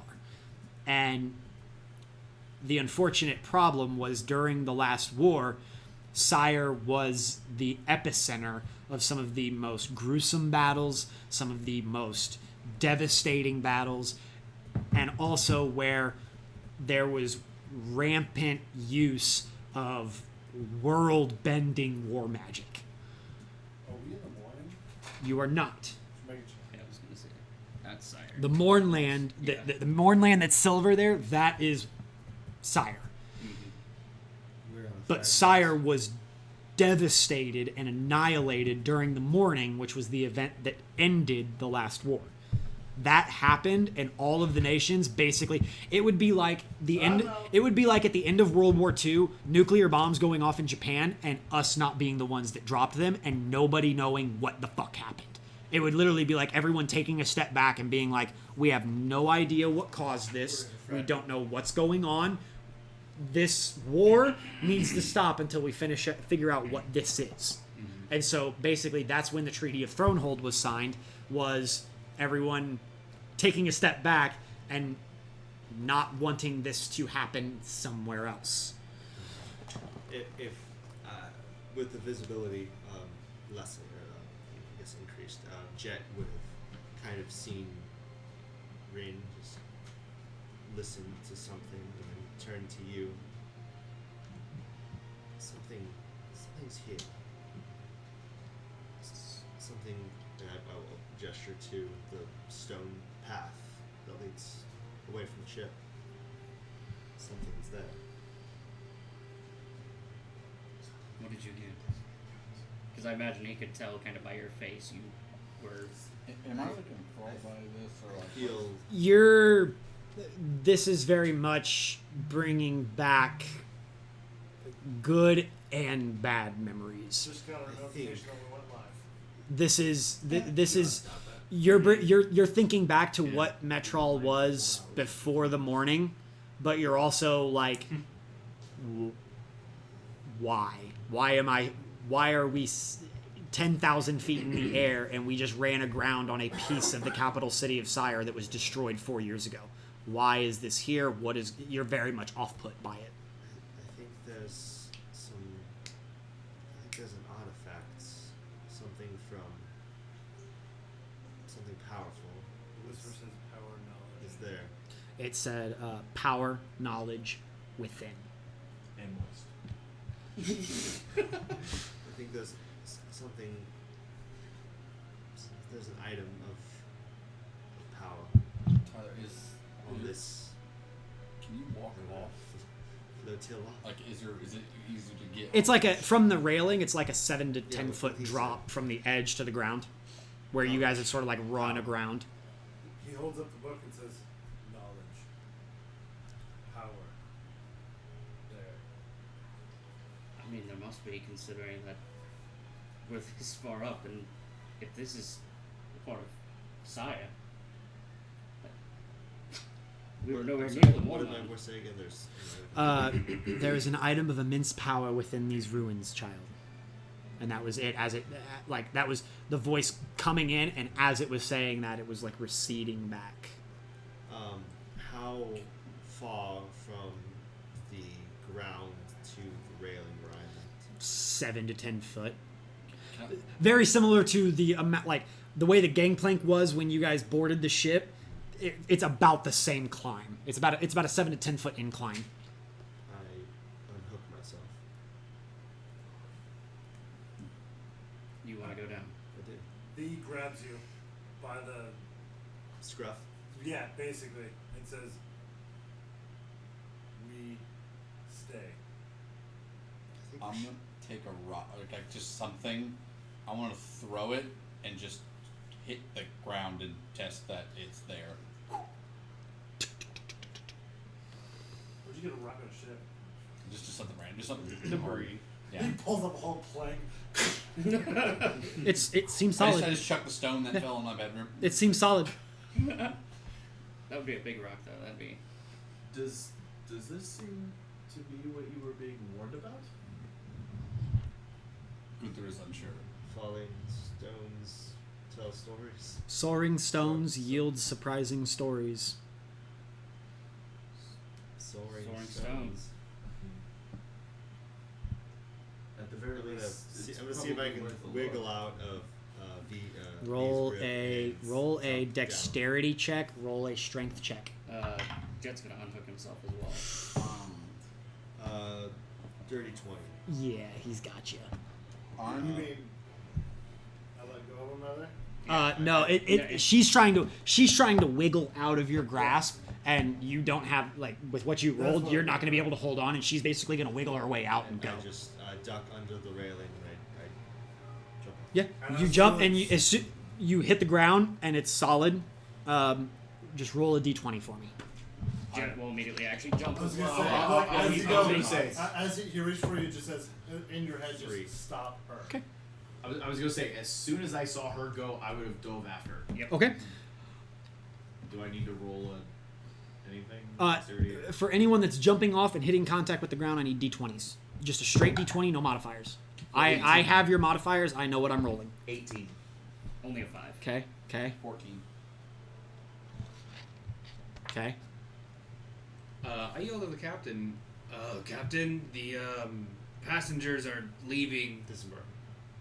What? Disembark. Yeah. Well, no, you're leaving. Like What do you mean they're leaving? they're getting off the ship. Well, go after them. Unhook and pursue. Okay. Go ahead and roll. Just roll a straight d20. V pulls up the book and just says, Oh, that's three buddies. So you rolled a dirty 20, 14. 14. Wait, no, how do you roll not it? dirty 20. What did you roll? I rolled an 18. 18. That's right. 5. Are you So, following? I don't know what my V holds modifiers up are. the book and says, "Must I protect?" No words or anything, but just this, like... There's no words, but there's just this feeling of protect. Is that more than a feeling? So yes. Roll. And I'm rolling. What am I rolling? Just a straight d20. I have your modifiers. Okay. Fuck. It's weird. You both, Sorry, it's like Gunther and Vale, you both hit the ground and everyone lands around you and you're all sort of just like taking in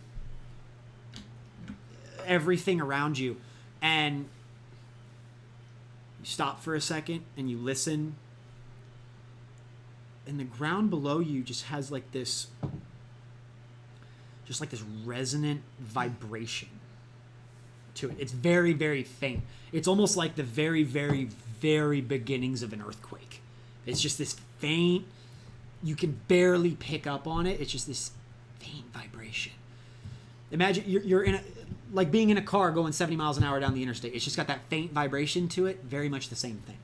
Nobody else picks up on it except for those two. I'm picking up good vibration. I was good. You know what? You know what? I was waiting for you to say that. Gunther and Vale. Okay. Guys, this ground. I don't want to say it doesn't feel solid because it definitely feels solid. But Does it feel?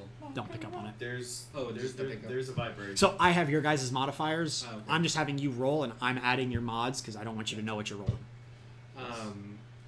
As they're Okay, talking, D20. I call out for Bolt because 10, 15 seconds pass, and then you all very faintly hear the boom, and you just see it, and you just see it sail over the edge, and it lands and just sort of skids to a stop right next to you. butt chicken. Nope, very much like it's got that. The head is low, the shoulders. It's in that like pounce state, and it's just like its head is moving side to side. It's defensive.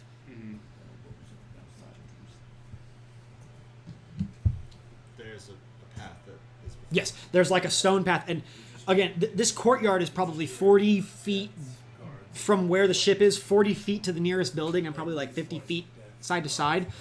You can see them differing sizes of buildings, differing shapes, but there is a stone path where the ship collided. There's a stone path that falls away, but then in the opposite direction it leads in sort of a small snaking direction towards this large archway, of which the right side of it is sort of like crumbled in.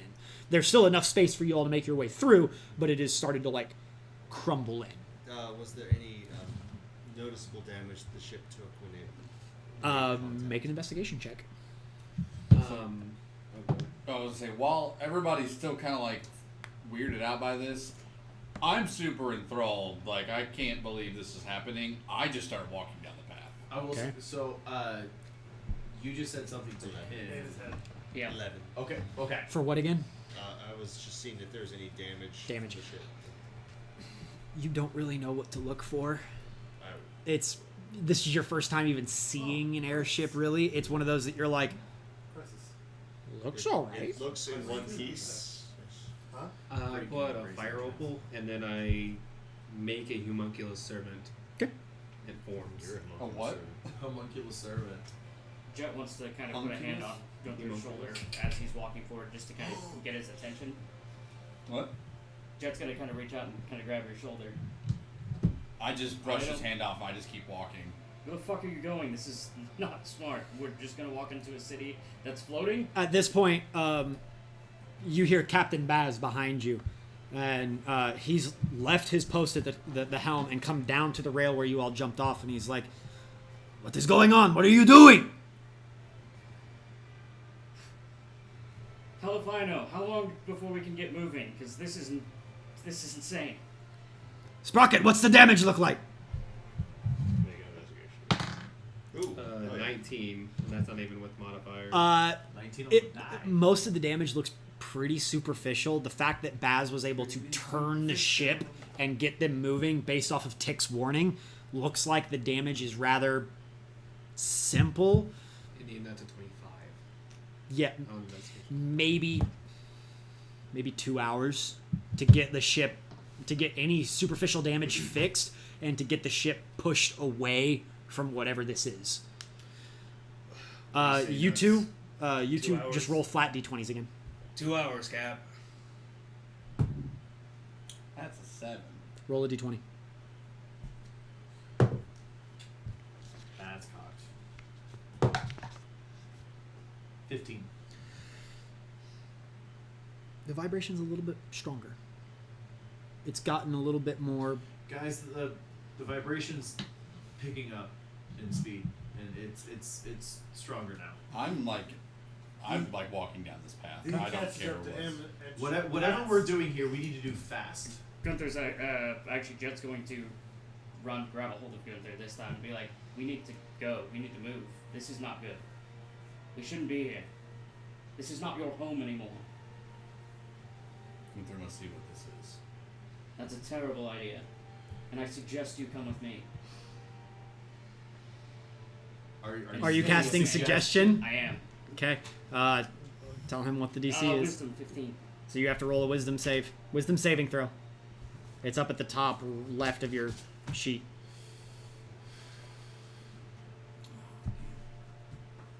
Fucking let me do what I want. 19 or 20, dirty 20. He succeeds, and he just continues to push. Gunther, I suggest you come back with the group and stay with us. I'm gonna do it again. What'd you roll? I rolled a 12. Okay. Everybody sees Ryn trying to sneak away from the party towards the archway, but she is very obvious about it. I hit every dried branch on the way over. Concerned over these Snap, crackle, and pop. And I'm just like, You're like halfway between the party and Gunther, and you just turn around like. come on, Jet, this is exciting. This is a terrible idea, which I cast suggestion. Roll a on you d20 again. Yeah. I've got the spell slots for days. 9. I mean, fucking dude. There's something important Jeff here. thinks this I is a can bad feel it. idea. Look, she thinks that there's something important. Get her back on the ship if you're that afraid of it. I'll follow Gunther and I'll help out if anything happens. But Gunther, at most, we can only be here for a couple minutes. Well, I was gonna say he's got to roll another save because I cast it again. Oh, okay. So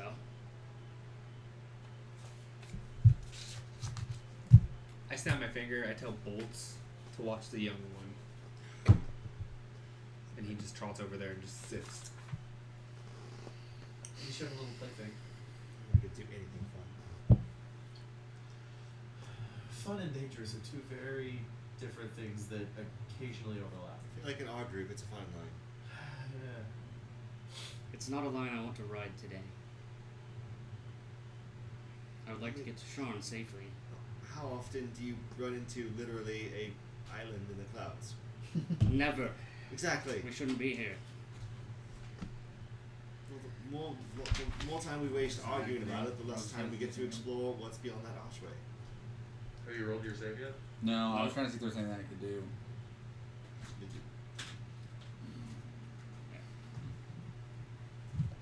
Well, Don't forget, you do have inspiration. Which is an extra D8 on it. What? I mean, he has full inspiration, so Right, he can do extra it from. D8 though. Yeah, it's Right, but it- he also has a reroll inspiration, not just bardic inspiration. I'm talking legit. birthday inspiration. Yeah. Oh, I didn't realize that was a So- full so- roll. I thought that was a D8. So, It's a so full- you can re-roll any roll because you haven't used any of them, so you have 3. No, you use one. I used Oh, one you during use that one. So you, one yeah, fight. yeah. So, Yeah. so you have 2 inspiration. You can do 2 re-rolls. Just saying. 2 rerolls of. A Yes, d20. D20. Plus you have a bardic inspiration I and still plus have my D8. inspiration too. I only had one. Oh, I don't and have don't forget. 19 again. He succeeds. Shit, dude. He continues to push on. As you get closer to the gateway, you're lost in that. You can't believe it. Like, as far as you know, Sire was annihilated. There's nothing left. But here you find yourself at a portion of Metrol itself still standing, still existing. And you find yourself just drawn towards it. There's this, It's not even a you want to know what this is. It's you're home. And it's I'm gonna yell stop, but I'm gonna use thaumaturgy on myself, so I'm 3 times as loud. okay. So just stop! So everyone just hopefully looks at me. I don't know. That's like the loudest I've ever heard you speak, so I immediately just like. Does he keep going? That's my. Do you stop or you keep moving? No, I'm keep going. If he keeps going, Roll a perception check. I'll stop and I'll hear that, but I'll look. What's wrong? I'll go with him and keep him safe. I just rolled again for A D20, just flat D20. yes, 19. Do you not feel it? He Stronger, holds up the more book, intense. and he just Guys, says, if At we're the doing point, anything, at the we point need now to go where now. it's like almost you can feel like your legs shaking a little bit. This is an earthquake. Can I also now feel that? Considering Considering that. yes. We've only been on the island for what, a few minutes now. You're pushing like 5-6 minutes. 5-6 minutes. I look at the and- captain and I'm. What do I do? Do I just like I 14. Well, we're contracted to keep them safe. Keep them safe. I want to cast message to Duly Peter. noted. This is not your home. Your home was destroyed in the morning. We need to leave. And just message, so it's you know just so that I'm hopefully getting through to your head. You can respond if you wish. Death guards You can reply to this await. message. Hmm? You can reply to this Death message. guards await. Gods. Death's guards Gods. await. There. He's saying we'll die if we go further. And at this point, you hear the captain go, "Death's gods await. This does not sound like a..." And you all stop for a second, and it's weird because his voice just cut mid-sentence. And you turn around and look, and the ship's gone. Fuck. Grab her. Jet's just looking at the ship that he was just staring It's at. gone. He's gonna use. You start to look where the ship was, and there is just this vast emptiness. There's no sky. There's no stars. There is just this vast void that surrounds This is so. everything you are. The vibrations have stopped. oh scrap. That's all we got, folks. The Good night, bro. the air around you loses its chill. It is now just an ambient temperature. There is no wind. There are no clouds. You turn from where the ship was and this vast empty void, and you turn around and you can now see this is an entire district of a city, ripped from the ground, floating in a vast emptiness. And if Zareth was here, Zareth would recognize this as the Astral Sea. Fuck. You start to pick up on the vibrations again, and they start to get stronger. And over the course of about 5 minutes, they build and they build and they build, and then boom, the perspective around you shifts, and now you're surrounded by this chaotic, destructive landscape with volcanoes and lava flows, and the air goes from this ambient room temperature to this searing 130 degrees in the middle of Death Valley in summer, dry heat, and you can hear just this roiling inferno. But it's like you hear it, but at the same time you feel this intense anger and this rage surrounding you. And if Zareth was here, he would recognize this as Fernia, which is the elemental plane of fire. And you start to gather that wherever you are, whatever you're on, We're not in Kansas anymore. you're not in Kansas anymore. No, you're. We're plane hopping. This is something that This is is a blink spell gone very awry. This is a type of thing. remnant of a city that was annihilated during the last war. Bamfing all over the place. And you all just sort of stand there for probably 20 or 30 minutes and you watch as about every 7 to 8 minutes you blink and appear in a new place. And you are plane hopping. You are appearing one place and you're there for just long enough to sort of get your bearings, and then boom, you're somewhere else. And you just keep bamfing from place to place. And you find yourselves lost. I would ask. Everyone roll new character. I would ask. As you progress closer towards the archway, you can hear it's weird. You hear like the screams for help, but also screams of agony, and then this rattling, like stone on stone, or like wood being drug across wood, and it continues and it gets louder and louder. And at this point, you're probably 20 feet away from the archway, and you all are sort of gathered there in the center of this courtyard, and you're looking around as the sky continues to change and shift from plane to plane. And Gunther, you're the only one that notice as this roiling swarm of bone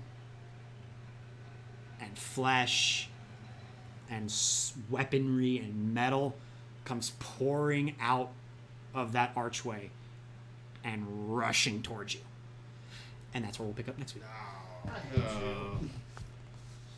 Wait. So I'm the only one who sees that? You are the only one that sees that. Because he's With the further up. 22 passive person? Because at the moment, you all have turned around because the ship has disappeared, and none of you have been plane hopping before. So you're all just like, this is an existential crisis for you all, because you're all standing there like, what is happening? What is going on? And about the time you start to rationalize and be like, okay, we're somewhere surrounded by fire, boom, you're somewhere new. And it's this constant trying to get your bearings, trying to get an understanding of where you're at, and you just can't grasp it. For me, Even with me, firmly grasp it. because I said firmly grasp it. the one thing, The one thing. the book. Like, grasp this concept. The book is cold. Work it long and hard. It's not talking to you though. I was gonna say, I feel like Sprocket would be more concerned about the ship than the Ship's gone. Yeah, like the plane hopping is kind of like on the back burner. It's like, stressful, but it's stressful, but the ship is gone. yeah. Wow. Welcome to Rynny and the Jets. Yeah. I feel like that's exactly how the episode Were we supposed to would get end. off the boat? That was our choice. It was your choice. I tried to stop y'all. Well, I was gonna say Jet did too. You were the only one that was walking forward, so that's why he's constantly like. Hey, I have to know. I see that. Hopefully now. Basically, you are going to start next session with combat against a couple skeletal swarms. Don't know if we'll make it back for your fight. Here's the thing. Interdimensional travel is fucking weird, guys. Yep. This is where time gets wibbly wobbly and no one really knows what's Timey-wimey. going on. Wibbly wobbly, timey wimey. Yep. So we'll see what happens next session. Which is when? Yay. Next week. When's We're that? doing Eberron again next week? Yes. Okay, cool. So Then we'll do Eberron Ryan. for 2 weeks, Ryan for 2 weeks. Eberron for 2 weeks, Ryan for 2 weeks. Okay. Sorry again about no game for last week. It's all good. We'd rather be safe than sorry. Yeah. Yep. I'm glad she's doing a-okay. You want to end the stream? Sure. I like the That's not life. Well, no, basically it was just